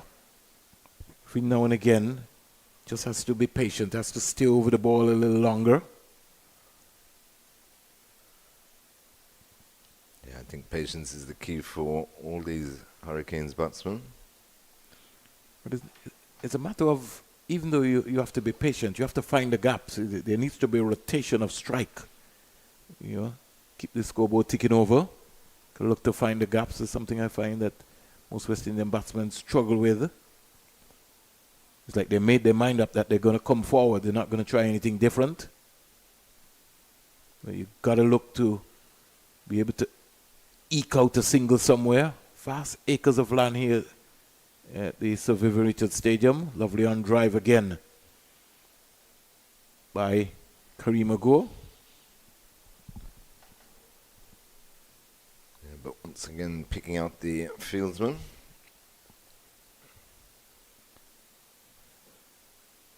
Combined campuses and colleges, 372 He's for gone 8. for that. Just clear. One the bounce for 4. infield. Well, it was tossed out, and he committed himself, hit it straight. That was the key.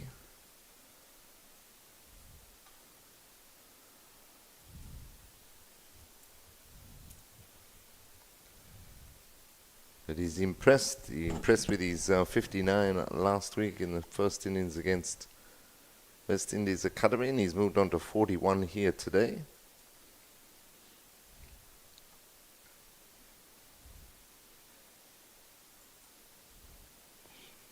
Just moving around the Caribbean to give our viewers and listeners an update in terms of what's happening in the other games. We have 2 pink ball games taking place, one in St. Vincent and one at Kensington Oval in Barbados. As soon as I can get my internet smack and running on my computer. I have another bowling change, Terry. Yeah, change of bowler. Looks like Brad Barnes is coming on from the Sir Andy Roberts end. Yeah. So the Leewards, as the late mighty arrow out of Montserrat would say, we're in a rebuilding time.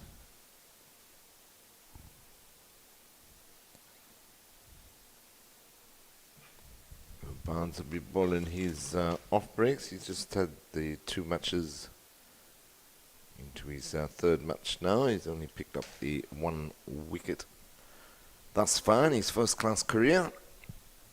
118 for 3 Leeward Islands Hurricanes. Jules Andrews on strike. He's on 19. Kareem will go 41.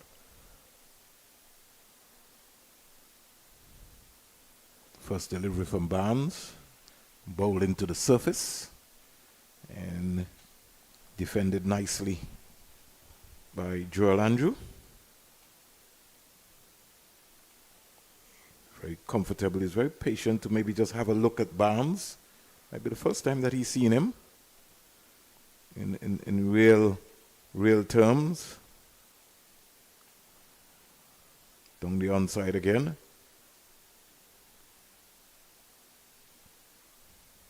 John Campbell at first slip.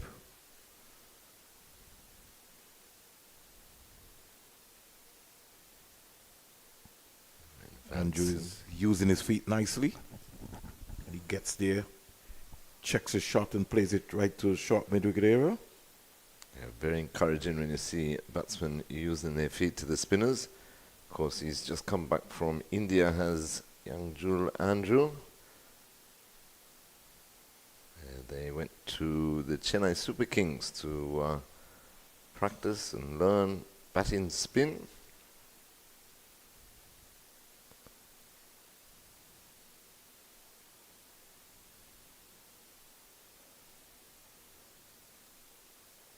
He's going to have to be careful. He was going leg side of the ball. I'd like to see Joel get deep into his crease and look to punch the ball back. He was going leg side to that one. And on this track, you have to be very, very, very careful.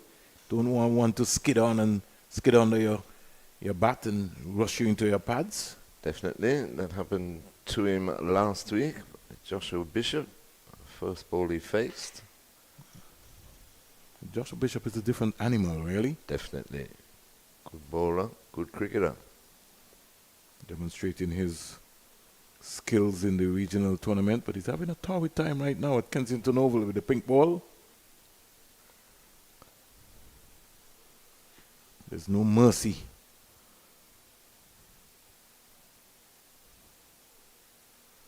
Well, he's struck by Gore straight back to the bowler as Xavier Roll starts a new over. He's bowled 4 overs, no wicket for 11.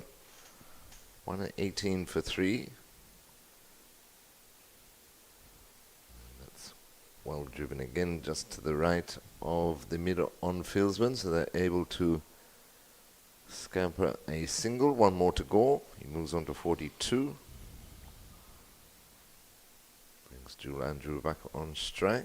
These two will be looking to build a big partnership and get through to tea at least. Well, you got still 31 minutes to go before tea. Well, to Andrew. Andrew comes very forward.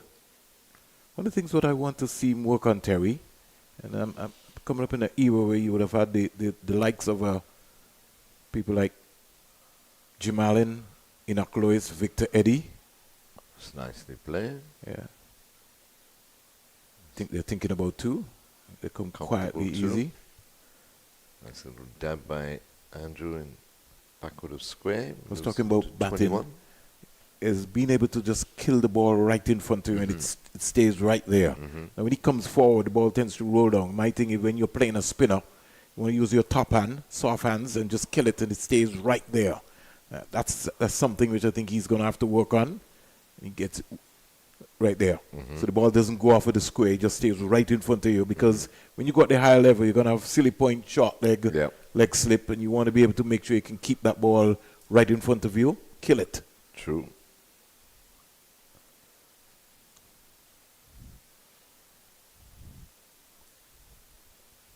If you follow world cricket, Terry, even the Virat Kohli, you'd realize that Kohli and Australia worked Kohli out. The lines that they were bowling him, Kohli doesn't really cut the ball. Was never really one of his major shots.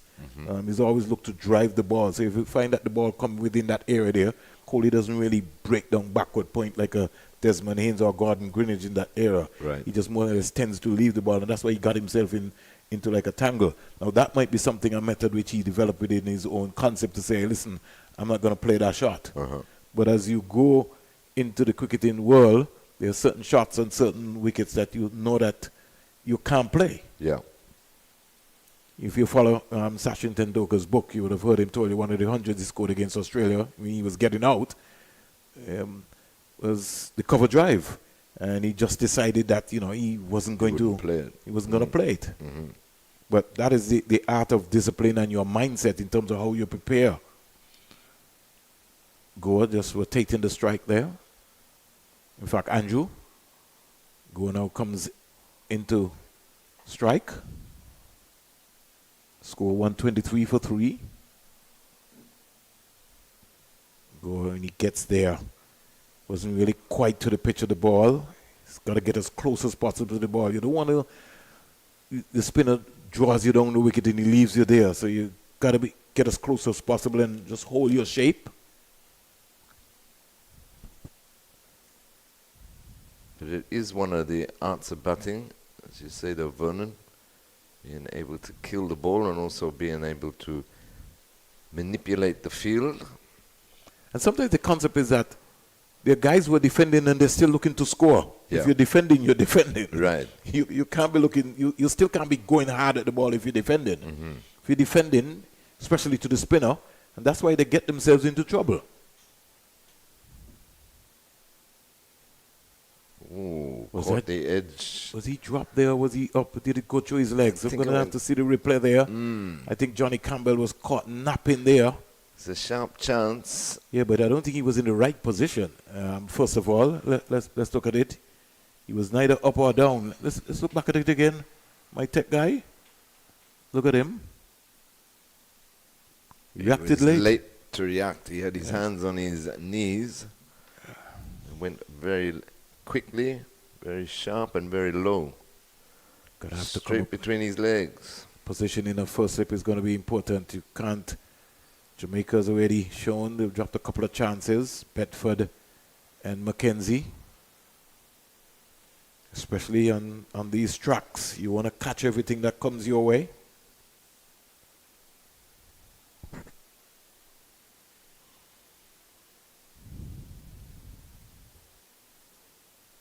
Lovely on drive down the ground. Over comes to an end. So almost like a roller coaster here taking place. 127 for 3. The partnership is 43 between Go and Andrew. Yeah, they've done very well so far, steadying the ship from 84 for 3. It's now gone up to 128 for 3. Exactly what Leeward Islands Hurricanes required. Looks like it's going to be a long day, but you never know. No, we saw yesterday that Jamaica Scorpions reached 202 for 3 by T and then lost 6 wickets for 100. And how did that not hit the stumps? Now, just look at the final position again from Kareem Agor. You know, you got to be tighter. Made his mind up. Don't seem to be comfortable against the left-arm spinner. Look at his positioning. Look where the bat is. You know, lost his shape, lost his balance. You've got to get close to the pitch of the ball and hit the ball down the V. Doesn't make sense going across the line of the ball. You want to make proper contact. Mid-on is wide. Look straight. Turned into the onside. They're going to come for 2. Andrew is interested. So too is Gore. And good running indeed by both of them. Could tell you, Andrew is he's like a dagger. Yeah, he's quick between the sticks, that's for sure. Exuberance of youth. 130 for 3. Kareem Agor goes up to 46. Driving up to mid-off. Can't score. Jermaine Blackwood comes across. Gets down into the official cricket position, which is the long barrier position, and hurls a return right back to the wicketkeeper. Here is going. It's gone all the way for 6. 50 to Kareem Agor. And that is a very welcome knock for the Leeward Islands Hurricane. 87 balls, 7 fours, 1 6. Kareem Agor, his third half century, I think it would be. 59.77 his strike rate. That's a lovely shot by Gore. Beautiful shot by Gore, and a lovely way to bring up a half century. Straight over the long on boundary. 136 for 3. He's looking good. He's looked good since he walked out there.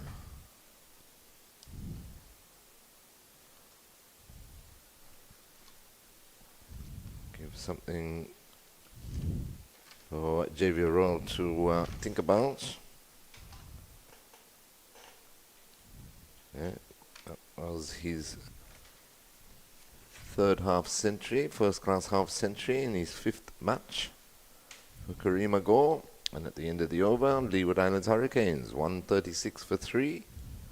Gore is on 52 and Andrew is on 24. So excellent half century there by Kareem Agor. The partnership has also passed the half century mark. 52 they've put on. Andrew's contribution 24, Gore 25. They're complementing each other very well. These two young Leeward Islands batsmen. So the combined campuses and colleges were finally dismissed for 375 all out, 114.5 overs. Big effort from them. Excellent. Kyle Corbin retired not out for 102. So another century in the books. Excellent. So the last 6 wickets put on over 200 for CCC. It was good to see. We go over to Kensington Oval, and we can tell you that there's a mountain over there for the academy. 437 for 4, 437 for 4, Terry. West Indies captain Craig Batwit is on 182 not out. Jonathan Drake scored 117. He tries the reverse sweep. Lucky he didn't drag it back onto his stumps. Anika Boucher is not out Andrew. on 12. So Barbados piling on the pressure there against the academy. Terry in the pink ball encounter. Most definitely. And Kay Brathwaite eyeing a double century. His highest is 276 at this level. We go to St. Vincent and the Grenadines and we Arnos Vale and we try and find out what's happening there in the West Indies Championship. Just to let you know that Trinidad and Tobago are 197 for 2. 197 for 2. Amir Django scored 84. And Cephas Cooper is on 90 not outs. It looks as if we will have another 100 in that game. Django will be very upset that he didn't get 100. Single to Andrew. This is after the Windward Islands made 166. Kevin Hodge scoring 100. So the Windward Islands will certainly have to be concerned about their batting. No Athens in that game. No, and the other 10 batsmen apart from Hodge only managed 40 between them. Last season almost was the same problem as well too for the Windward Islands.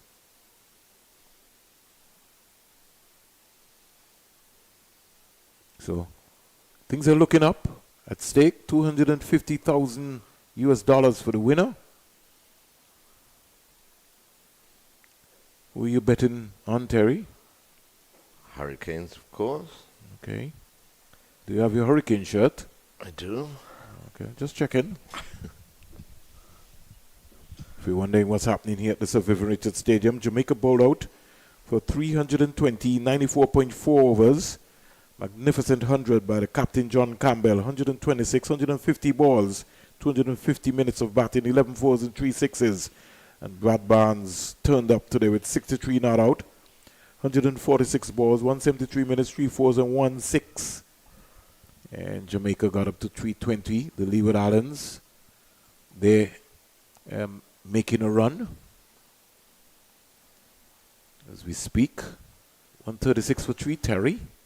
And so far, Kareem Agor, 52, 88 balls, 7 fours, 1 6. And Joel Andrew, the stylish Joel Andrew, is 24. Cracked that way over mid-wicket.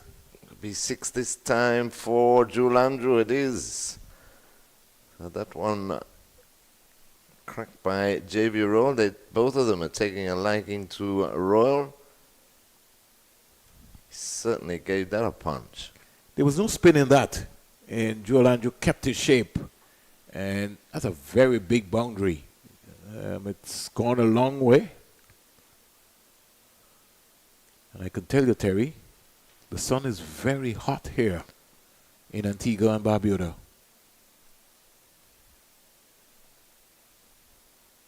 A bit of smoke off in the distance, well, that's nothing serious. No, I think it's okay. We certainly would have heard a siren coming up the road by now, but that was not to be.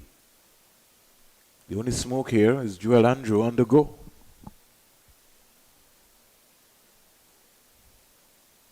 Goes to 30. Young Andrew, 31. Leeward Islands Hurricane trailing by some 177 runs. Comes back and across and defends nicely.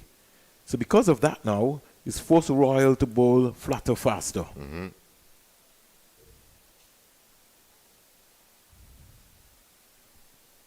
Trying his best to keep it stump to stump, and that's gone straight through him. Well, you said flutter faster, and that went straight through him. He's skipping, he's happy. Andrew's disappointed, but he has to go. Cleaned up by Javier Royal for 31.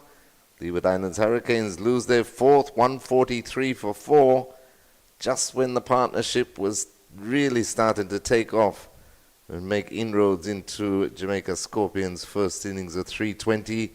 He played back and it went on with the arm, took his middle, and it's good night, Andrew. 7 minutes before tea.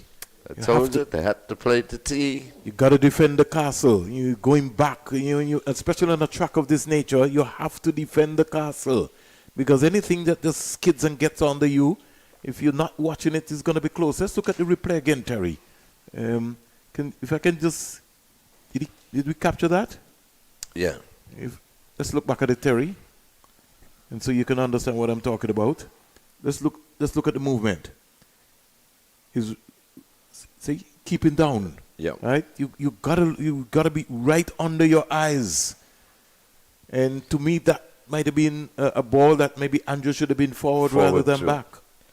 Well, he defended the previous two deliveries very well after banging the 6 way over mid-wicket. He defended the next 2 deliveries playing back very well, but Javier Roll just used the crease rather well there. He went wider with that delivery and got it to scoot through. But he was very happy. He gave Andrew a bit of a send-off after they had previous words. Of course, he'd been belted for 6 by Andrew and Gore. The Gore remains, and Jamar Hamilton joins him at the crease.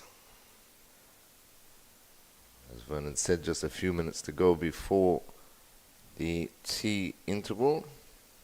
There's about 15 minutes still to go. Hurricanes definitely don't want to lose another wicket in that period. Jamaica, on the other hand,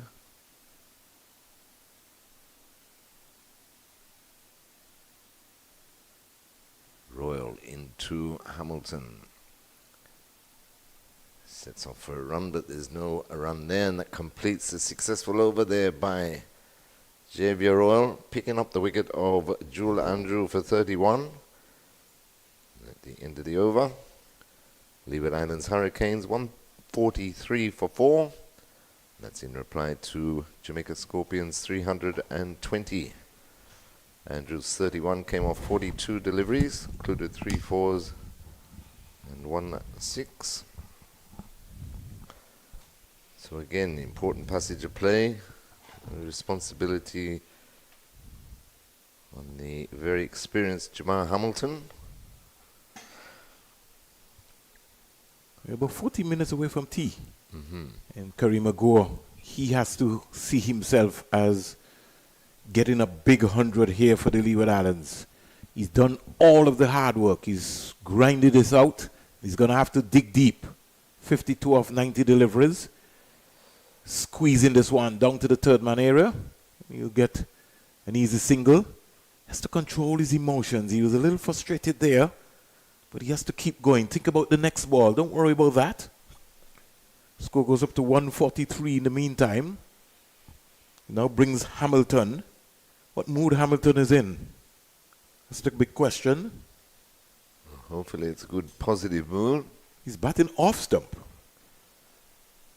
To the off spin of Brad Barnes. Well, let me it first looked like we got our scoreboard working. I wanted you to see first. I didn't want to tell you. Well, we got a lovely picture anyway. Hamilton is playing straight away. First delivery. Let's see. He's going to have to bat very responsible here. Hamilton is in good form, but he needs to transform that form into 100.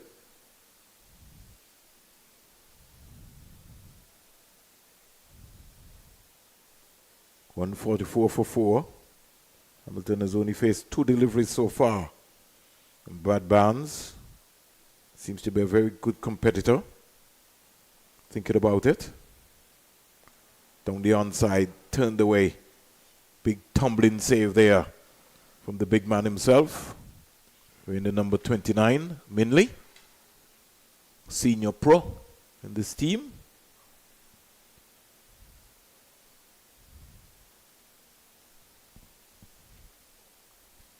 Score in the meantime goes up to 145 for 4. Hamilton off the mark. Kareem Agor. He has to bat. He has to keep batting. Beautiful delivery there. A drifter, more or less. Sort of remind me of a Ronald Powell playing for Nevis against St. Kitts. Bowling his drifters.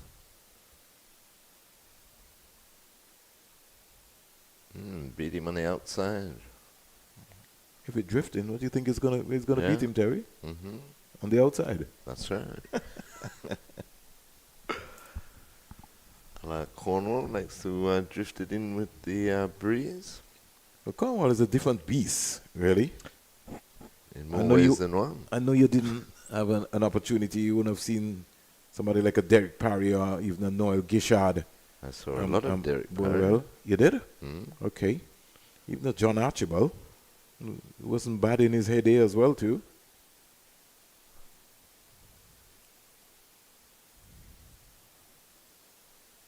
Can come quietly forward. One thing I can tell you, if Hamilton gets his eye in here, he's going to be very, very, very positive. Yeah, things will start to happen quickly. Half a shout, but that was travelling down leg. Lack of pace there before he got to Hamilton. He's preempting that he wanted to play a paddle, more or less. I think I just saw Raheem Jimbo Cornwall bring out his stuff. Here's Hamilton turning this one. Good shot. It's going to run away down into the fine leg area. Don't think it will have the legs to go for 4. 3 fielders after it. And somebody gets there. And they come back quite easily for 3 on this large outfield here at the Sir Vivian Richards Stadium. Yeah, but good intelligent batting that by Hamilton. He realised that the deep backward square leg is very square. So let's And give them a there's no round of third applause, man. Terry. The electronic Well, scoreboard they got is it up. fixed and they're on the right score. Excellent. We're all on the same page. Ooh. 2 songs. Yeah. Could have heard that. He was halfway up. Yeah, good stride there. Think that was important. That's what I want to see him do. Get that stride in. Get the bat in front of the pad. There's no pressure on you. You don't have no short leg, no silly point. So you can be able to relax yourself. Just stay balanced. Go. Outside the line of the leg stump. He just made a paddle of it. Got to keep concentrating. There's no pace, so there's no need for him to try to be playing that shot. Play the ball with your bat. Yeah, he didn't make connection with that, just the leg by. But as I say, there's plenty of acreage behind the wicket. No fine leg or third man. 149 for 4. Korima goes on 53. In reply to Jamaica Scorpions 320. Good to see the electronic scoreboard here at the Sir Vivian Richards Stadium. Looks nice, eh? It looks lovely, yeah, when it's working. And the players would really You'll feel... appreciate it. You appreciate that, being Yeah. seeing their names on the board. Here is Gore, squeezing this one down to the third man area. They can come back for 2, and quite easily they get 2 runs. And the fielder in Gordon Bryan had to run a long way. This is where fitness, concentration, the will to survive, especially under the sweltering heat here in Antigua and Barbuda. Barnes in again to Gore, and Gore is cutting that beautifully through the covers. 4 runs. Bad delivery. Just dragged that down. Almost a half tracker by Brad Barnes. And John Campbell looked at him to say, come on, got to be tight. You asked me for this field place in here. Where you bowling? Yeah, but Gore stayed nicely over the ball. He's just getting a little frustrated with Barnes. He's been taking the outside edge of Gore's bat. Been running past John Campbell there at the only slip. One actually went through his legs. So he just felt like he was beating him. But as you said, Vernon, he dragged that one down too short, got the punishment. But a good cracking shot there by Gore. He moves on to 59. Turns into the square leg area. He's got to come back for 2. Hamilton is fast, so too is Gore. Excellent running. Really, Brad Barnes is all over has to settle into a right line. It's very difficult for John Campbell to set a proper feel for this kind of bowling. He has to make up his mind. If he's bowling off spin, and he's got to be able to adjust his line. That's much better. Quicker, flatter, faster. That's more like where he was in the first couple of deliveries of the over. I think he's inclined just to try and get a wicket. Plus the breeze is very strong here at the Sir Viv Richards Stadium. Much better line there. He's got to be able to get the ball to just drift. You know, go to hold out at short extra cover. I think Odean Smith is just a little bit too square. He needs to be a little straighter. Ooh, that's a beautiful deliver. That's what we're talking about. Turn him right around. And they come back for 2. In fact, Hamilton planned on walking. When he caught himself, he says, well, I've got to get on my bike. Over comes to an end. The score goes up to 63 and the Leeward Islands Hurricanes 159 for 4.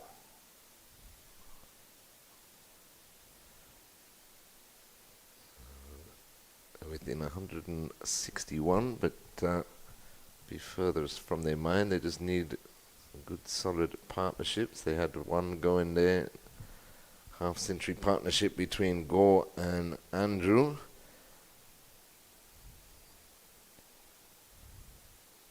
You know, when you come to the Sir Vivian Richards Stadium, Terry, there's a coup led by Your Excellency Hugh Gore. And all of those guys, I want to say good afternoon to them, Richie, you name it, man. That crew is a massive crew. It's just right in front of us. Yeah, right in front of us right there. Those guys are always there. Any cricket game, local cricket, international cricket, West Indies cricket, softball cricket, they always turn up. Call him the General. Somebody who I learned so much cricket from, Hugh Gore. Most definitely. One of the most respected icons of cricket around in the region. Still can't understand why he has not received the national award from Antigua and Barbuda up until now. Good question. That's cracked through the short extra cover fieldsman there by Jamal Hamilton for a single. So 160 for 4. Hamilton moves on to 5. You know, the good thing about it is that he built human beings, Hugh Gore. It was, once you're around Hugh Gore, you had to learn about life. It just wasn't about the sport. And he had very good man management skills when dealing with situations and people. Yeah, he's a good man, Mr. Gore, and former Leeward Islands player and manager, of course.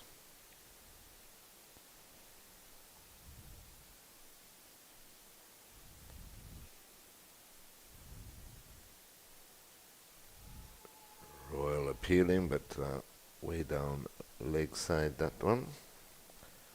And at the time when Hugo came, Terry, as manager of the Leeward Islands team for those many years, that is the sort of disciplinarian, father figure that you needed around West Indies cricket.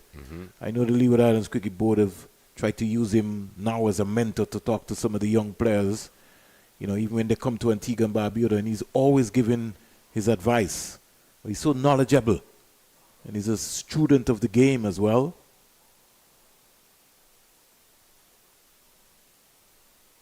Over comes to an end. 1 run out of the over. You know, you have people like Hugo and Eldine Baptist and Elcomida Willett and Victor Eddy. Even somebody like a Basil Morgan in Montserrat who wants to make a contribution. We have to find roles as to how we get them to make a contribution and how we use them. And sometimes I don't think that we do an excellent job in that area at all. So we have all this knowledge just hanging around there, and we refuse to engage them simply because they have a different view and a different opinion to what you're doing. But it's still the game of cricket, though, isn't it? Well, it will be around after all when we go on. Exactly 6 feet. right, yeah. And 60 for 4. It's just a matter of respect, Terry. Yeah, and put in the right person in the right positions. The issue is that a lot of the modern players have been told to forget about, that era. Yeah, that's right. This is our era. This is their time, which is... I won't comment. I will comment. It's just madness. It's ridiculous. The fundamentals of cricket remain the same, Terry. Exactly, and you can't tell me that we would put in as poor performances as we have been doing over the last 30 years if these guys really understood the legacy and the history of what it meant to be a West Indies cricketer. I won't tell you some of the comments, Terry, that have been spoken about some of the former players, some of the former greats. But the body language and the attitude of some of the officials is one of the causes of concern. Here is Hamill Gore, just dispatching that into the deep backward square leg area for 4. Yeah, beautiful sweep shot by Gore. Picked the line up very early, straight down leg side. Again was Barnes. Campbell is having a headache because he just can't seem to get Brad Barnes to just hold that line consistently. Every now and again, he just gives up a boundary ball. Yeah, prior to that delivery, he brought in an extra slip for Barnes, but he bowled the ball down the leg side. 67 to go now, 165 for 4 for the Leewards. But if you don't agree with, a certain somebody getting a certain position or something like that, that's somebody's opinion. There's nothing wrong with that, We don't all have to agree. But when you're talking about guys that have been there, done that, and ruled the world, that needs to be told. It needs to be repeated. It needs to be in the conversation all the time, season after season. So these young guys coming through the system now know exactly what it means and what it takes to be a West Indies cricketer. You can't turn around and say, oh, well, hang on a minute, you've had your time, this is our time. Now that's ridiculous. Over comes to an end. The score is 165 for 4. The partnership is 27 so far between Jamal Hamilton and Kareem Gore. I'll tell you one thing, Terry. And that's T. You've called it right. At T, Leeward Islands Hurricanes, 165 for 4. With Kareem Gore unbeaten on 67. It's been a very good knock from him so far. Jamal Hamilton is out there with him. He's on 6. And of course, that is in reply to Jamaica Scorpions' first innings of 320. So they trail by 155. And I'll give you the wickets that have fell so far for the Leeward Islands Hurricanes. Mikael Louis was the first to go. He was bowled Marquino Minley for 4. Kadeem Henry was caught. Carlos Brown bowled Odin Smith for 21. Casey Catty was caught off with the wicketkeeper Daniel Beckford finally. Bowled Gordon Bryan for 22. Kareem Gore is not out on 67. He's faced 111 balls, hit 9 fours and 1 6. Joel Andrew was bowled by Royal after batting beautifully for his 31 of 42 balls with 3 fours and 1 6. And Jamal Hamilton, the senior pro in this Leeward Islands Hurricane team, is not out on 6. The bowling figures so far for the Jamaica Scorpions. Leewards 165 for 4, 43, in fact 44 overs, and their run rate has really sort of picked up with the momentum first by Andrew and Gore. Started first with Carty and Gore, moved on to Andrew and Gore, and so it will continue with Hamilton also and Gore.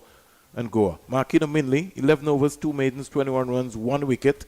Gordon Bryan, 10 overs, 1 maiden, 42 runs, 1 wicket. Odin Smith, very expensive. In fact, he had 4 no balls on a trot. He ended up with 9 no balls in all. 8 overs, 2 maidens, 44 runs, 1 wicket. Javon Royal, 9 overs, no maidens, 31 runs, 1 wicket. And Brad Barnes, 6 overs, 1 maiden, 24 runs, no wickets. There's been 11 no balls so far in the innings. 2 from Gordon Bryan, 9 from Odin Smith, 14 extras.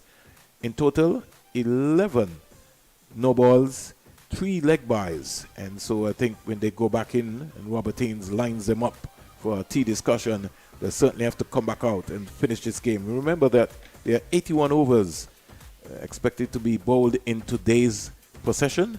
Leeward Islands at tea, 165 for 4. Kareem Gore.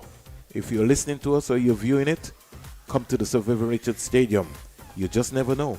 He could be on his way to scoring his maiden first-class 100. He's batting well so far, and he'll have to bat deeper down to make sure that the Leewards get close to the score. So on behalf of Mally Richards, Terry, the big man himself, and our technicians and our cameraman, I'm Vernon A. Springer.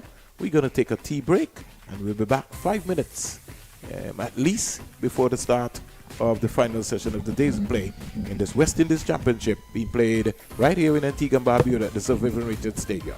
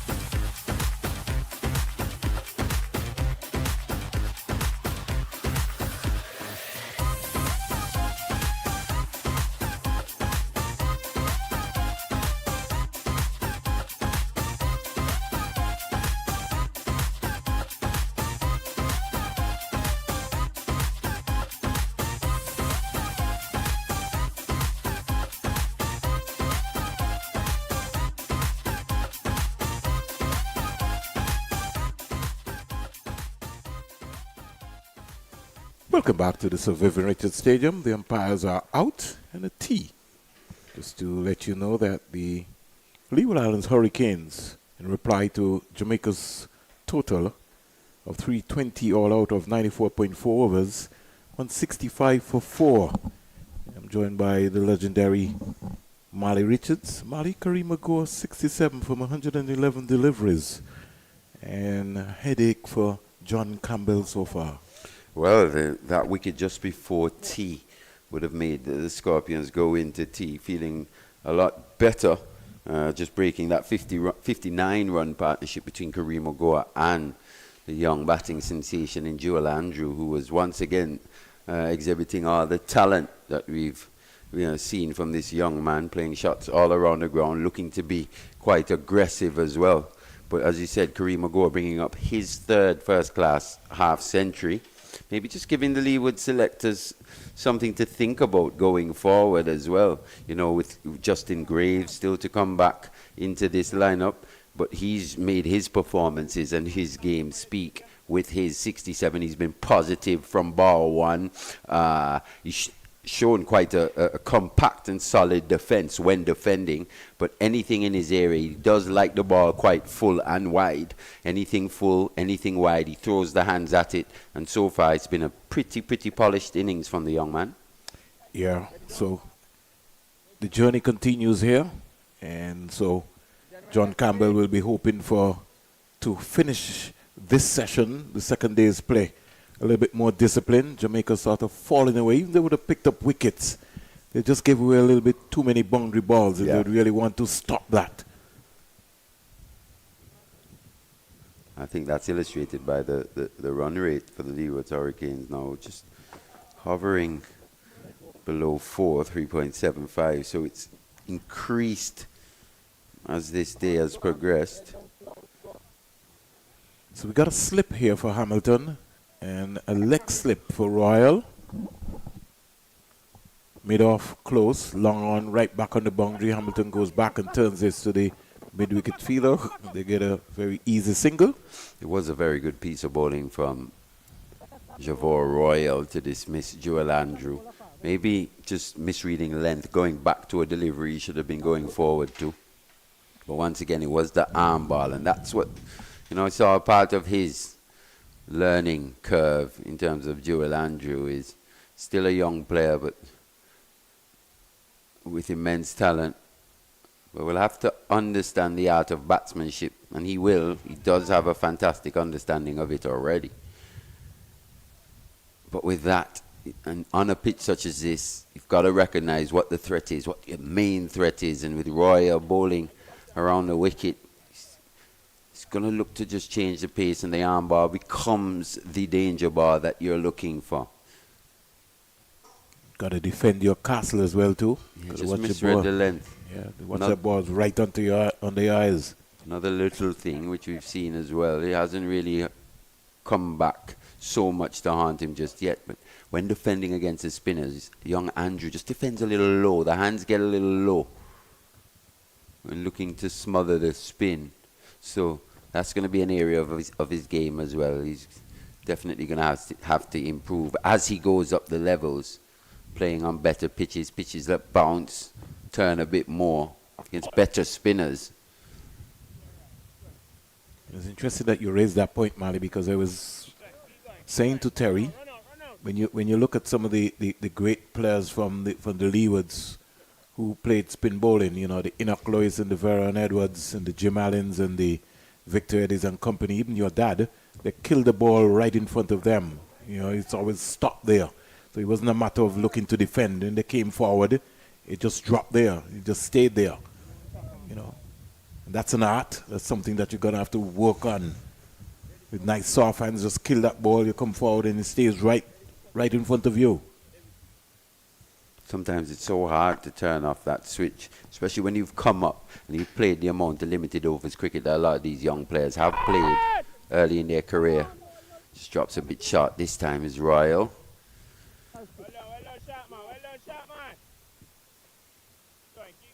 Now I think how Hamilton plays in this partnership, Mali, is going to be very careful. It's going to determine what gear Kareem Agor goes into. Because Kareem Agor right now will be looking at an opportunity of scoring a 100. He's 70, so he's 30 away. But Hamilton is the sort of kind of player that could be able to just take that spotlight away from you, and it will also give Kareem Agor some more confidence to be able to go on into his 100.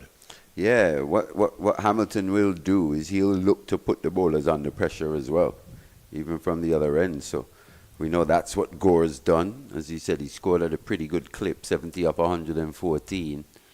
He's run well in between the wickets. That's something that this pair, they managed to forge a partnership. It will be one of the recurring themes of their partnership. They're like little whippets between the wicket.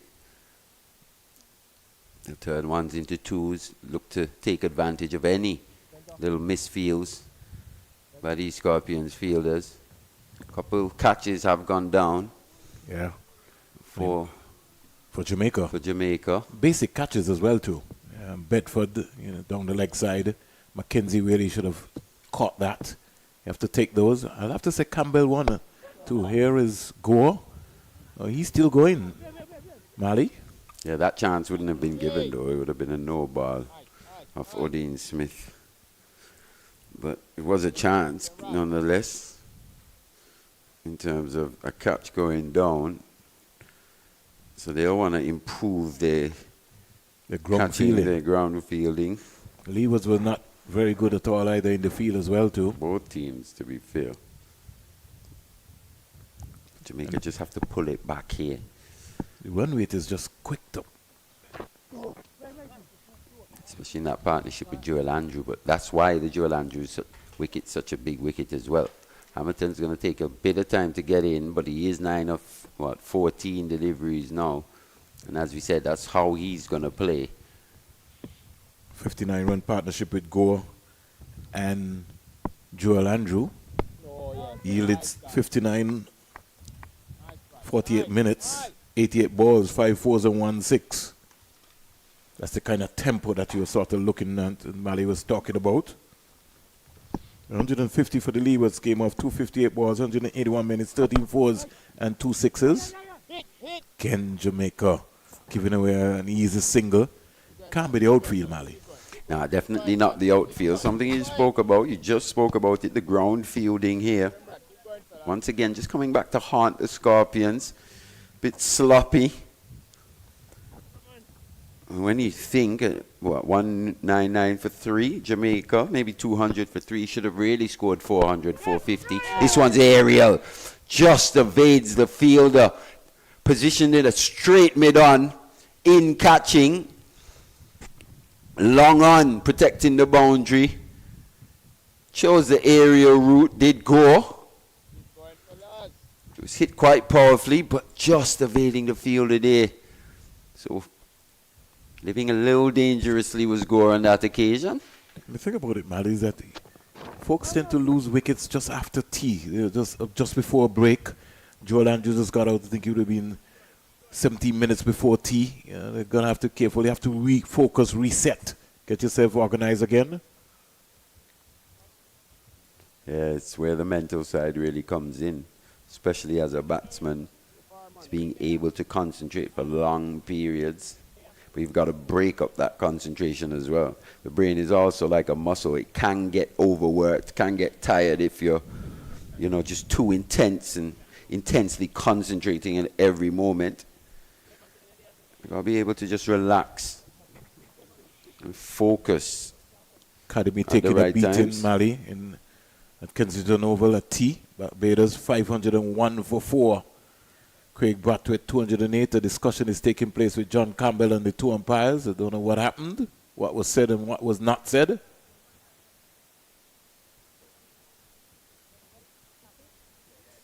Jonathan Drake's 117.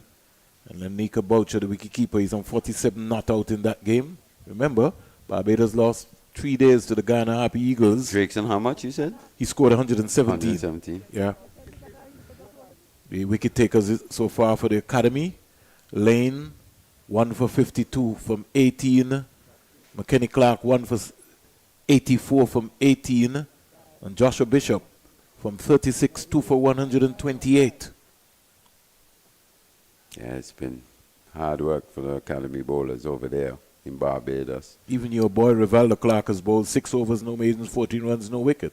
He's been quite economical, hasn't he? Yeah. Blades, not for 70 from his 19.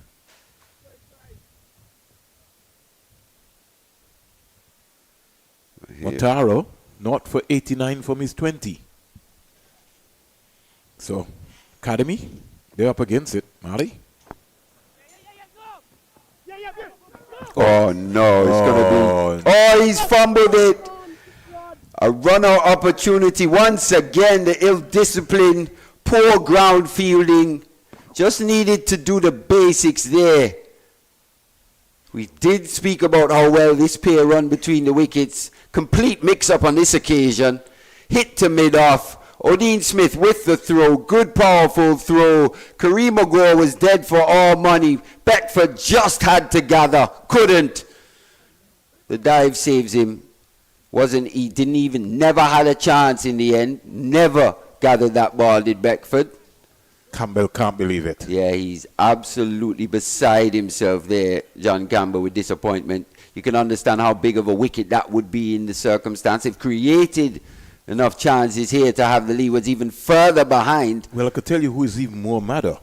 Royal is, trust me, he's livid. He's saying, no way, guys. We can't make these kind of mistakes, especially when we only score 320. Yeah, you've got to stay engaged. You've got to stay in the game. And young Beckford, just playing his second match, but learning the hard way.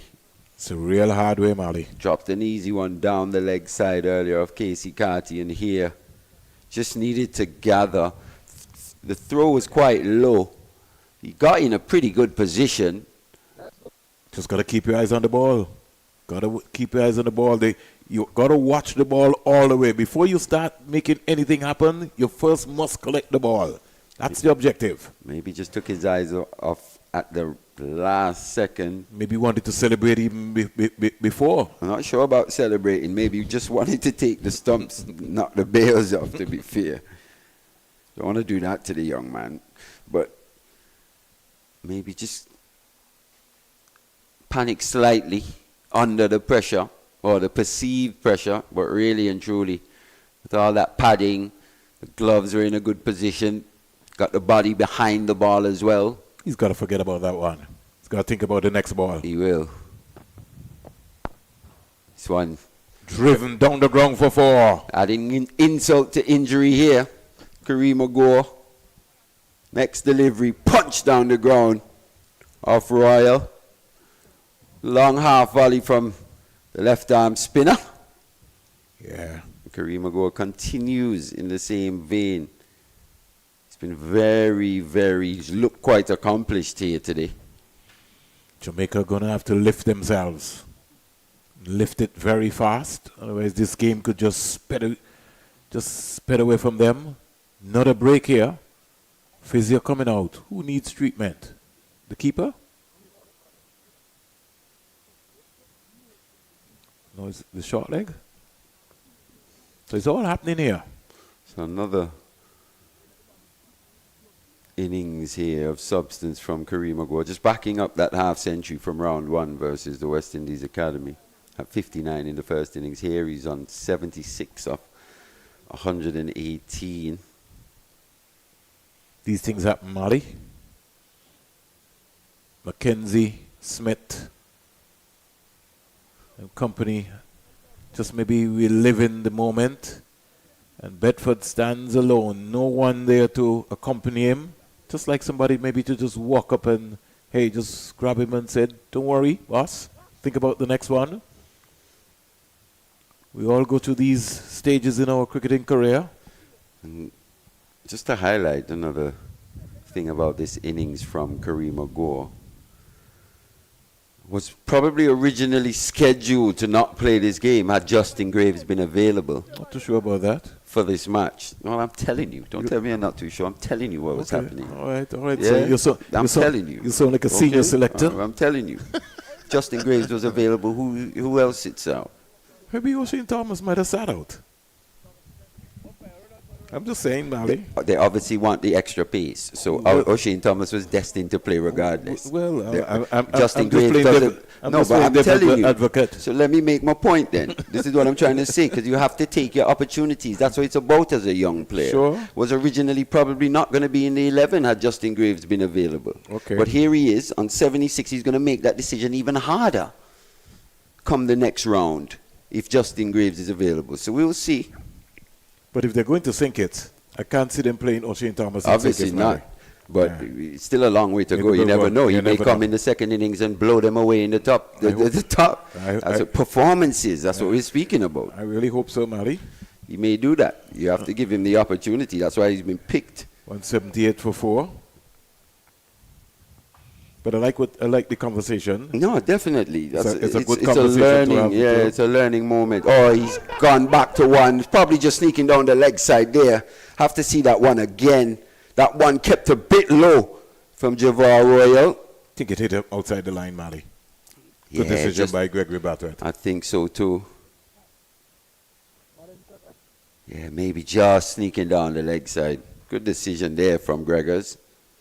And I was looking at also at the positioning of Bedford as well too, in terms of where he was going. Good communication here, good game smarts. Hamilton comes down and said, listen, start all over again. Begin all over. You're getting too anxious. Just take your time.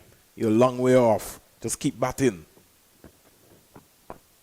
Good. Start all over again. But he's taken the opportunity. As he said, he's played well. It looks like he's improved in the last 12 months or so. I know he works pretty hard, does a lot of work on his game, especially out there in Liberta.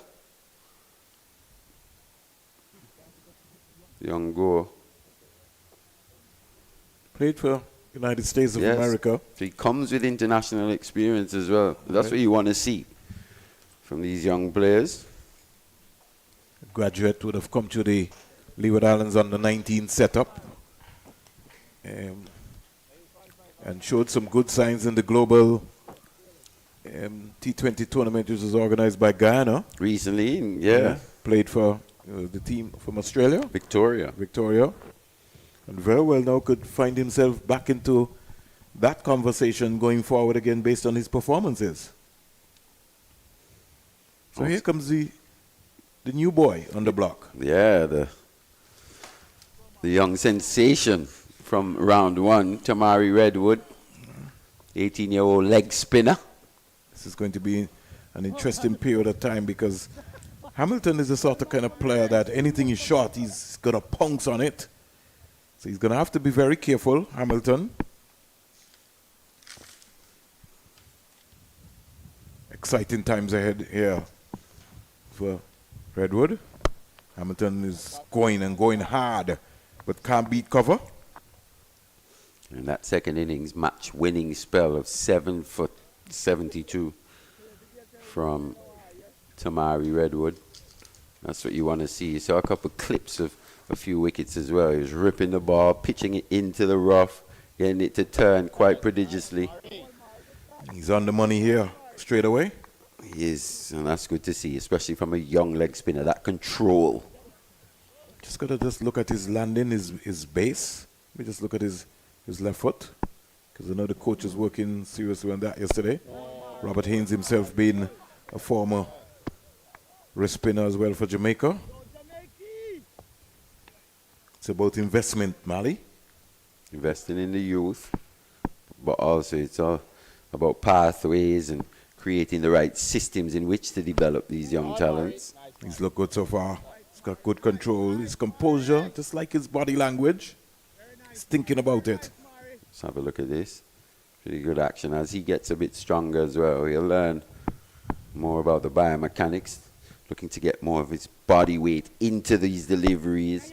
That will even aid in his turn, the amount of turn that he'll get, even on pitches that aren't necessarily spin bowler friendly. And it will be important for him to understand, especially in the Caribbean, you bowl the ball into the surface because that will help. The breeze is very strong here, Mali, at the Sophie Richards Stadium. So this is going to be a good experience and a test for him as well. You could just start getting a bit of drift here. Away just like that almost. Looking to threaten the outside edge. Good start from the young man though. Just one. Yes. From his first over. And Jamaica's trump card, as you would say, 179 for 4. They've hung in though, of Jamaica. Even though they've created a multitude of chances, they've hung in here. Just need another wicket at this stage. But this Leeward Islands team do back deep. They do. Got a man like Colin Archibald who's got a first-class 100. Got Raheem Cornwall, who's also got a first-class 100 as well, a couple. Hamilton on the go. Did you get anything on that? Or was Yes, that he a bit did. of pad? Let's see. It went quite fine. Good running. As we said, between this pair, they're quick. Get 3. I think that's going to... Was it signaled? No? No, he got back onto it. So seeing that replay, looked like a bit of pad, though. No, he got inside the line. Go watch it again. I wasn't watching, sorry, Mike. But let's see that again. I think he got... Because the point I was saying, Mali, if he got pad onto it. Yeah, little under it. Yeah, that's what I was saying to you. He did it sped away. The pad with the ball would have maybe just died around into that area. Good technique again by Hamilton. Getting that left foot out of the way and getting the back right there. Can Royal find something here? That's the big question. The armbar, the main threat. On that wicket of Joel Andrew, I was outside at the time actually taking in the action. You could hear it. He almost knew it. When he saw Andrew go back, he heard him shout, "Bowl him!" Almost just before he breached the defences. This one's a bit too full.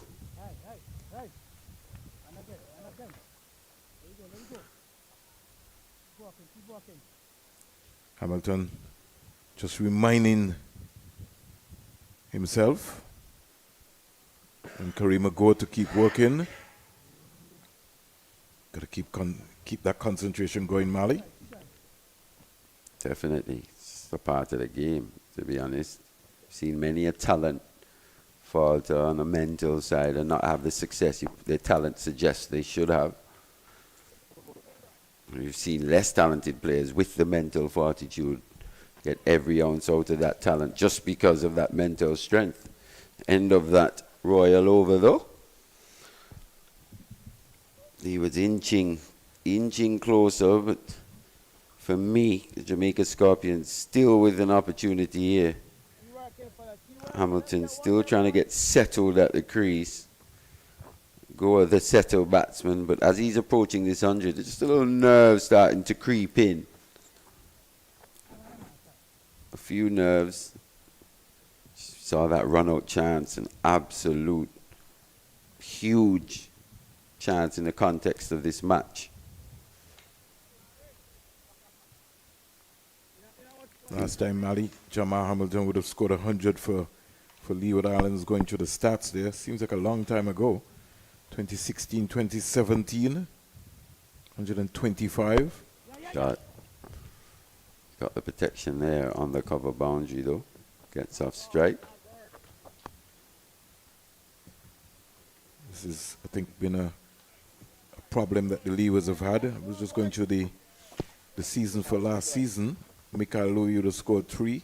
Kyron Powell, who's not in this lineup for this season, he also scored 100. Casey Carty as well. I'd love to hear your take on that. What's your take on Kyron Powell not being in this Leeward setup? Well, I think, to be honest with you, I think he's performed, whether you like it or not.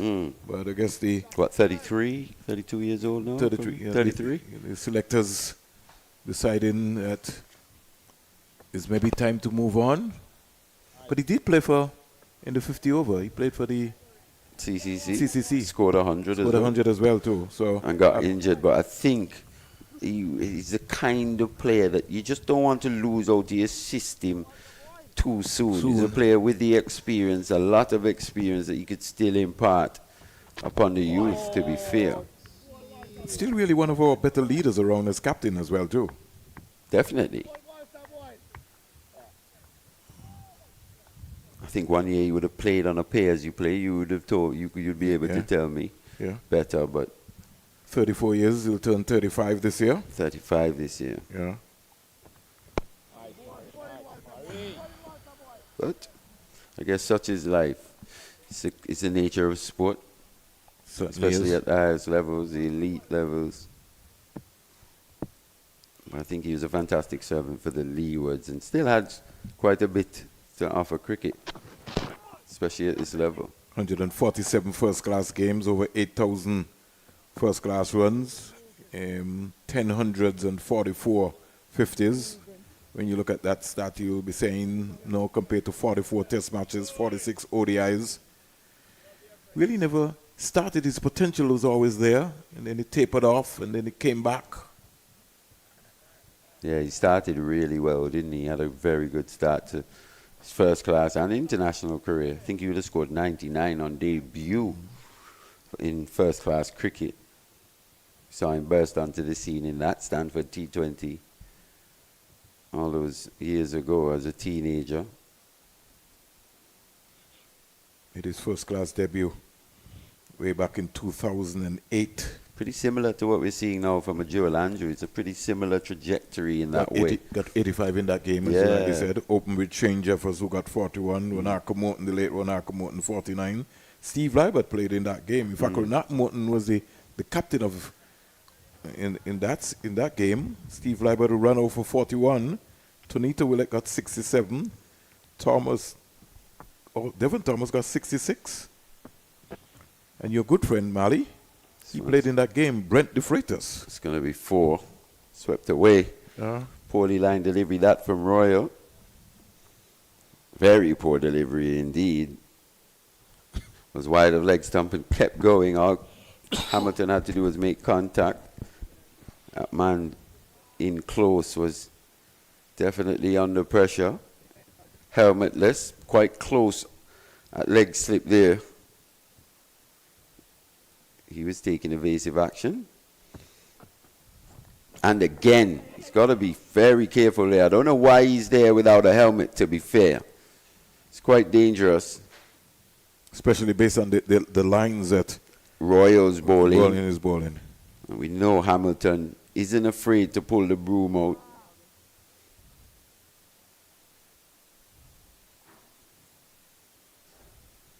As close as he is, he's got to have a helmet on. Just there, you can tell. Even if that had popped up and hit the glove, he was in no position to take a catch. He was taking evasive action, so best for him to at least have a bit more confidence with the helmet on. Going very wide of the crease there is Royal. Very wide indeed. Umpires, just to keep an eye on that.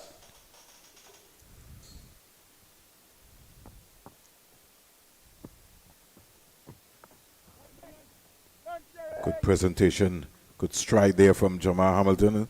Lovely sound coming off of that bat as well too.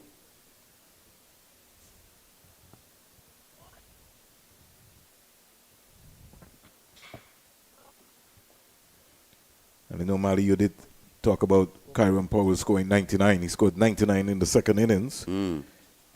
85 in the first, 99 in the second. Ronarka Morton scored 100 in the second innings, 122. And Tonita Willett scored 90.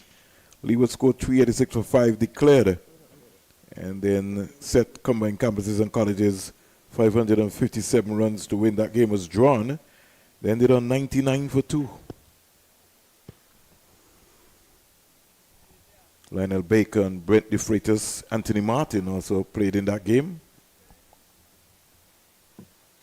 Brent DeFreitas from the Virgin Islands. Big truck. Big truck. Gavin Tongue, who was a real servant for Leeward Islands and West Indies cricket, won the lone test match in Australia from Antigua and Barbuda. Lionel Baker, the only test player from Montserrat. Good afternoon, Big Bakes. Stevel Rodney as well.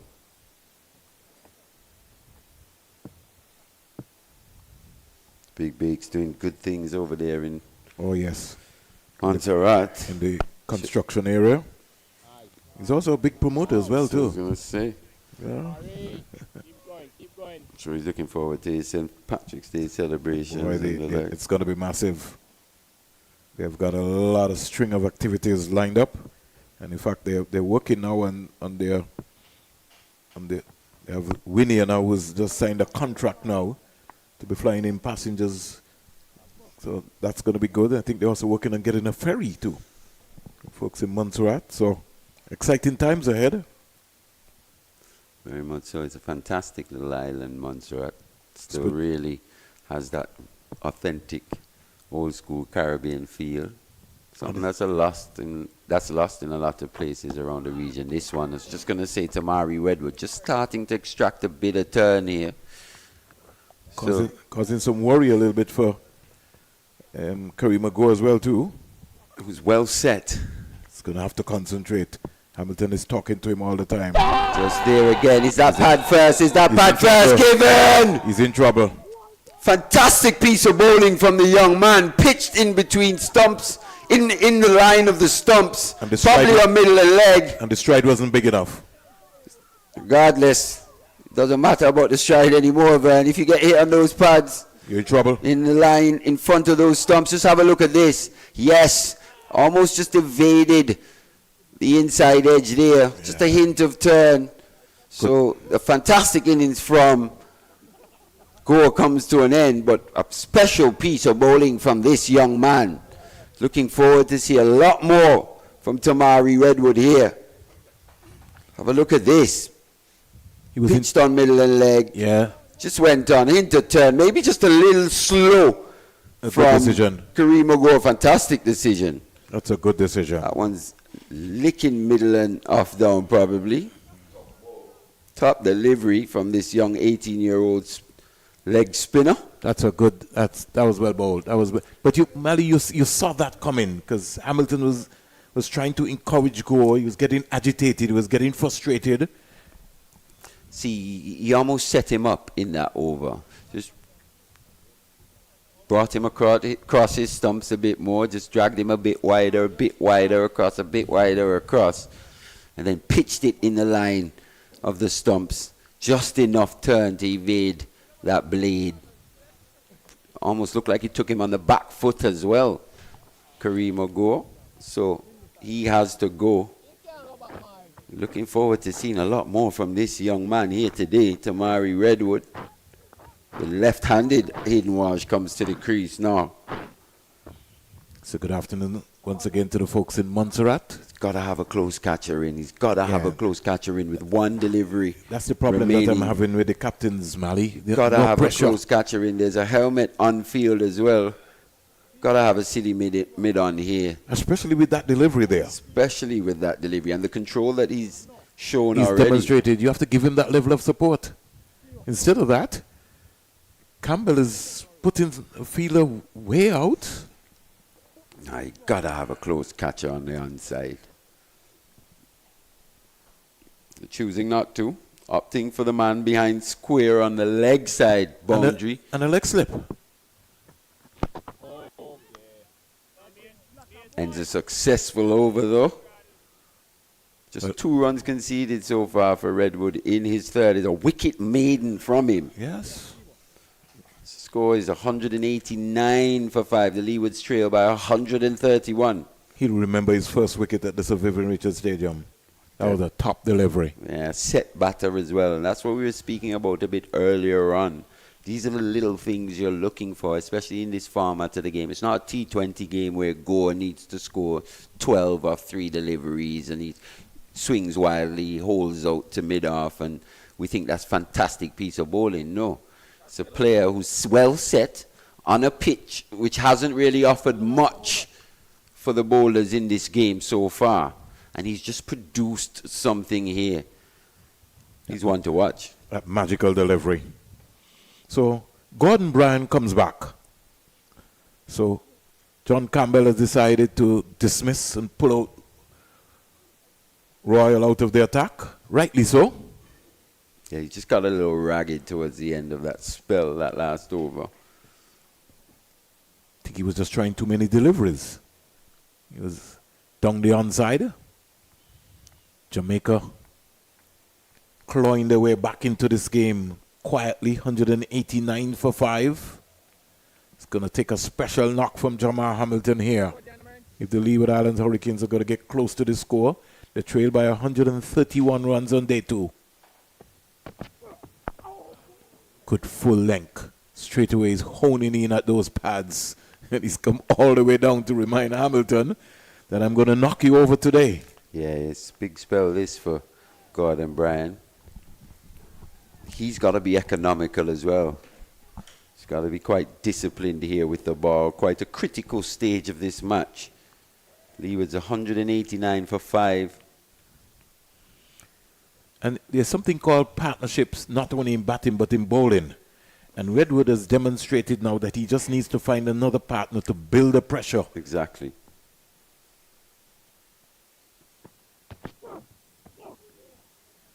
Once again, carries on the bounce through to the wicketkeeper. But that didn't really bounce as much, Mali, because Hamilton was trying to cut. And look at him, he got there. So he's saying, So hence why he bounced through to the wicketkeeper. Gotta be Taken very on the half volley by Beckford. Got to be very careful here now. This is a wicket here now that, as you rightly said, there's been a two-pace sort of track that you've been seeing. Anything that pitches between wicket and wicket, you never know what's going to happen. But what we have seen is 3 pretty good innings. Well, one special one. Kareem Agors was setting up to be a pretty special one. And even Brad Barnes, Yes. the way he played. Yeah, came in and had a look. He started nervous. Showed a good technique. In terms Very of his solid defense. technique, yes. Understanding, And that ability or that want to get onto that front foot on anything just slightly over pitched. There was a stride to really take note of at times, looking to really get to the pitch of that one extra covering. Well, it was that on drive, to be fair. Still the shot of the match for me. Oh, yes. Beautifully played. And that's the hallmark of what you look for in a young batsman. Being able to drive the balls consistently. One of the shots, Mali, I like is when players play an on-drive. You know that's my favorite. I think that is one of the hardest shots to play in cricket. And if you can master that on-drive, then it shows that you understand the art of batting, because you have to turn your hips and your head position, everything has to be aligned well when playing that. Hamilton, he's going to have to dig deep here for the Leeward Islands Hurricanes. He's batting with the vice-captain, Aidan Walsh. Driven again. This is good bowling here so far. Yeah, it's been a good 4 deliveries. This comeback spell from Gordon Bryan. Big efforts needed from him from a Scorpions perspective. He's already picked up a wicket. It was that wicket of Kadeem Henry.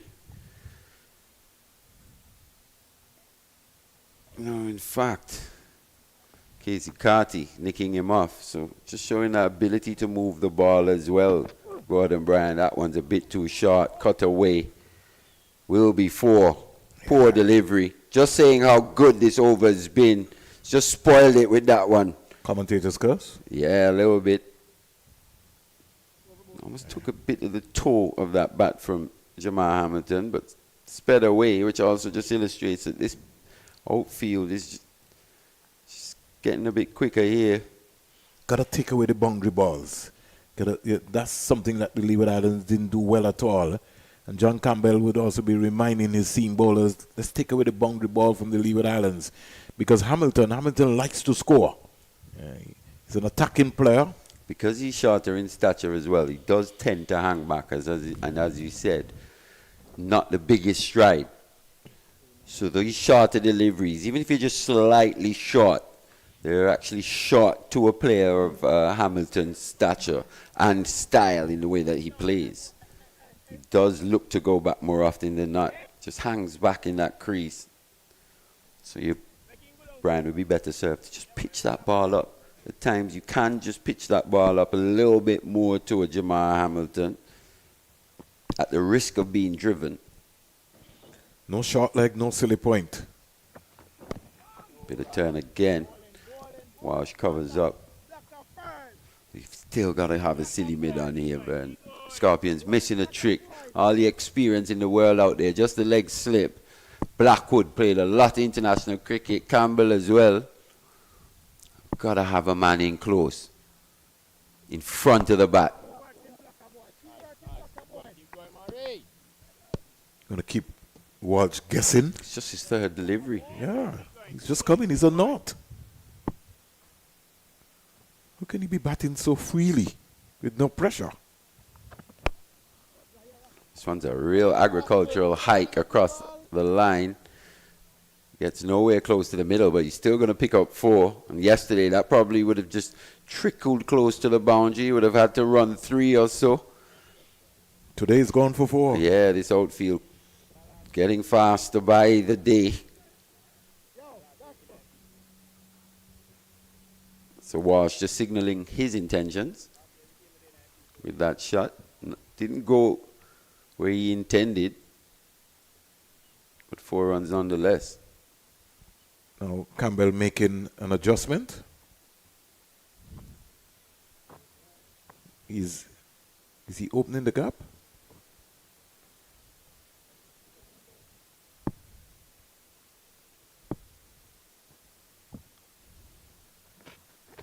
Oh, once again, this time it's the outside edge. Hayden Walsh looking to advance. So as he said, just a bit unsettled here. A bit of a nervy start this for the Leeward's vice captain. Almost swung himself off his feet. Yeah. And that one just slipped slightly, lost his base, lost his shape. Ended up in quite an awkward position, but it's 1 run. I think the contest is on, Mally. It is. And young Redwood. He's warming himself to this. He is. He's looking a threat here. Let's see what the approach will be from Jamar Hamilton. Just there, as you can see. That wasn't the shortest delivery, but Hamilton hanging back, looking to go back, muscle that one through the offside. Gotta bring him forward. Gotta bring him forward.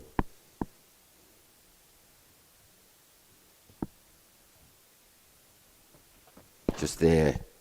Bit of turn as well from the young man. Imparting a bit of spin here, so it's good to see. Another good over from him. It's about 4 overs.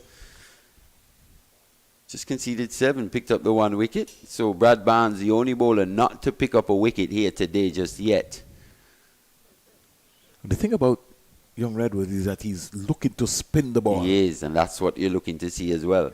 It's not only just about control. Obviously, he's been selected, so he would have an element of control, but that's what you want to see from your young spinners, is them really looking to impart revs on the ball, really looking to spin the ball as opposing to just be economical, dart that ball in, not imparting too much spin on it. It's good to see from him here on day 2, on a pitch in which we haven't seen too many spinners. We've seen Rakeem Karnwar, but he bowled on day 1. We haven't seen too much spin in this pitch just yet. But young Redwood, he's getting a little bit of turn. Sad thing about it is Lee was after bat last on this track. He said that yesterday.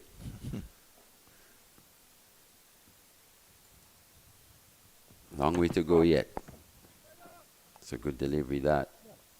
That's where you want to bring not only Walsh, but also Jamar Hamilton. You want to bring him onto that front foot. A lot more comfortable just hanging back.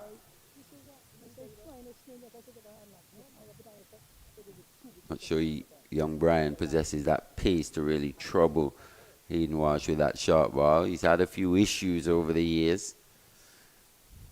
He's really worked at it. It's gotten a lot better though.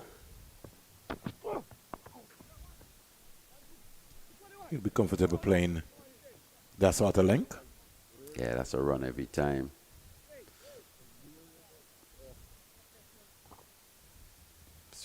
Switching back to over the wicket here to the right-handed Jamar Hamilton.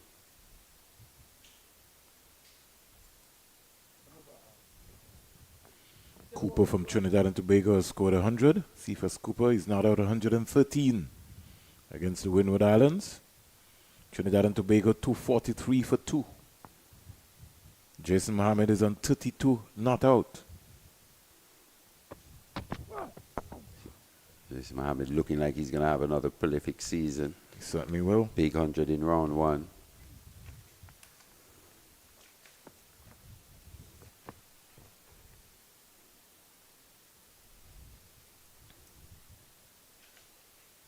That's nice to see, but you know what else would have been nice to see? A young 24-year-old in a Kareem Ogo going on and getting 100 here today. Wasn't to be. Fantastic piece of bowling. Jason Mohammed scored 443 runs last season. No ball. The bug continues here. Yeah, just overstepping once again. Something that they'll definitely have a word, or the support staff, or the bowling coach will have a word to his team about. This is his third no ball, Brian. 9 to Odin Smith. 9 from Smith alone. So yeah, 4 in 1 over. Yeah, it's been a real issue. Seems to be a bug going through the Caribbean. I don't know. Saw young Palmer in round 1 struggle with his run-up and overstepping on numerous occasions versus the Leewards. Pitched up. Beautifully bowled. He wants to be in that area. In that game, Mali, they have bowled 4 no balls so far. The West Indies Academy. Motara has 2, Bishop 1, and Blades 1. So at least there's been some improvement. The only thing is that I don't see Palmer playing in that game. Interesting. What's so interesting about that? Let's hear. Let's hear it. Just saying interesting. It's obviously left out. Matara's playing. Matara didn't play in round 1. No Pittman, no Kelvin Pittman yet? Yet. Yeah. Has he travelled? Do you know? Has he? I think he did. Okay. No Nathan Edwards. No Nathan Edwards. It's a long season.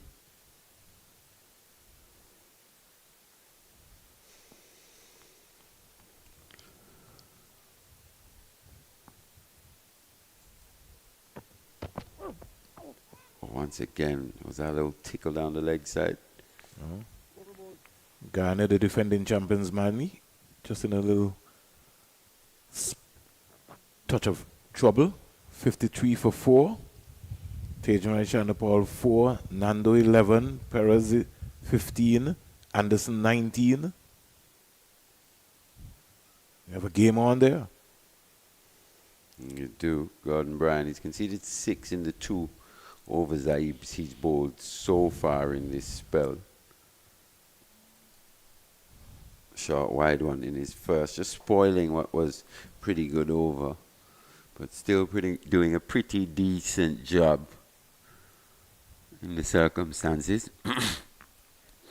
Probably look to get Markino Minley on from this end as soon as possible as well. What he's done, he's been very economical. So with Redwood going the way he's going at this stage, he's looking the threat, the main threat here for the Hurricanes, for the Scorpions, sorry, against the Hurricanes. So he looks like he's going to be the stock bowler from the Sir Andy Robertson. That one's a little shorter. A little hesitation from Walsh, but he's quick. Rapid, might I say. Ended up coming through quite comfortably. Yeah, once you sit in between the sticks. But no real rank deliveries so far. He's into his 5th over now from Redwood. 18-year-old leg spinner at this stage, you expect. Maybe just drag a few down. Maybe a couple full tosses, especially early in his spell, and then he'd settle. But he's been on the money from ball 1. Good control. Oh! Once again, I was close. Managed to make contact there, did Hamilton. He's just got to be careful against sweeping that one. Maybe an issue would have been whether that would have pitched in line, but He's just got to be careful here, sweeping against the spin of Redwood. It's Jamal Hamilton, right? It is. Shot. First really bad ball we've seen from him. Will go to the boundary. Speeds away from Odin Smith there at mid-off. But once again, a hint to turn. That one pitching on middle. Turning to outside off. Hamilton stays controlled. Doesn't back away too far. Keeps the head still. Keeps the momentum going into that ball. We saw how he got out last week in round 1. Going back, cutting on one occasion. Falling away, getting bowled. That's a better area from Redwood. As you can see on the front foot, not quite the same power in that shot. Maybe at times, being overcritical, just doesn't transfer the weight as positively as well as I'd like. But he makes it work for him. That's a good delivery. That's the one you want to see a man in close for. You don't want Hayden Walsh just feeling very comfortable lunging onto that front foot. I think the leg slip is wasted. I think I have to agree. So it's driven down the ground. They're going to come through for a sharp single. I think he's just there as an ornament. Over-completed. Brad Barnes. 8 runs from that over, so the most expensive over from Redwood so far.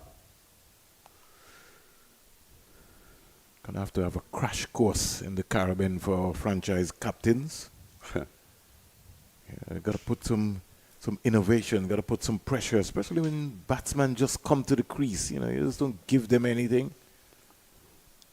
But you don't honestly expect to really, especially with the leadership group. We spoke about it earlier. This leadership group for Jamaica are very experienced. You think about Black with the amount of experience he has. As he said, a former West Indies Test vice captain, former captain of the Jamaica Scorpions franchise, John Campbell as well. He's been in a leadership position for quite a while.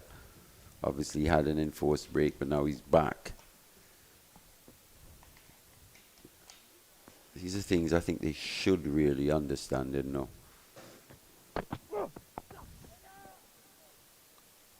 Hayden Walsh getting right out onto the front foot there, getting a big stride. This will probably be the last one for Brian, we'll see. Yeah, because Minley's warming up, maybe showing some indication, he too being one of the senior players at this level. He hasn't come and bowled too many boundary balls in this spell. Just the one short wide one to Hamilton. But he's been relatively economical into his 3rd over in this spell here. 13th overall. Once again, just hinting at that outside edge, taking the outer half, the outer portion of that bat. That's the area he wants to be in, and bringing Walsh onto that front foot. He's got to find a bit of oomph, something extra. Bend his back. Gordon Bryan, he's a strapping lad.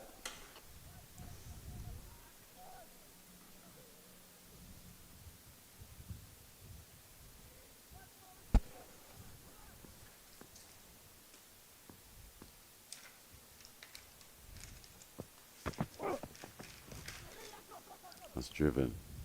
Once again, comfortable single down to mid-off.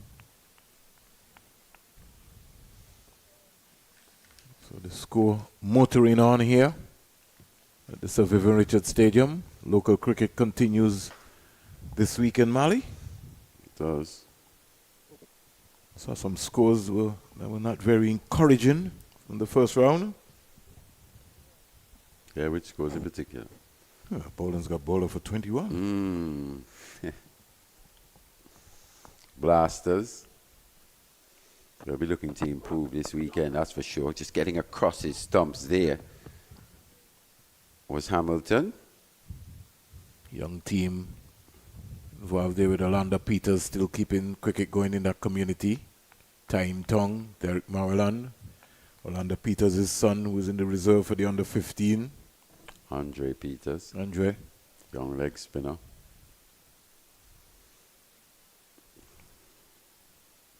Really trying to give this ball a good shine here. Trying to get Brian to find something. 2 deliveries remaining probably in this spell. Short spell of 3 overs. He find it. Oh, that one was in the air for a bit. Once again, some sloppy fielding, and it's Royal in that mid-wicket position. Yeah. It's been a bit sloppy today in the field. All around. Young Matthew Miller, Leeward Islands under-17 captain. He got 100 for Jennings. There'll be some excitement. He missed out playing for the under-19 last year because he was injured. And he came back from the under-17 tournament. In fact, he had captained the under-15 and also the under-17. So he's another player for the future. Had a little small stint in England as well too, Matthew Miller, brother of Paul Miller. Another no ball, Mally. Yeah, just looking to find something extra was Brian. Effort ball, that one. You heard that grunt. You told him to find a... Yeah, he has to. On a pitch such as this, got to bend your back. Choosing to go with the short option. Didn't get up high either, but well played from Hayden Walsh in the end. Just got inside it, allowed it to go through. Once again, just overstepping was Gordon Bryan. It's 4th no ball for the day. 13 from Jamaica so far. Another no ball again. Make it number 5. Yeah, so that and ill discipline creeping into this bowling lineup. As we said, the no ballitis just spreading its way through the seamers. It's almost like a bug. And as you said, you'd probably want to have a look at their practices just to see who's monitoring exactly the feet positioning of these fast bowlers. Something I've noticed a little bit as well. Bowlers just running through, not really taking that much care with the run-up, especially in the warm-up. Just wanting to get her through. That one, something extra. Almost breaching the defenses. And it was a fuller length delivery. Yes, choosing to take the pitch out of the occasion. Out of the equation. Have a look at this again. Choosing the Yorker option, full, surprise, catching. Young Hayden Walsh, a bit unawares, takes the inside edge. From a Hurricanes perspective, he survives. Moves on to 10. Hamilton 35. Hurricanes at 216 for 5. Yeah, still a lot left in the tank. And if we maybe check through the bowling figures so far for the Jamaican squad. Minley, 11 overs, 2 maidens, 21 runs, 1 wicket. Bryan, 13, 1, 55, 1. Smith, 8, 2, 44, 1. Royal, 13, 0, 51. Barnes, 7, 1, 27, 0. And Tamara Redwood, 5, 1, 16, 1. Starts at 6. The Leewards don't bat properly, they can find themselves in some problem. Partnerships, Vern, partnerships. Big ones too. Need a partnership again. Another one. Every time one's just threatened, just managed to take a wicket. It was Redwood. It was a big, big wicket in the context of this match. Can't overestimate or underestimate just how big a wicket that was. In terms of young Redwood's development going forward. Set battering go. Looking like he was cruising his way to 100. It was the 18-year-old. It's a fantastic piece of bowling. A well-bowled over overall. Set up Kareem Ogo. Just dragged him across his crease. Across his stumps. This time, Hamilton opens up. Goes aerial. Offside. It's a bit too much air on this delivery from Redwood. Hamilton looking to apply pressure back now onto these Scorpions bowlers. That should take him to 39. It's gone for 6. 6 runs. Wow, flat. Yeah. It's gone for 6. It's good power here. Yeah. He does pack a punch, doesn't he? He's got a good base. He's a solid base. He's a short guy, as you rightly said. Once again, not the biggest stride, but got to the pitch of that one. Held his shape. The partnership now quickly moving, as you rightly said, 34 from 37. Hamilton is going to play one way. He's going to be aggressive. Into the 40s now. Second 40 of the season so far. Make it.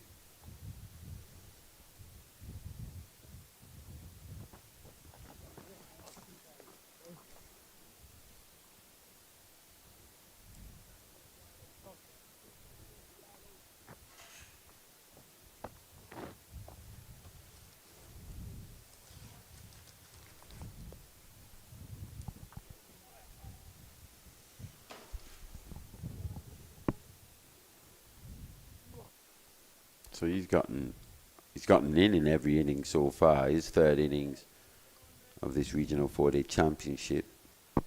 80 odd in that first innings, 46 in the second. Here he is on 42.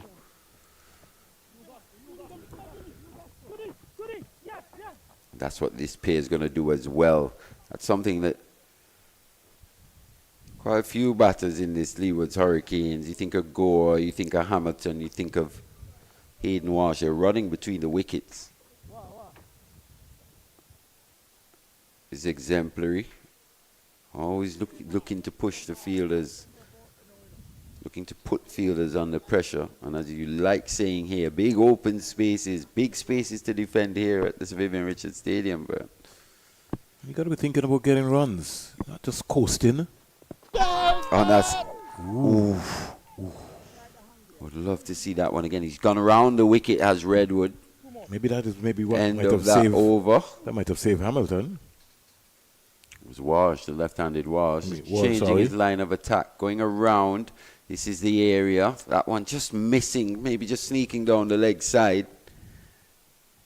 But with the deliveries such as those, that's why you want to have the close catcher in, especially on the onside. Hamilton a little tentative. Walsh a little tentative in coming forward. So we have a new bowler, Minley, replacing Brian. And Minley bowled 11 overs, 2 maidens, 21 runs, 1 wicket. Brian would have bowled some 13 overs, 1 maiden, 55 runs, 1 wicket with 5 no balls. So there have been 14 no balls so far. Yeah, Smith that's is far too many. Yeah, Smith 9 and Gordon Bryan 5. Very unacceptable.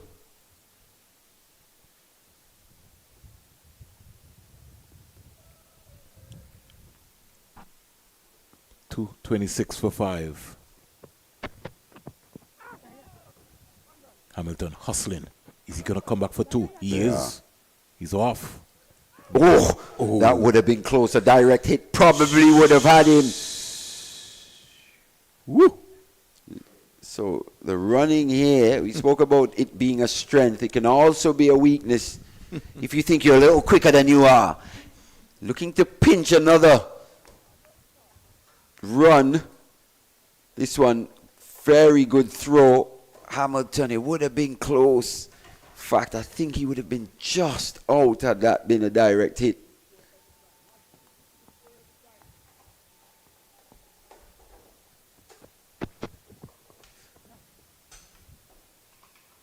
Sonny Time's a lot better to that fielder at fine leg, so just the 1 run.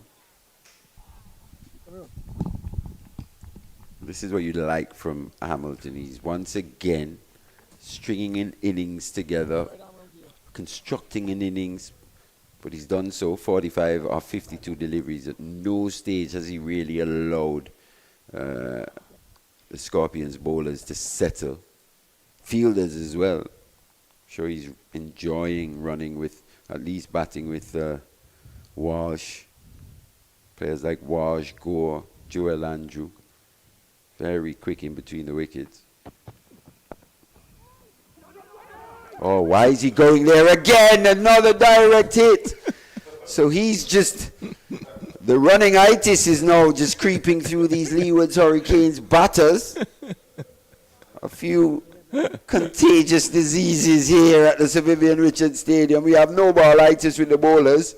And Gregory Brathwaite is having an amusement time here looking at Hamilton. He's probably lost a bit of skin on his elbows as well. But luckily he survives from the Hurricanes' perspective. Another opportunity in the field. I think he's down for the count. Ground fielding chance. Good pickup. Good throw. He would have been dead once again. That looked like young Redwood. He was quick in. Gathered with one hand. I think we might maybe just have the water break taken one time. I think so. They're going to take the break. So with the Leewards at 229 for 5 and Jamal Hamilton down for the count. Leewards trail by 91. We'll be back after a water break, a refreshment break in about 5 minutes or so.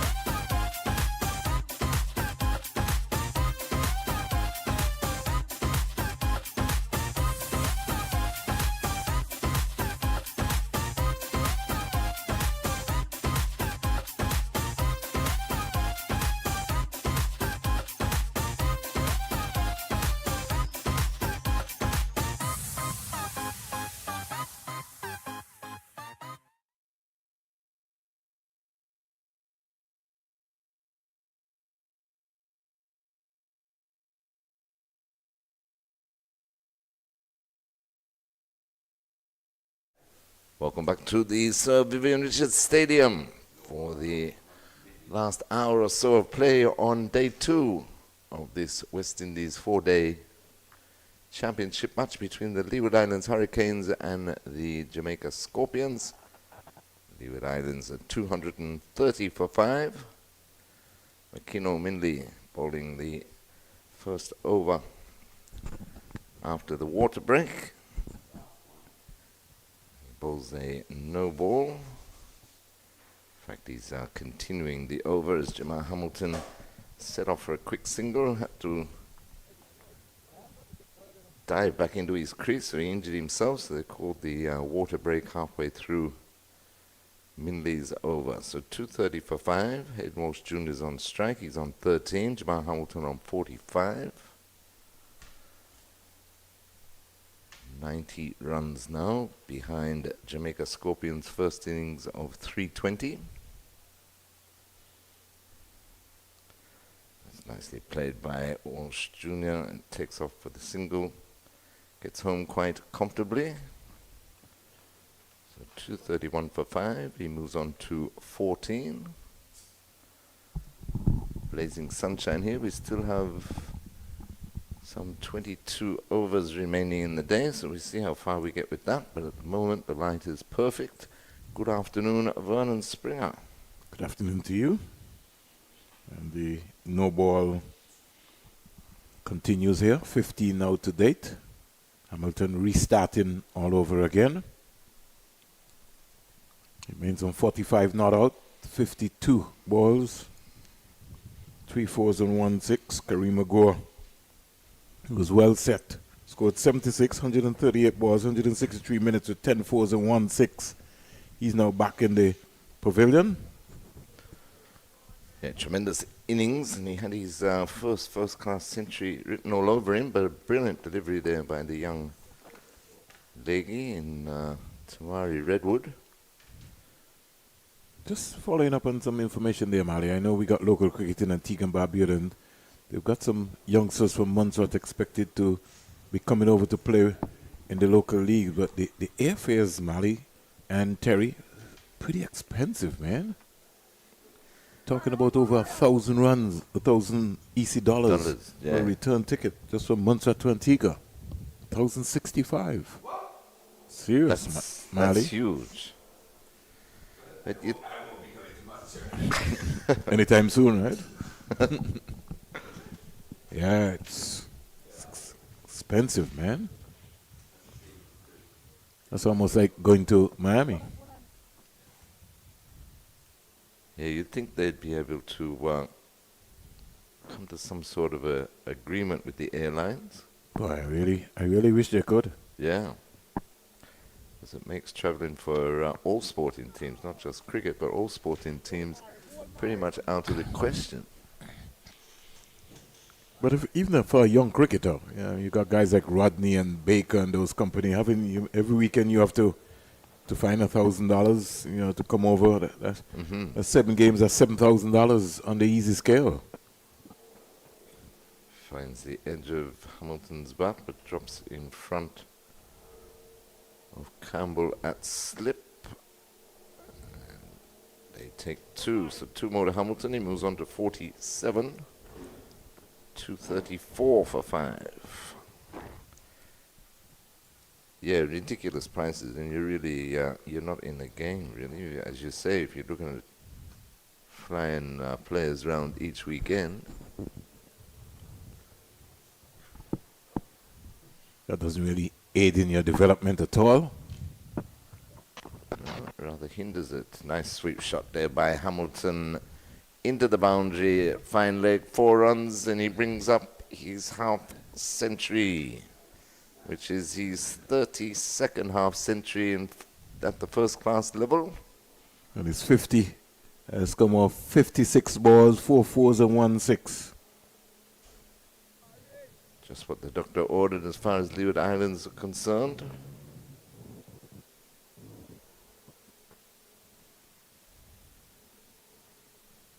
Let's hope now that he can be able to turn that into a big 100.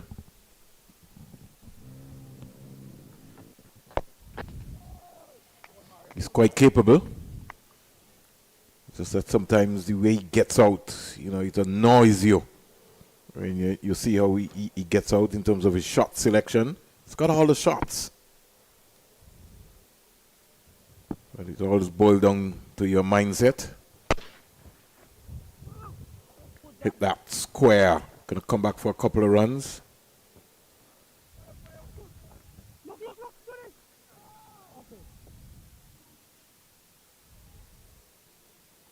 Walsh, for a moment, thought that there was 3 on. Yeah. 51-run partnership as well, too, between these two. 51 or 53. Yeah, very quick time. Hayden Walsh has contributed 15. Jamal Hamilton 32 of those 51 runs. But he might be keep his head down this time, though, Vernon. In Jamal Hamilton, he was very upset with himself in that second innings last week against the West Indies Academy when he got out for 46. You thought so? Well, by the look of him, yeah. Well, by the look of him. I would have felt the first innings. I thought he was on his way to 100. He was in the first innings as well, yeah. A big 100 as well, too. So he's in form, no doubt about that. He's always in form. It's just how hungry he is.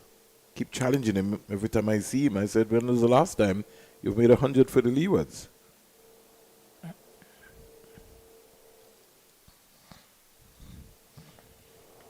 Hayden Walsh doing well in support, though. Thought maybe Raheem Cornwall would have come in before him.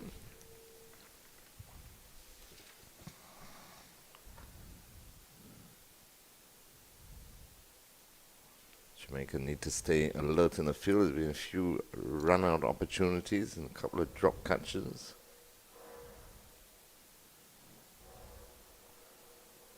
They could have been in a better position, but could have, should have, would have. Ends up to 240 for 5. That is always the big question, eh? Yeah. They trail by 80 at the moment, still with 5 wickets remaining, and this partnership going well. Hurricanes will be looking for a decent lead, knowing that they have to bat last on this track. Keeping low again on the bounce through to Beckford keeper. Minley operating around the wicket to the left-handed Walsh.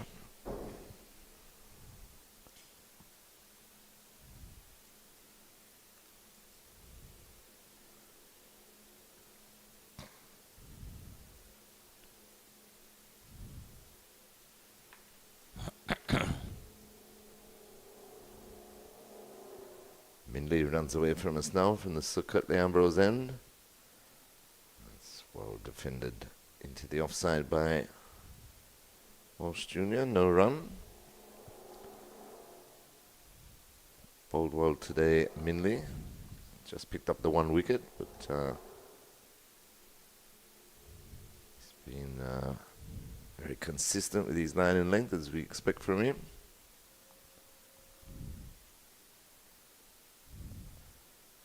Leader of this Jamaican attack.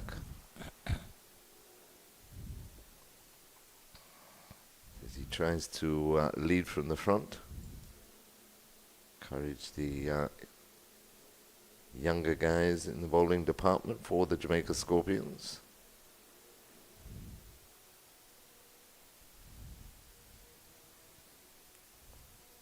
Very impressed with the young leg break bowler in Tamari Redwood, 18, 19 years of age. Picked up a 7-for. That's aerial, and again there's a huge mix-up, but again they get home. Odean Smith there at mid-on. I think Hamilton was ball watching at that time. True, but I think Smith was complaining that there's no one at the bowler's end. I mean, they didn't really have a chance to get back after he followed through. Nonetheless, the over comes to an end. So at the end of the over, Leeward Islands Hurricanes 241 for 5. Hamilton is on 53 and Walsh is on 16. 1579 now of Jamaica Scorpions. First innings of 320.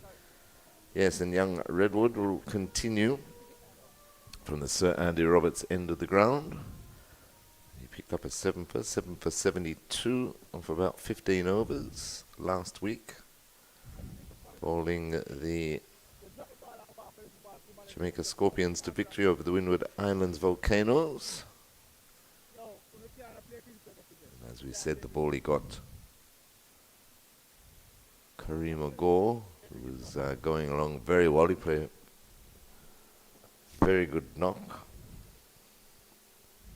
And it took a special delivery to get rid of him. Redwood starts a new over into Hayden Walsh, and Hayden Walsh is sweeping from way outside off stump. Gets it behind square and a comfortable 2. So he moves on to 18. Score 243 for 5. I heard you and Marley Vernon discussing my good friend Kieran Powell before. And I think personally he should still be at least in the squad. He's still got a lot to offer Leeward Islands cricket and international cricket for that matter. I think even West Indies were a bit hasty to drop him from the test team a couple of seasons ago. Walsh Jr. trying to reverse sweep, come off the toe of the bat, went straight to extra cover. But just the experience, you know, it's great bringing in the youth. Again, he tries the reverse sweep. That's spun past everything. Rolling down towards the boundary. Won't get there, but they'll come back for 3. And I think that might be buys, yes, signaled now by the umpire. So 3 more to the total. 246 for 5. Yes, it's great and it's encouraging to select the youngsters, but at his age, with all his experience, I think still can be a vital cog in the Leeward Islands setup. Hamilton just turns this nicely into the onside. Beckford shies at the stumps. But they're home quite safely. We partnership this.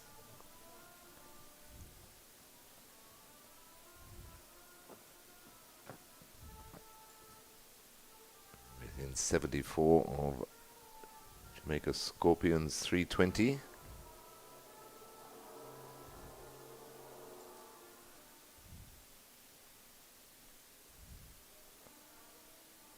Oh, that was a rank full toss that's been smashed through mid-wicket by Hayden Walsh Jr.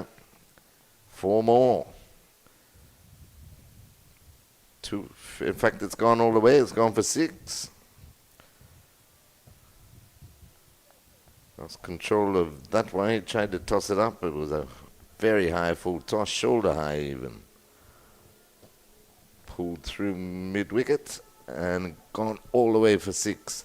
So the 250 is up for the Leeward Islands Hurricanes. They move on to 254 for 5. Partnership was 65. Hayden Walsh sweeping again, sweeping with authority. Fielder out there on the square leg boundary.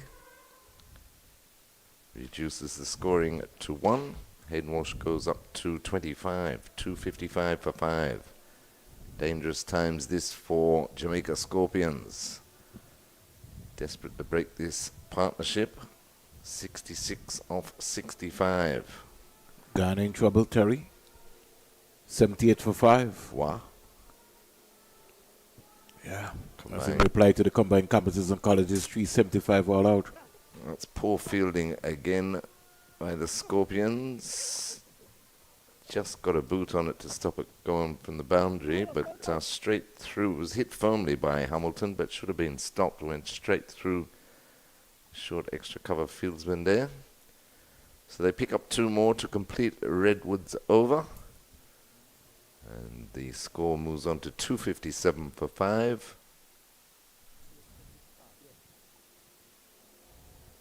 Hamilton has moved on to 56. Barbados 569 for 7. Wow. K. Brathwaite still going? Craig Brathwaite made 212. Jonathan Drake scored 117.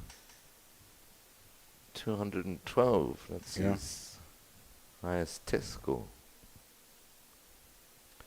Excellent effort. He's making the most of his opportunities, which are few and far between these days. So great to see by the West Indies captain. Test captain. You think he'll still be the test captain? Well, who knows, Vernon? But hopefully he will be. He's 2 test matches away from playing 100 test matches. Exactly. It would be an for the West absolute Indies. tragedy if... but funnier things have happened in West Indies cricket over the years. And will continue to happen. Yeah, too true. It's just a sort of situation like the priorities.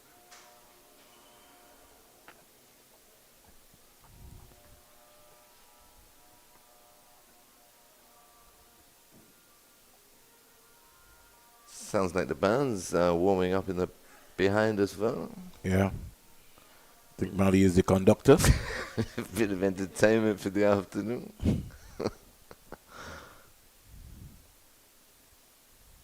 Yeah, sprinkling of spectators today. I thought we would have seen a few more. It was encouraging signs yesterday, but still about the same today. I think we'll have a bigger crowd tomorrow.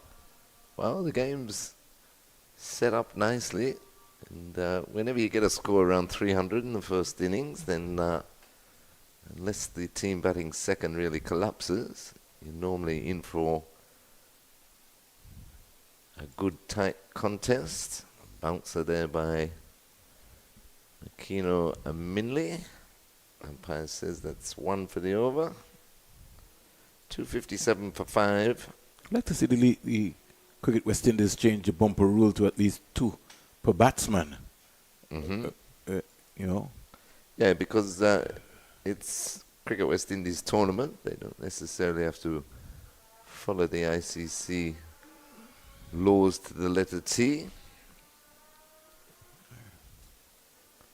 And that's stroked in the air again, but in the gap, past mid-off, running out to the boundary, just picked up.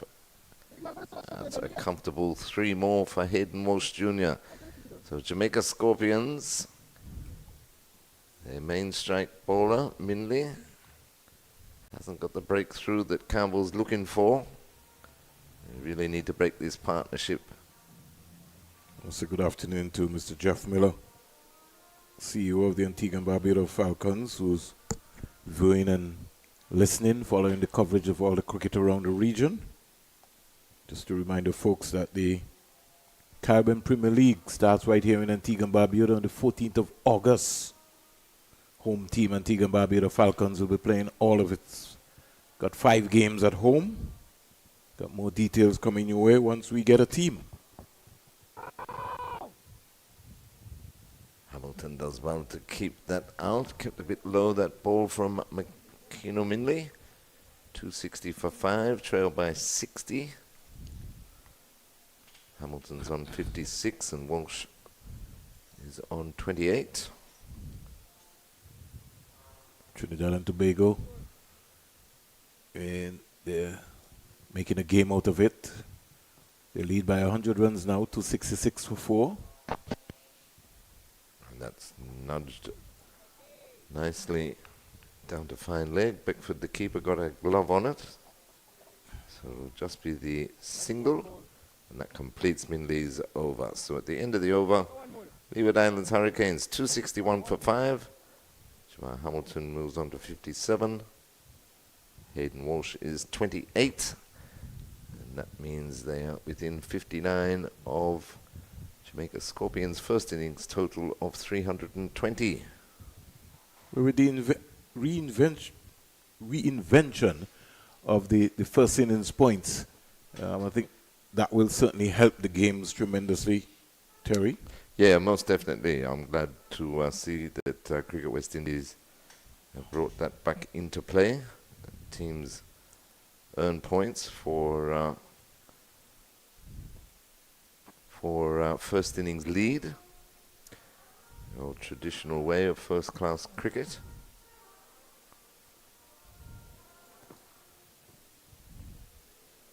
Nice views of St John's Harbour. A couple of ships in, cruise ships. Yeah, cameraman doing an excellent job there. Keeping us on our P's and Q's. So it'll be Tamari Redwood to continue. The young man's bowled 8 overs. Pick up the figures of 1 for 48. He'll be bowling to Jamar Hamilton. Just the slip in. The defensive field set by Campbell. Leeward's lost wickets. Mikhail Louis bowled Minley for 4. Kadeem Henry caught Brown, bowled Smith for 21. Casey Carty caught wicketkeeper Bedford, bowled Bryan for 22. Kareem Agor LBW to Redwood for 76. Joel Andrew bowled Royal for 31. And Jamar Hamilton continuing. He's just scored his 58th run. Hayden Walsh, the vice captain of this Leeward Islands Hurricanes, he's on 28. He comes into strike, Terry. Yes, and they're rolling along very nicely here. Wicket taker so far for Jamaica. The only person who has not picked up a wicket yet is Brad Barnes. Redwood, Royal, Smith, Bryan, Minley. All a wicket apiece. So if you're a betting man, you'll try to figure out who will get the next wicket for Jamaica.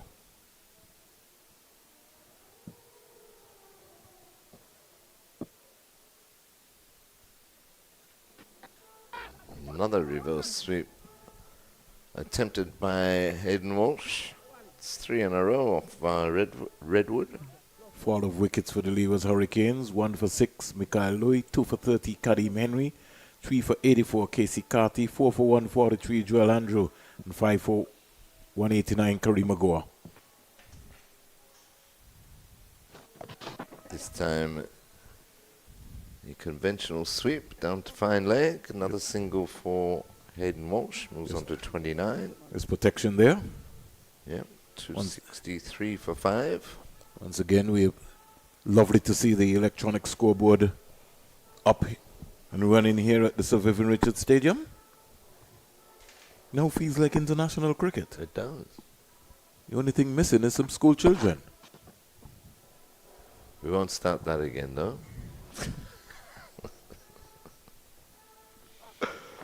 We'll maybe have to hire one of the trumpeters from the band practicing in the back of us. Okay, well, maybe if we get trumpeters going. But even and Flagman is also missing too, so we maybe need to Flagman, we need to find Flagman as well. But even I was saying to Marley last week, you know, Cricket West Indies could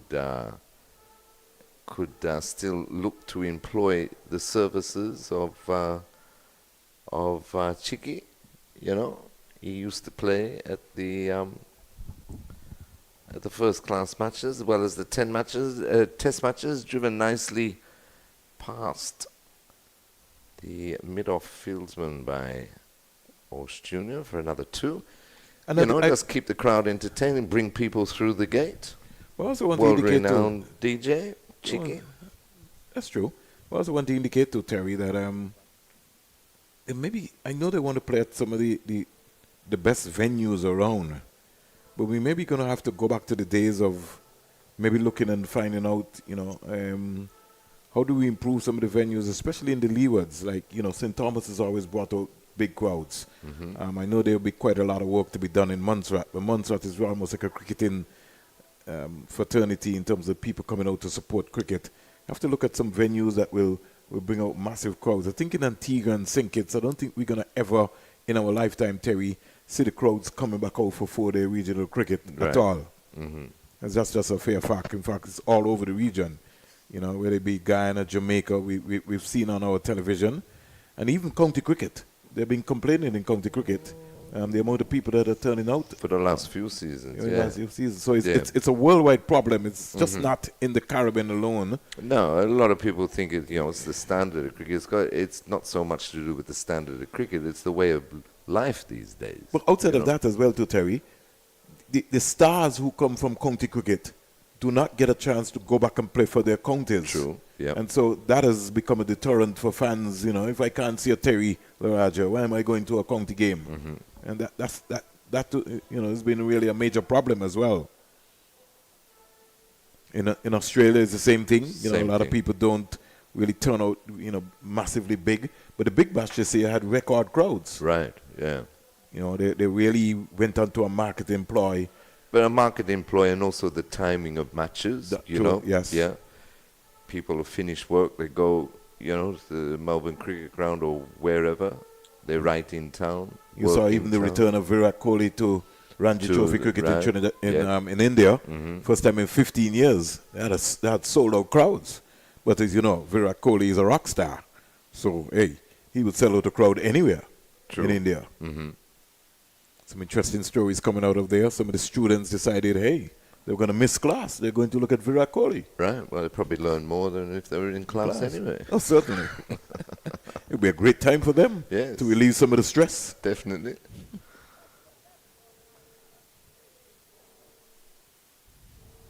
But with so many people, billion people or whatever in India these days, you could get 10,000 and they'd say, gee, that was a poor crowd.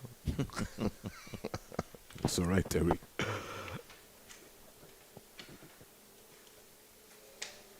.267 for 5. Hayden Walsh on strike. He's on 31. Jamal Hamilton on 60. As Leeward Islands Hurricanes inch ever closer to Jamaica Scorpions 320 in their first innings.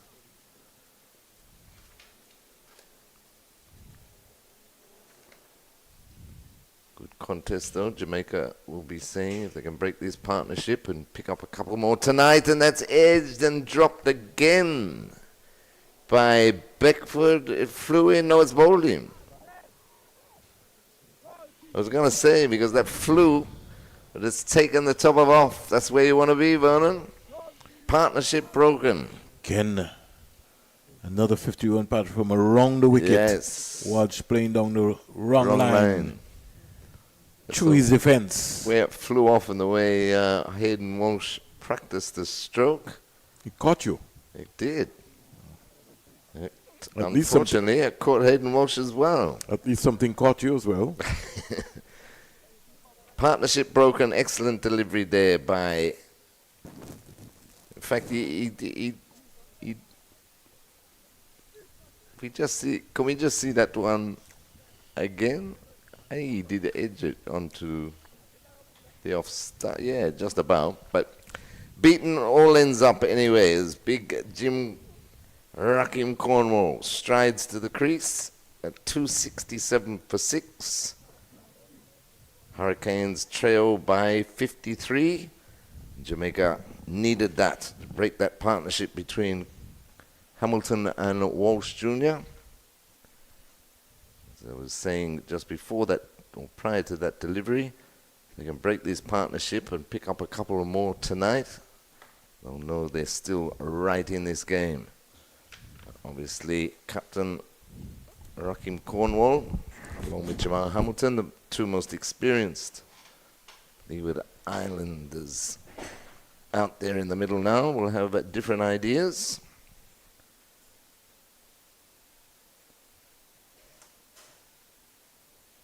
So the game intriguingly poised here at the moment. Day 2 of this Cricket West Indies 4-day first-class championship match. Second round action.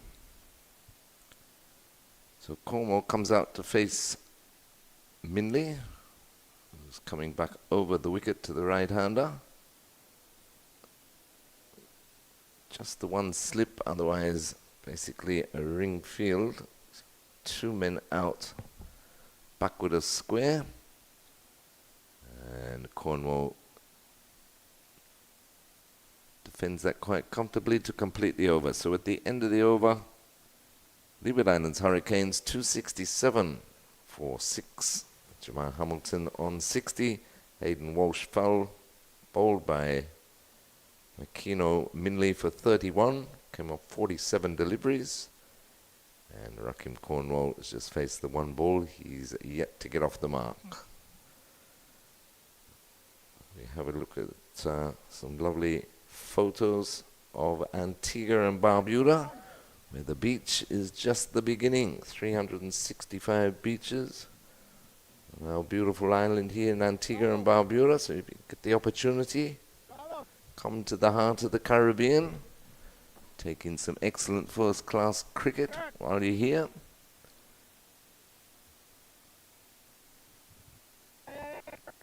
It's going to be Tamari Redwood to continue.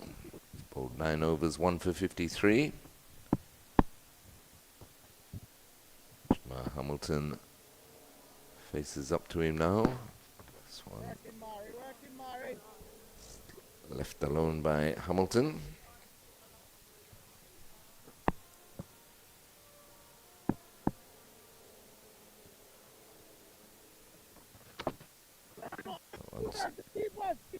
Driven nicely to long off for a comfortable single. Hamilton moves on to 61, brings Cornwall on strike. He's yet to score. 268 for 6. Jamaica Scorpions haven't really been able to go bang bang as yet today.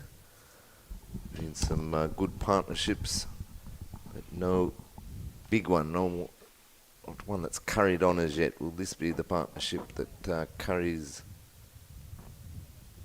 Leewards into a healthy lead? Or can Jamaica Scorpions make further inroads? This is going to be a good matchup here.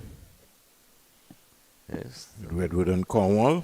See what sort of mood Rakim Cornwall is in. I think the objective here for the Leeward Islands now would be to try to get first innings, which should be their first mission. Most definitely. They're within 52 of accomplishing that. Stroked nicely by Cornwall, but straight to mid-wicket. Dean Smith does the fielding, no run.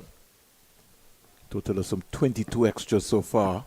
Very ill-disciplined from the Jamaican bowlers. 16 no balls. Struck nicely down the ground.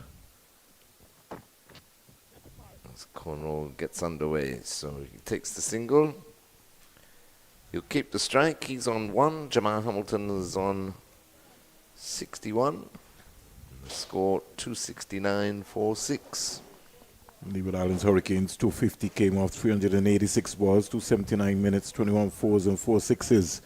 And when Hayden Walsh got out for his 31, batted for some 60 minutes, 47 balls with 1 4 and 1 6.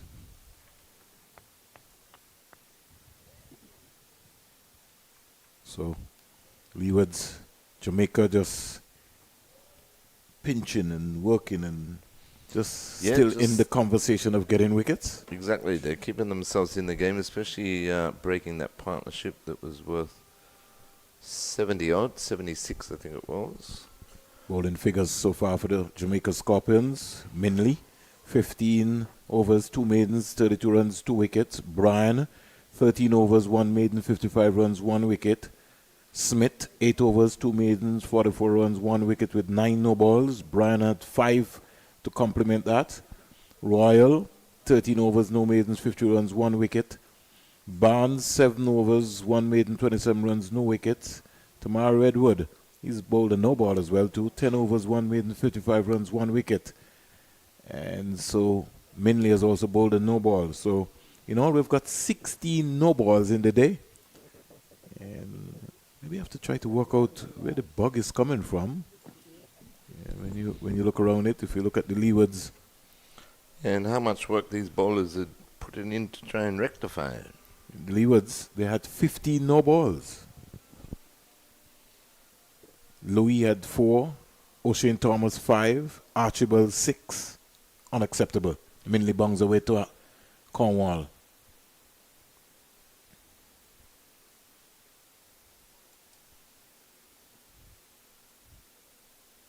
Now, Dean Smith had 9 so far, isn't there? 4 in the 1 over. Yeah. Not good discipline at all by the majority, it seems as though. But it comes down to supervision and what is taking place in practice. Because why you seeing what you're seeing here is because in practice they're just allowed to bowl. Yeah, that's exactly right. And that's why I say you wonder what they're up to. Barbados Pride, Terry, 581 for 9 declared. Johan Lane picking up 4 for 85 from 25 overs with 4 maidens. And Joshua Bishop among the wickets again, 37.3, 2 maidens, 137 and 4 wickets. Cornwall gets a boundary. As Minley Strain in line there.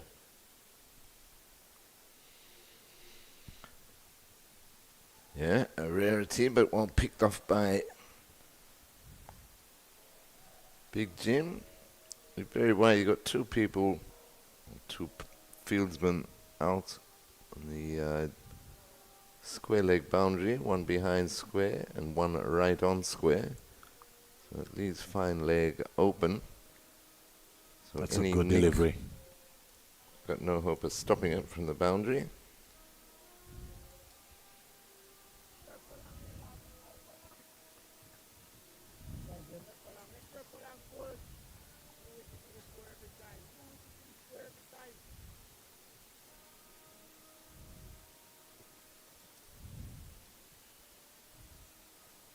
Trinidad and Tobago 289 for 4.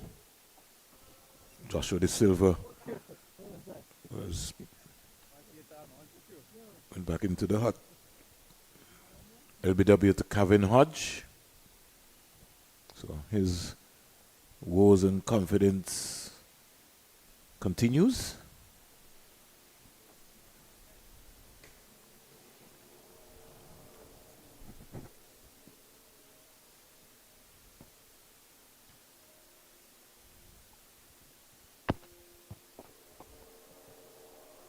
Cornwall very circumspect in defending his stumps.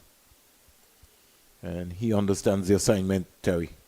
Yeah, I believe so. The way he's approached these innings so far, I'm not sure I'd have 2 men back there. Testing with the bouncer eventually, I presume, but I would have, especially for the spinner, I'd have a few more round the bat. He's just come in. He's only on 5. He's only faced the 11 deliveries. They want wickets. They want to bowl the Hurricanes out, get a lead themselves. So I'm not sure I'd have this pretty negative field. Over in Guyana, combined campuses and colleges were dismissed for 375 in 114.5 overs. The defending champions, Guyana Happy Eagles, they're 115 for 5.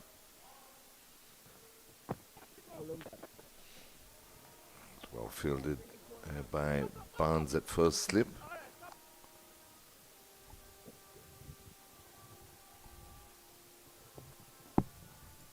Plenty of gaps out there though for these 2 Hurricanes batsmen. Well, it's a good afternoon to Leeward Lug, somebody who we saw here, Terry, playing in the Cool and Smooth T20 tournament. Yeah, with a good prospect as well too. That competition provided such an opportunity for so many players from Jamaica, from St. Lucia, from Barbados to come and showcase their skills. Matthew Ford is a graduate from the Cool and Smooth T20 tournament.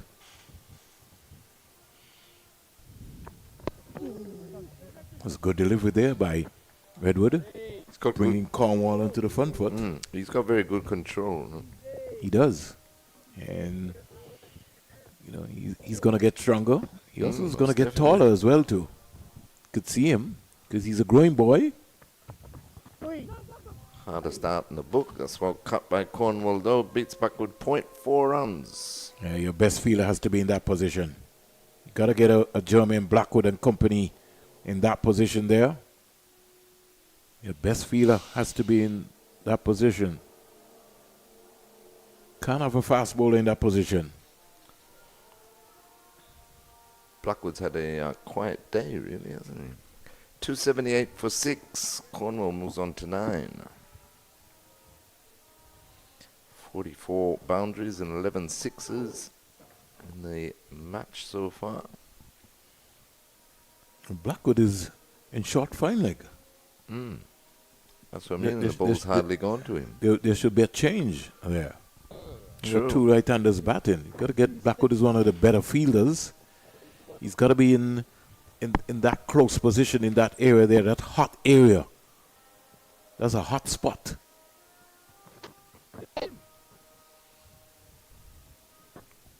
Pulled nicely through mid-wicket by Hamilton, just for the single. Protection out on the deep mid-wicket boundary, and that completes Redwood's over. The captain also he's sweeping on the boundary. Yeah, I just noticed that. A very difficult place to captain from, one would imagine. He knows what he's doing, I guess.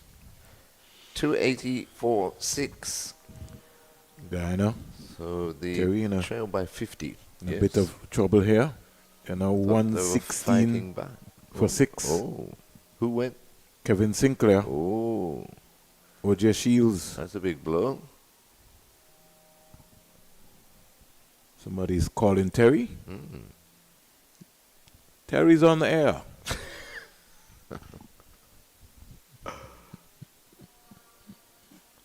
You get a doorbell saying that. Somebody comes pressing at your door. Terry's on air. I was watching the news the other night, right? I was watching the news the other night with that terrible plane crash, that nosedive, that Medivac plane or something. And it was only in the air for 40 seconds or something, and it nosedived straight into the ground. But they kept saying they had the video of it from a doorbell camera, and I'm thinking, what the hell's the doorbell camera? But apparently, the people were sitting in their living room, but the doorbell captured everything outside their door, 50 yards away up the road. Yeah, that's what technology does for you these days, Terry. Anyhow. What confuses you? Yeah. Our good friend Odin Smith is back. And let's see if he can bring some semblance here. Caught the inside edge of Hamilton's bat that time, but went back onto his boot. And already, Gregory Brathwaite is saying to him, you're getting very close to that line. So Smith is starting his 9th over. Before this, 8-2, 44-1. Jamaica on a roller coaster here, trying to get some wickets. Hamilton comes quietly forward, but then he has to check himself and realize I'm batting with Raheem Cornwall. So I hit that too hard. So I'm not batting with Curry Maguire, Hayden Walsh Jr. Yeah, it just surprises me a bit, Vernon, that they're looking, obviously with the field that they've set, they're looking to contain. They're not going to contain Leeward Islands, especially with these two in the middle. And they're only 40 runs in front now. Leeward's still got 6 wickets. I'd just like to see a few more fielders closer in catching positions, try and put some pressure on Leeward Islands, especially with Cornwall just coming to the crease, rather than this basic ring field that they've got. They've still got the 2 men out, one at fine leg and one at deep backward square leg for both Hamilton and Cornwall. But they're looking just to bowl stump to stump and try and get one of these two to make a mistake rather than be a bit more proactive. The second new ball is still some 11 overs away after this, so they shouldn't be thinking in that direction.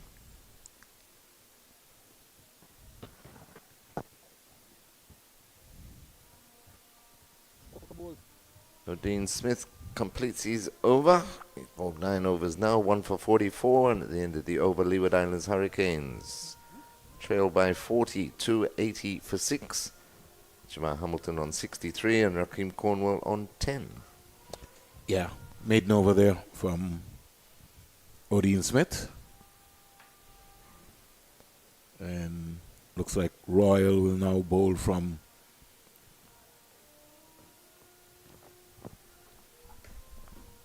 the Dr. Sir Andy Roberts end.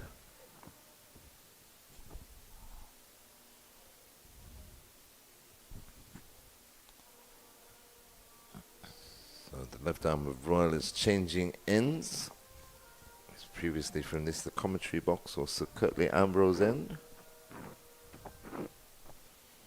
Some 12 overs remaining in the day, but it's a couple of minutes to 5 here in Antigua, so we'll see how far we get with that. I think that we can go up to about 5:30 today. Yeah. We did go up to 5:30 last evening. Yes, in fact we went a bit over 5:30, I think. So with Royal coming into the attack will help. And he tends to get through his overs very quickly.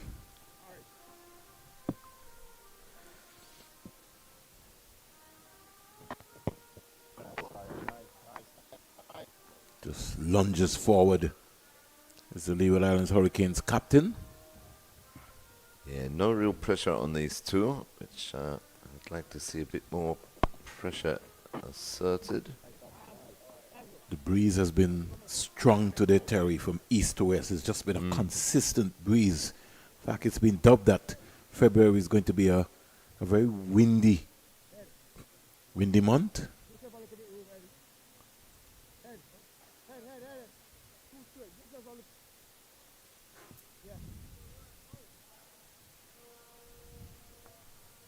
Hamilton just coming down to have a chat to Cornwall.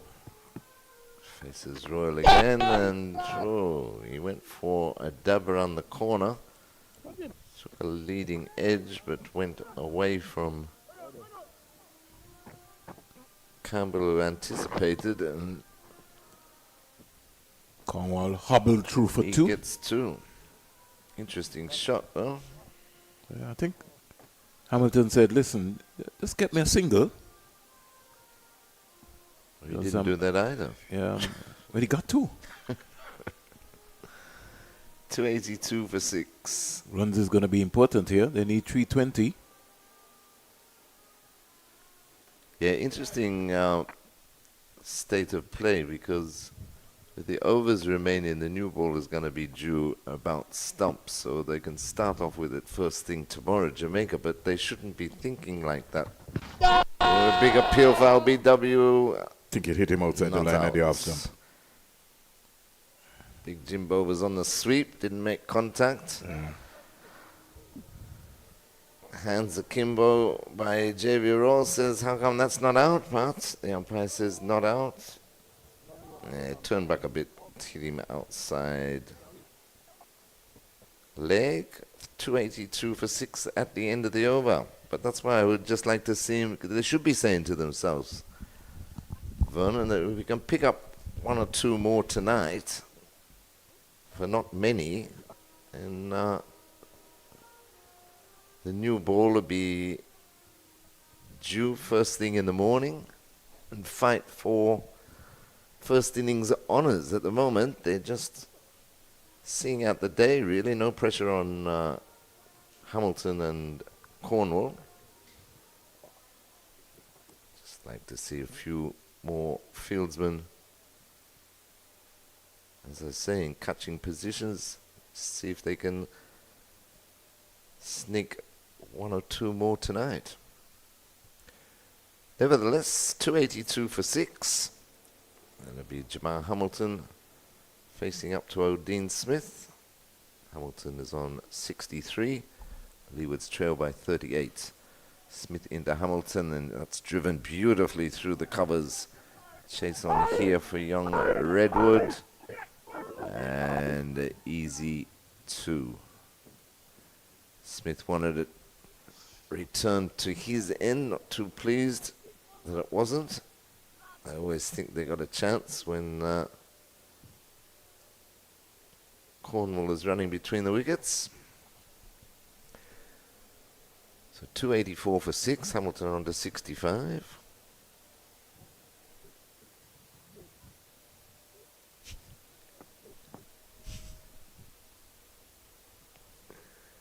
Smith in again to Hamilton. Forward in defence, played in the offside, no run. So he just lost the sun momentarily. So it's ready to set away in the west. Days are getting a little longer again as we're in the month of February. That's cut down to a vacant third man, easy as you like, by Jamar Hamilton. 4 more. He moves on to 69. The score shoots up to 268 for 6. 288, I should say, for 6. These poorly line delivery there from Modine Smith. Certainly not understanding the assignment. You come back, the captain has called you. You got to bowl a hard length, full, and try and see if you can knock over Hamilton. Not short. He's bowling both sides of the stumps at the moment. Another one to Hamilton. He moves on to 70, 289 for 6. All important working runs. overtime here today, Terry. Yes. Back-to-back overtime. Definitely.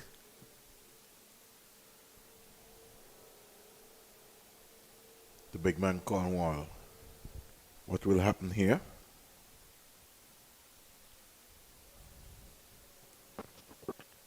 That's much better. Driven beautifully by Cornwall. Picked up nicely at mid-on. Just the single. He moves on to 12. Just going to some tidbits about cricket life lessons. Obstacles make you stronger, not weaker. There's always time for tea. When was the last time you had some tea, Terry? That was about an hour and a half ago. At least you were consistent.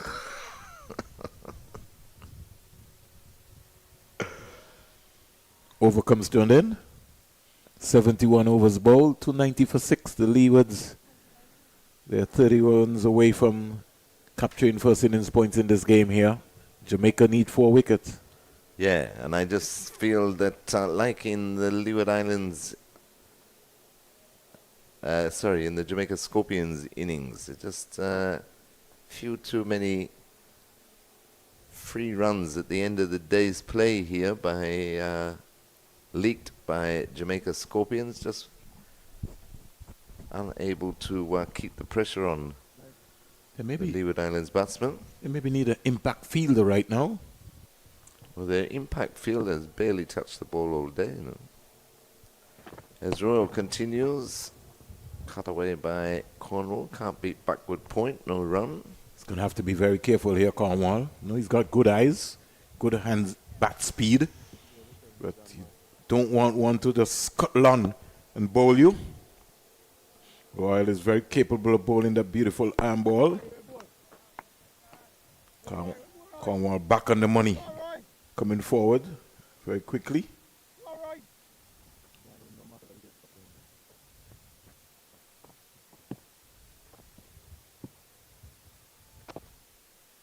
Cornwall and John Campbell are very, very, very good friends.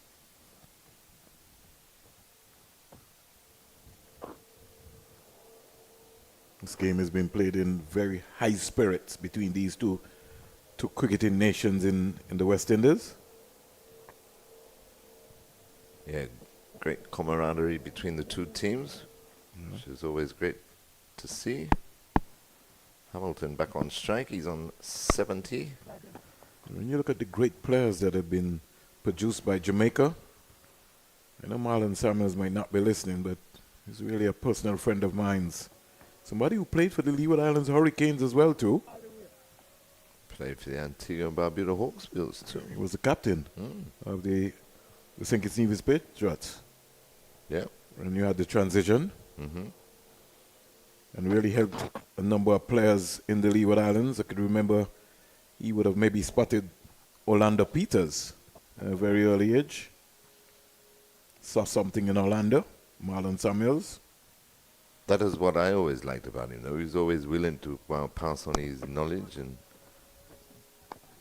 another name that you talk about that a lot of people don't want to talk about sometimes, and they only just talk about him in the white ball format, Chris Gale. Mm-hmm. You know, I first saw Chris Gale as coach of the Leeward Islands under 19 team at the youth level, under 19 level. I mean, those guys, Delroy Morgan and Chris Gale and company, they would showing Campbell and Carl Hooper. They would make hundreds for bad mind at under 19 level. Notice what I said, for bad mind. That's how competitive the under 19 was. You had Nehemiah Perry and company taking wickets, Kenneth Benjamin, Dave Joseph. You also had a cadre of young cricketers that came to between that period of time. Brian Lara. There was always a matchup. Every time there was an encounter at the Northern Telecom level, you know, the youth level, you would always be wondering who scored 100 today. So if Dave Joseph scored 100 with Brian would say, well, listen, I want 100 tomorrow. You know, it was competition. Competition on. Yeah, exactly.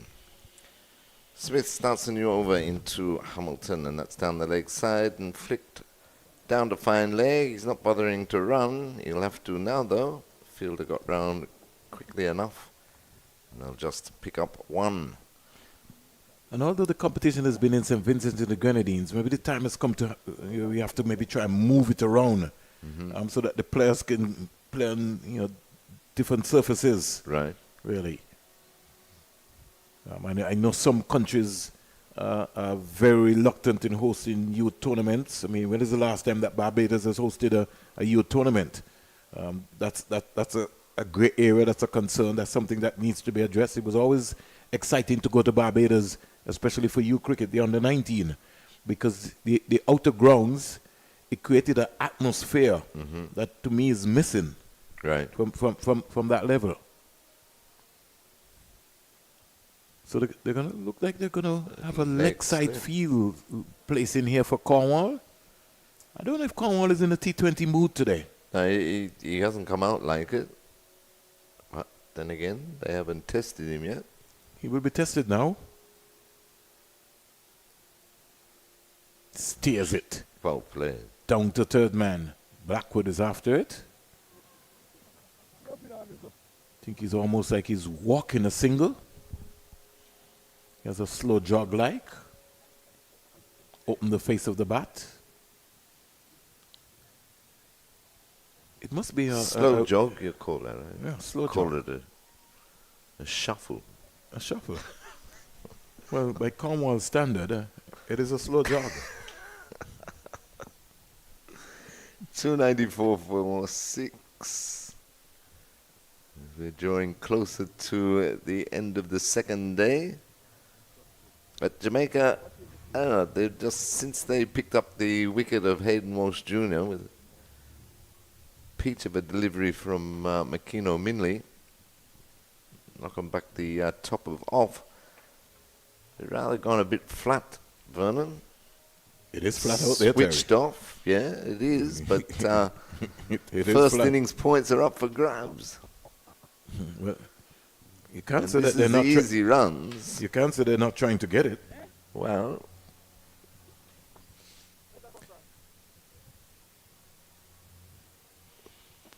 bring them in.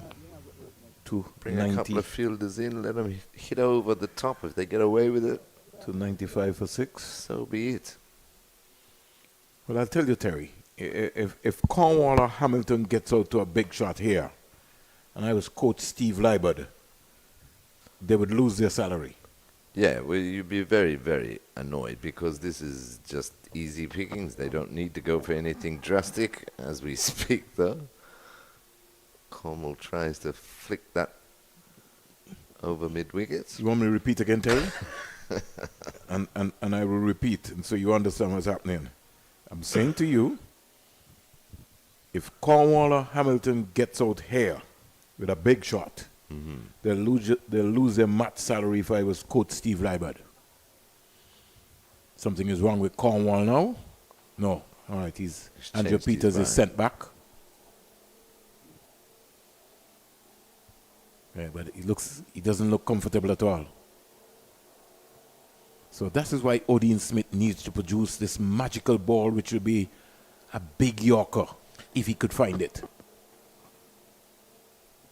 That's what I'm going to say. Ball stump to stump, which he's trying to do, but maybe just Yorker, even slow ball Yorker, just to have Cornwall reaching a bit. It looks like the last delivery that went down the leg side might have just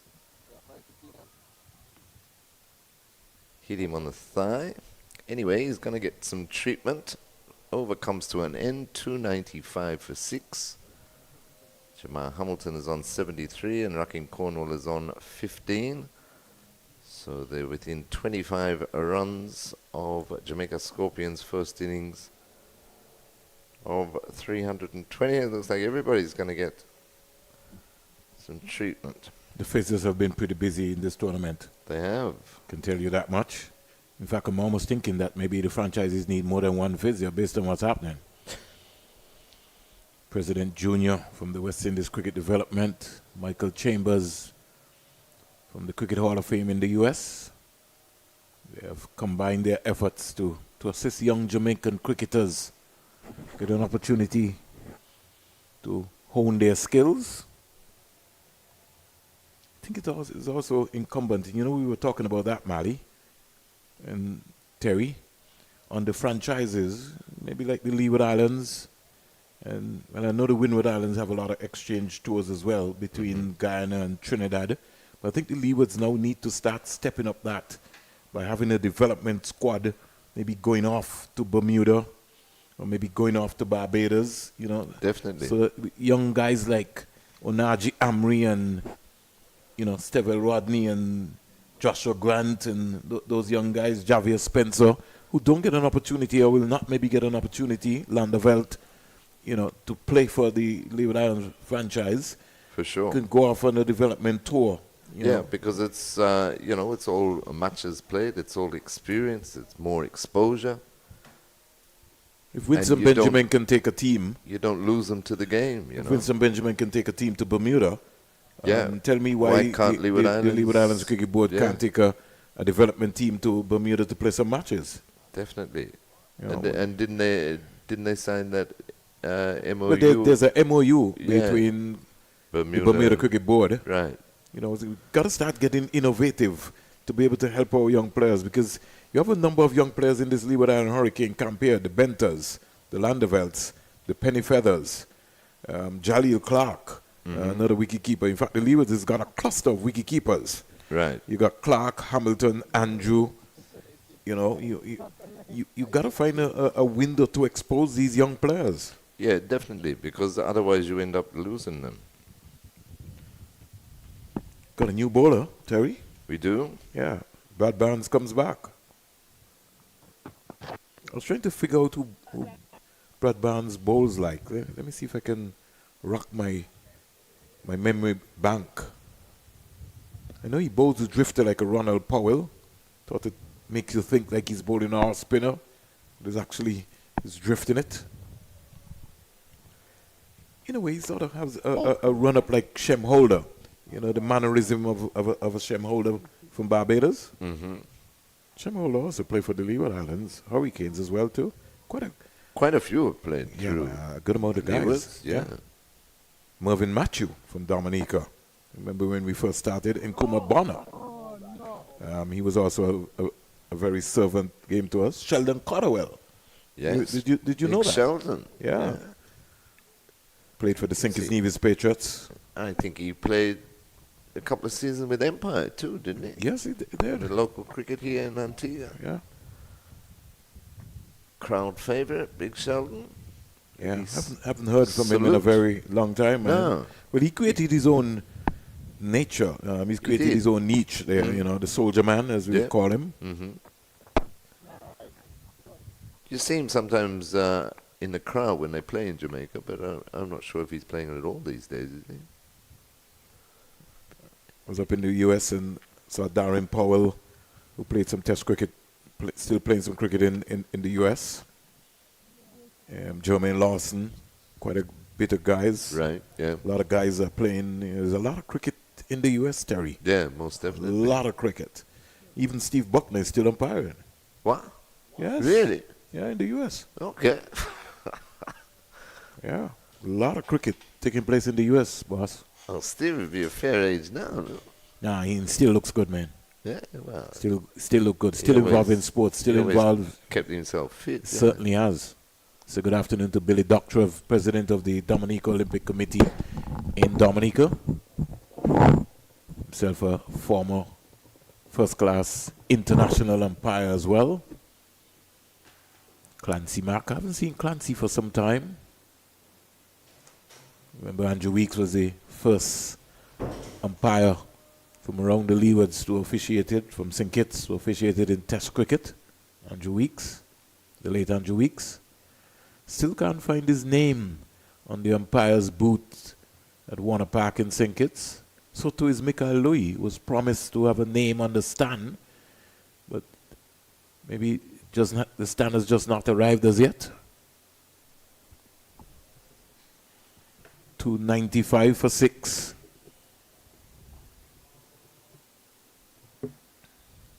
Cornwall comes forward to a royal delivery. Cornwall is 15, Jamal Hamilton is 73, and because the advent of Cornwall coming in to bat, that has kind of slowed down Jamal Hamilton. And so I was wondering if maybe the management team would have maybe been advisable to have sent Colin Archibald, the left-hander, at the point in time when Cornwall was sent to bat with Jamal Hamilton. Cornwall squeezing this out the backward point. Redwood coming around. Just lost it for a moment, but he gathered it back because he knows that Cornwall was not interested in running. Flighted, full toss. And Cornwall just tapped it back to Royal. Maybe on another day, he'll hit that out of the ground.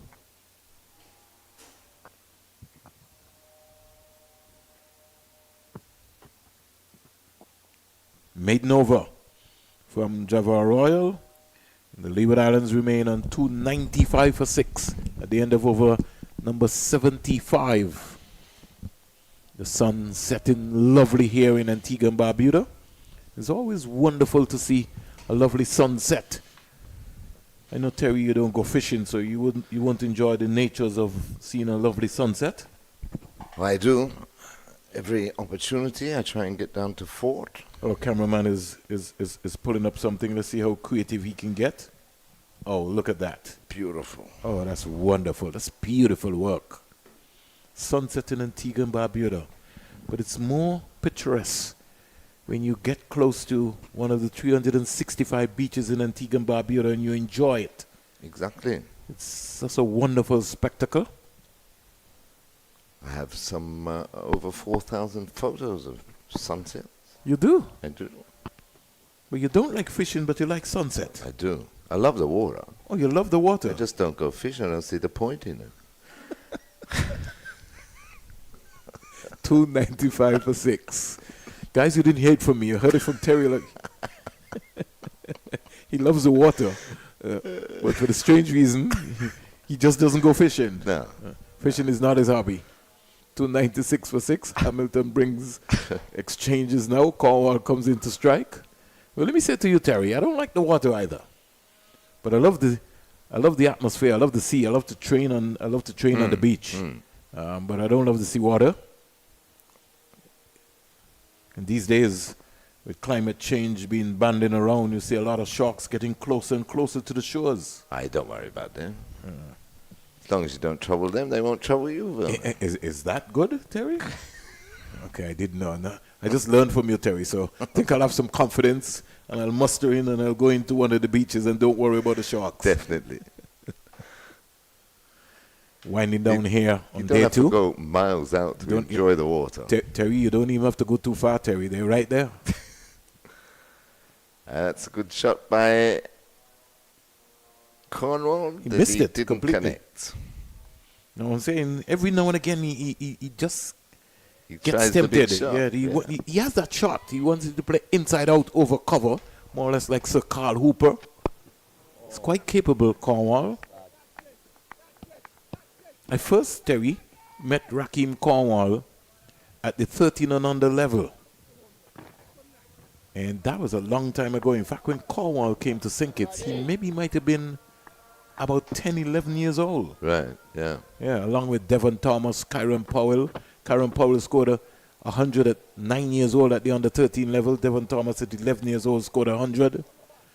You had a Proctor from Anguilla. He also scored 100 at the level. Craig Brathwaite. Scored plenty. Came and played. Jason Holder. Shamar Brooks. Kevin Hodge.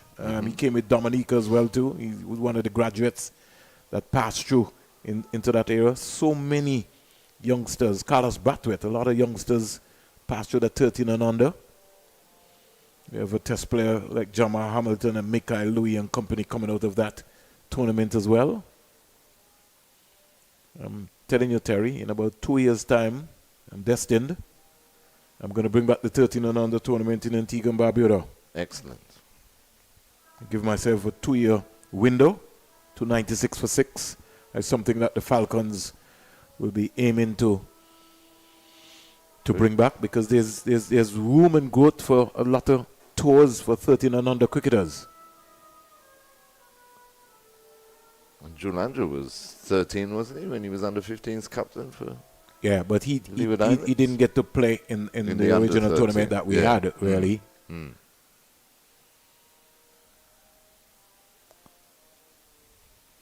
I see his big brother Andrew took a few wickets on the weekend in the first round of the... Talking about Hilroy? Yes. Yeah. First round of the ABCA First Class 2-day championship.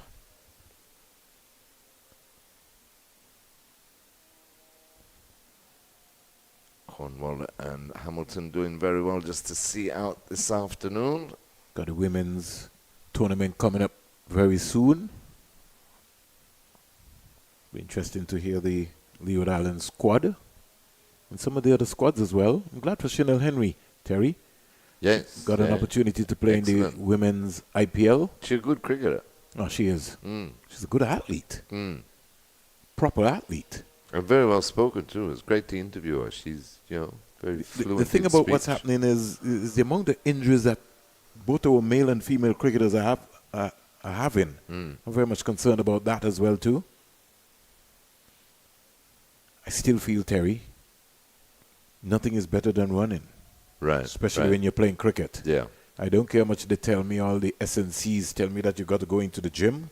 Got to run. Cricket is a running game. That's Down the onside. Tickled nicely by Royal Hamilton. offline again. Probably Bedford's glove work has won't not run been away. excellent at all today.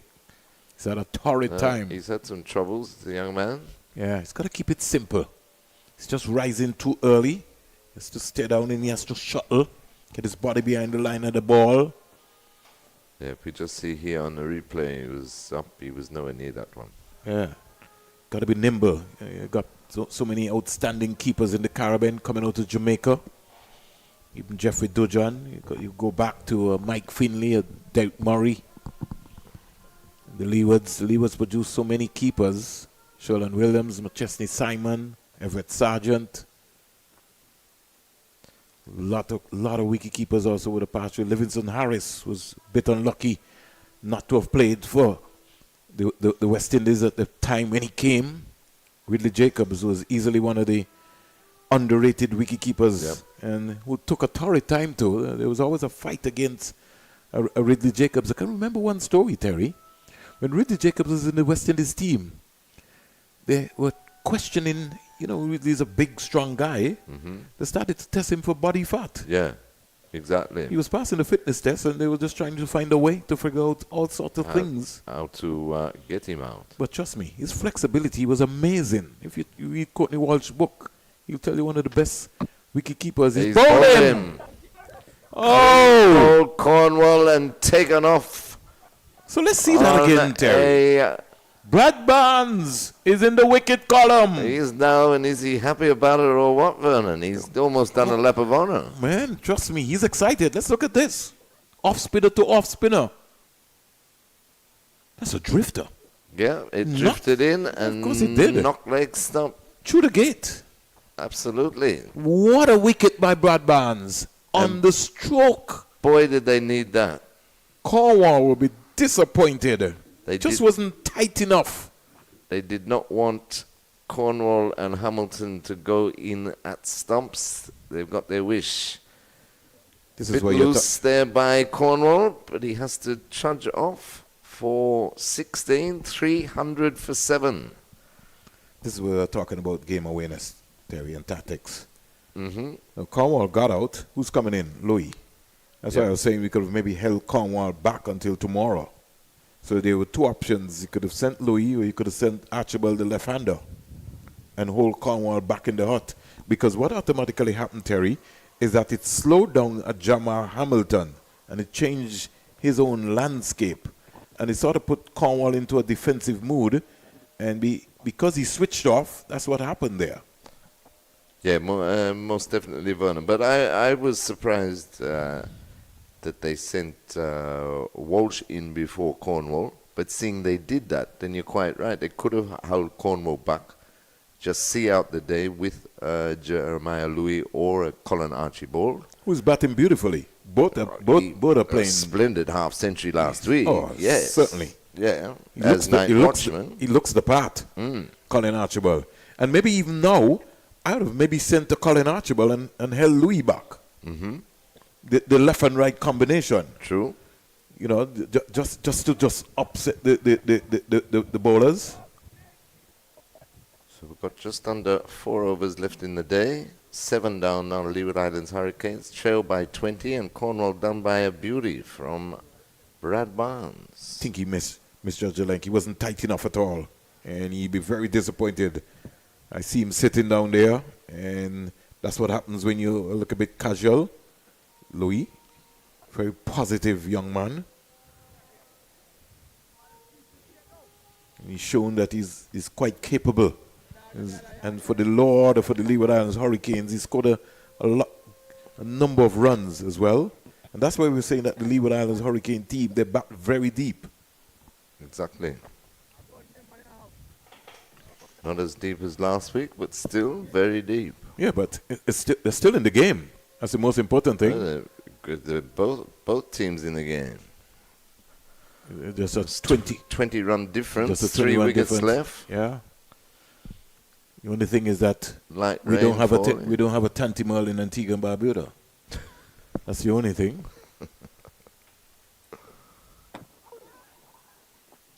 And Brad Barnes is just going in confidence. All of a sudden, there's a buzz about him. He's got a big wicket. He's got a big first-class wicket. He's got the Leeward Island Hurricane captain, Raheem Cornwall. Yeah, that set him alight for sure. Certainly. Ran all the way to the point boundary. I'd be jumping up too if I was Brad Barnes. If I got the wicket of Cornwall, I can write that in the history books that I got you. Exactly. 300 for 7. At an opportune time too, just before stumps on day 2, with Leeward Islands still trailing. 3 wickets remaining. 20 runs separate the two teams. So things are heating up, Terry. In this round 2 encounter, $250,000 at stake. Ghana, the defending champions, they are 140 for 6. And that is a few dark clouds coming over. Nah, pretty high. Don't worry about that. Tevin Imlai is on 40 not out. And Richie Lucanat is on 13 not out. So there's been a revival period of time there. They trail by 235 runs with 4 wickets remaining. Game on there. Combined campuses and colleges. Doing well, CCC. Cut by Hamilton. Can't beat Buckwood Point. No run. Score remains on 300 for 7. Hamilton is on 77. Let's see what's happening at Bridgetown, Barbados. The Academy, they took a belting. 581 for 9 declared. And as we speak, the Academy team, they're 15 for 1. Akeem Ogis, he's back in the hut for 4. It's Teddy Bishop and Jack Asar at the crease. Not a good start for the young Academy boys. We go to St. Vincent and the Grenadines and give you a roundup. And all these are pink ball games that are taking place in the West Indies Championship. Windward Islands not batting well at all. Got to be able to sort out their batting.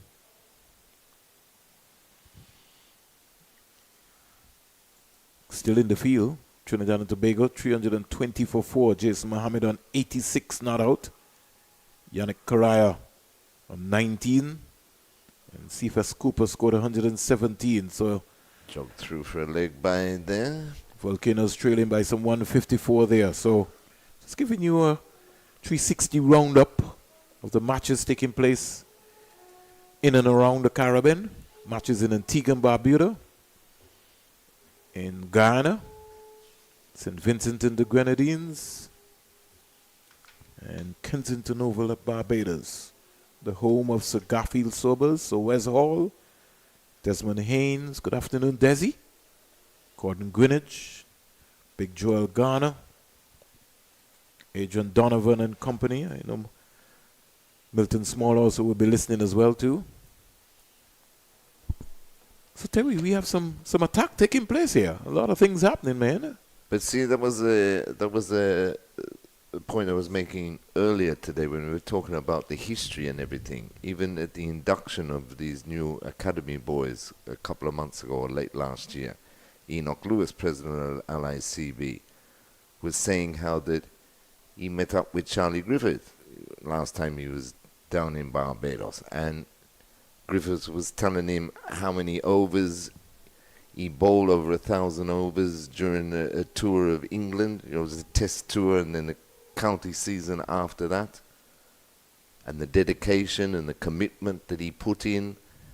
And Enoch was passing that on to the youngsters of today. That's what they need to hear. History like that from former great players. There's nothing wrong with that. But in fairness, Terry, is one thing I can say to you.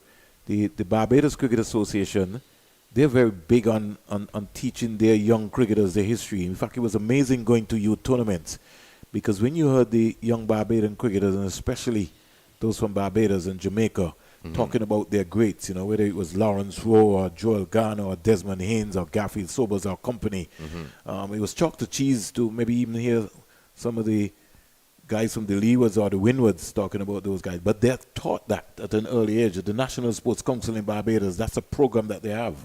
So when you come into the program, you're being taught about the history of Barbados cricket or Jamaica cricket for reference.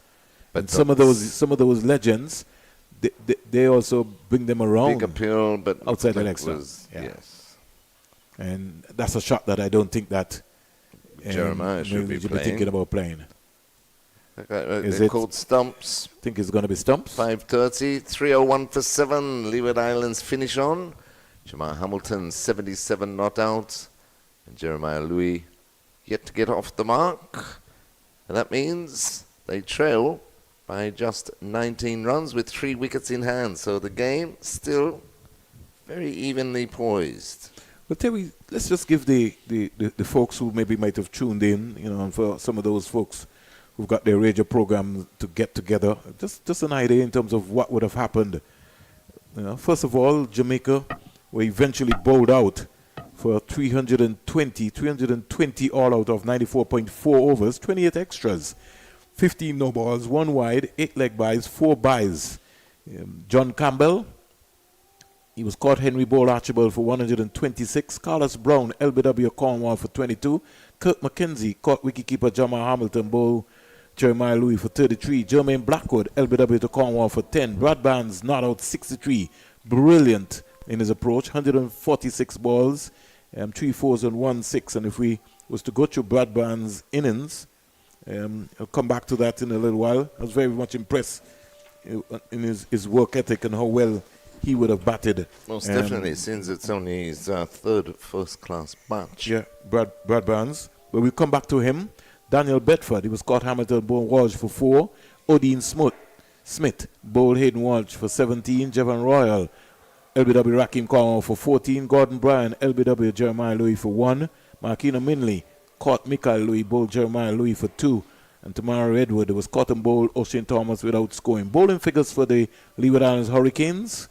We had Jeremiah Louis, 16 overs, 2 maidens, 44 runs, 3 wickets with 4 no balls. O'Shane Thomas, 13.4 overs, 4 maidens, 43 runs, 1 wicket with 5 no balls and 1 wide. Colin Archibald, the left arm seamer, 16 overs, 2 maidens, 69 runs, 1 wicket with 6 no balls. Rakim Cornwall, 23 overs, 4 maidens, 71 runs, 3 wickets. Hayden Walsh Jr., 24 overs, 4 maidens, 78 runs, 2 wickets. And Kareem Henry, his first bowl in first-class cricket, 2 overs, 1 maiden, 3 runs, no wicket. The Jamaica team lost 1 for 79, Brown, 2 for 163, Mackenzie, 3 for 199, Jermaine Blackwood, 4 for 214, John Campbell, 5 for 231, Daniel Beckford, Odin Smith, 6 for 249, Javan Royal, 276 for 7, 8 for 293, Gordon Bryan, 9 for 306, Minley, and all out for 320. Now, when it was the turn of the Leeward Islands, it was a dream start for the Jamaica Scorpions because Michael Louis, he got himself into, more or less jammed into a wrong positioning, lost his balance, and Minley had the timber rocking away, bowled him over for 4. Kadeem Henry caught Brown, bowled Odin Smith for 21. Casey Carty caught wicketkeeper Bedford, bowled Gordon Bryan for 22 after having at least I think about 2 chances before. Karima Gore, he batted well, but I think he just ran out of gases, more or less, as we would say. Lost his patience. It was LBW to Redwood. Set him up nicely. 76, Karima Gore, 138 balls, 163 minutes, 10 fours, and 1 6. And then came Joel Andrew. And between Andrew and Gore, they shared in a very, very important partnership, Terry. Some 59. 59 runs for the 4th wicket. Yes, of 88 balls, 48 minutes, 5 fours, and 1 6.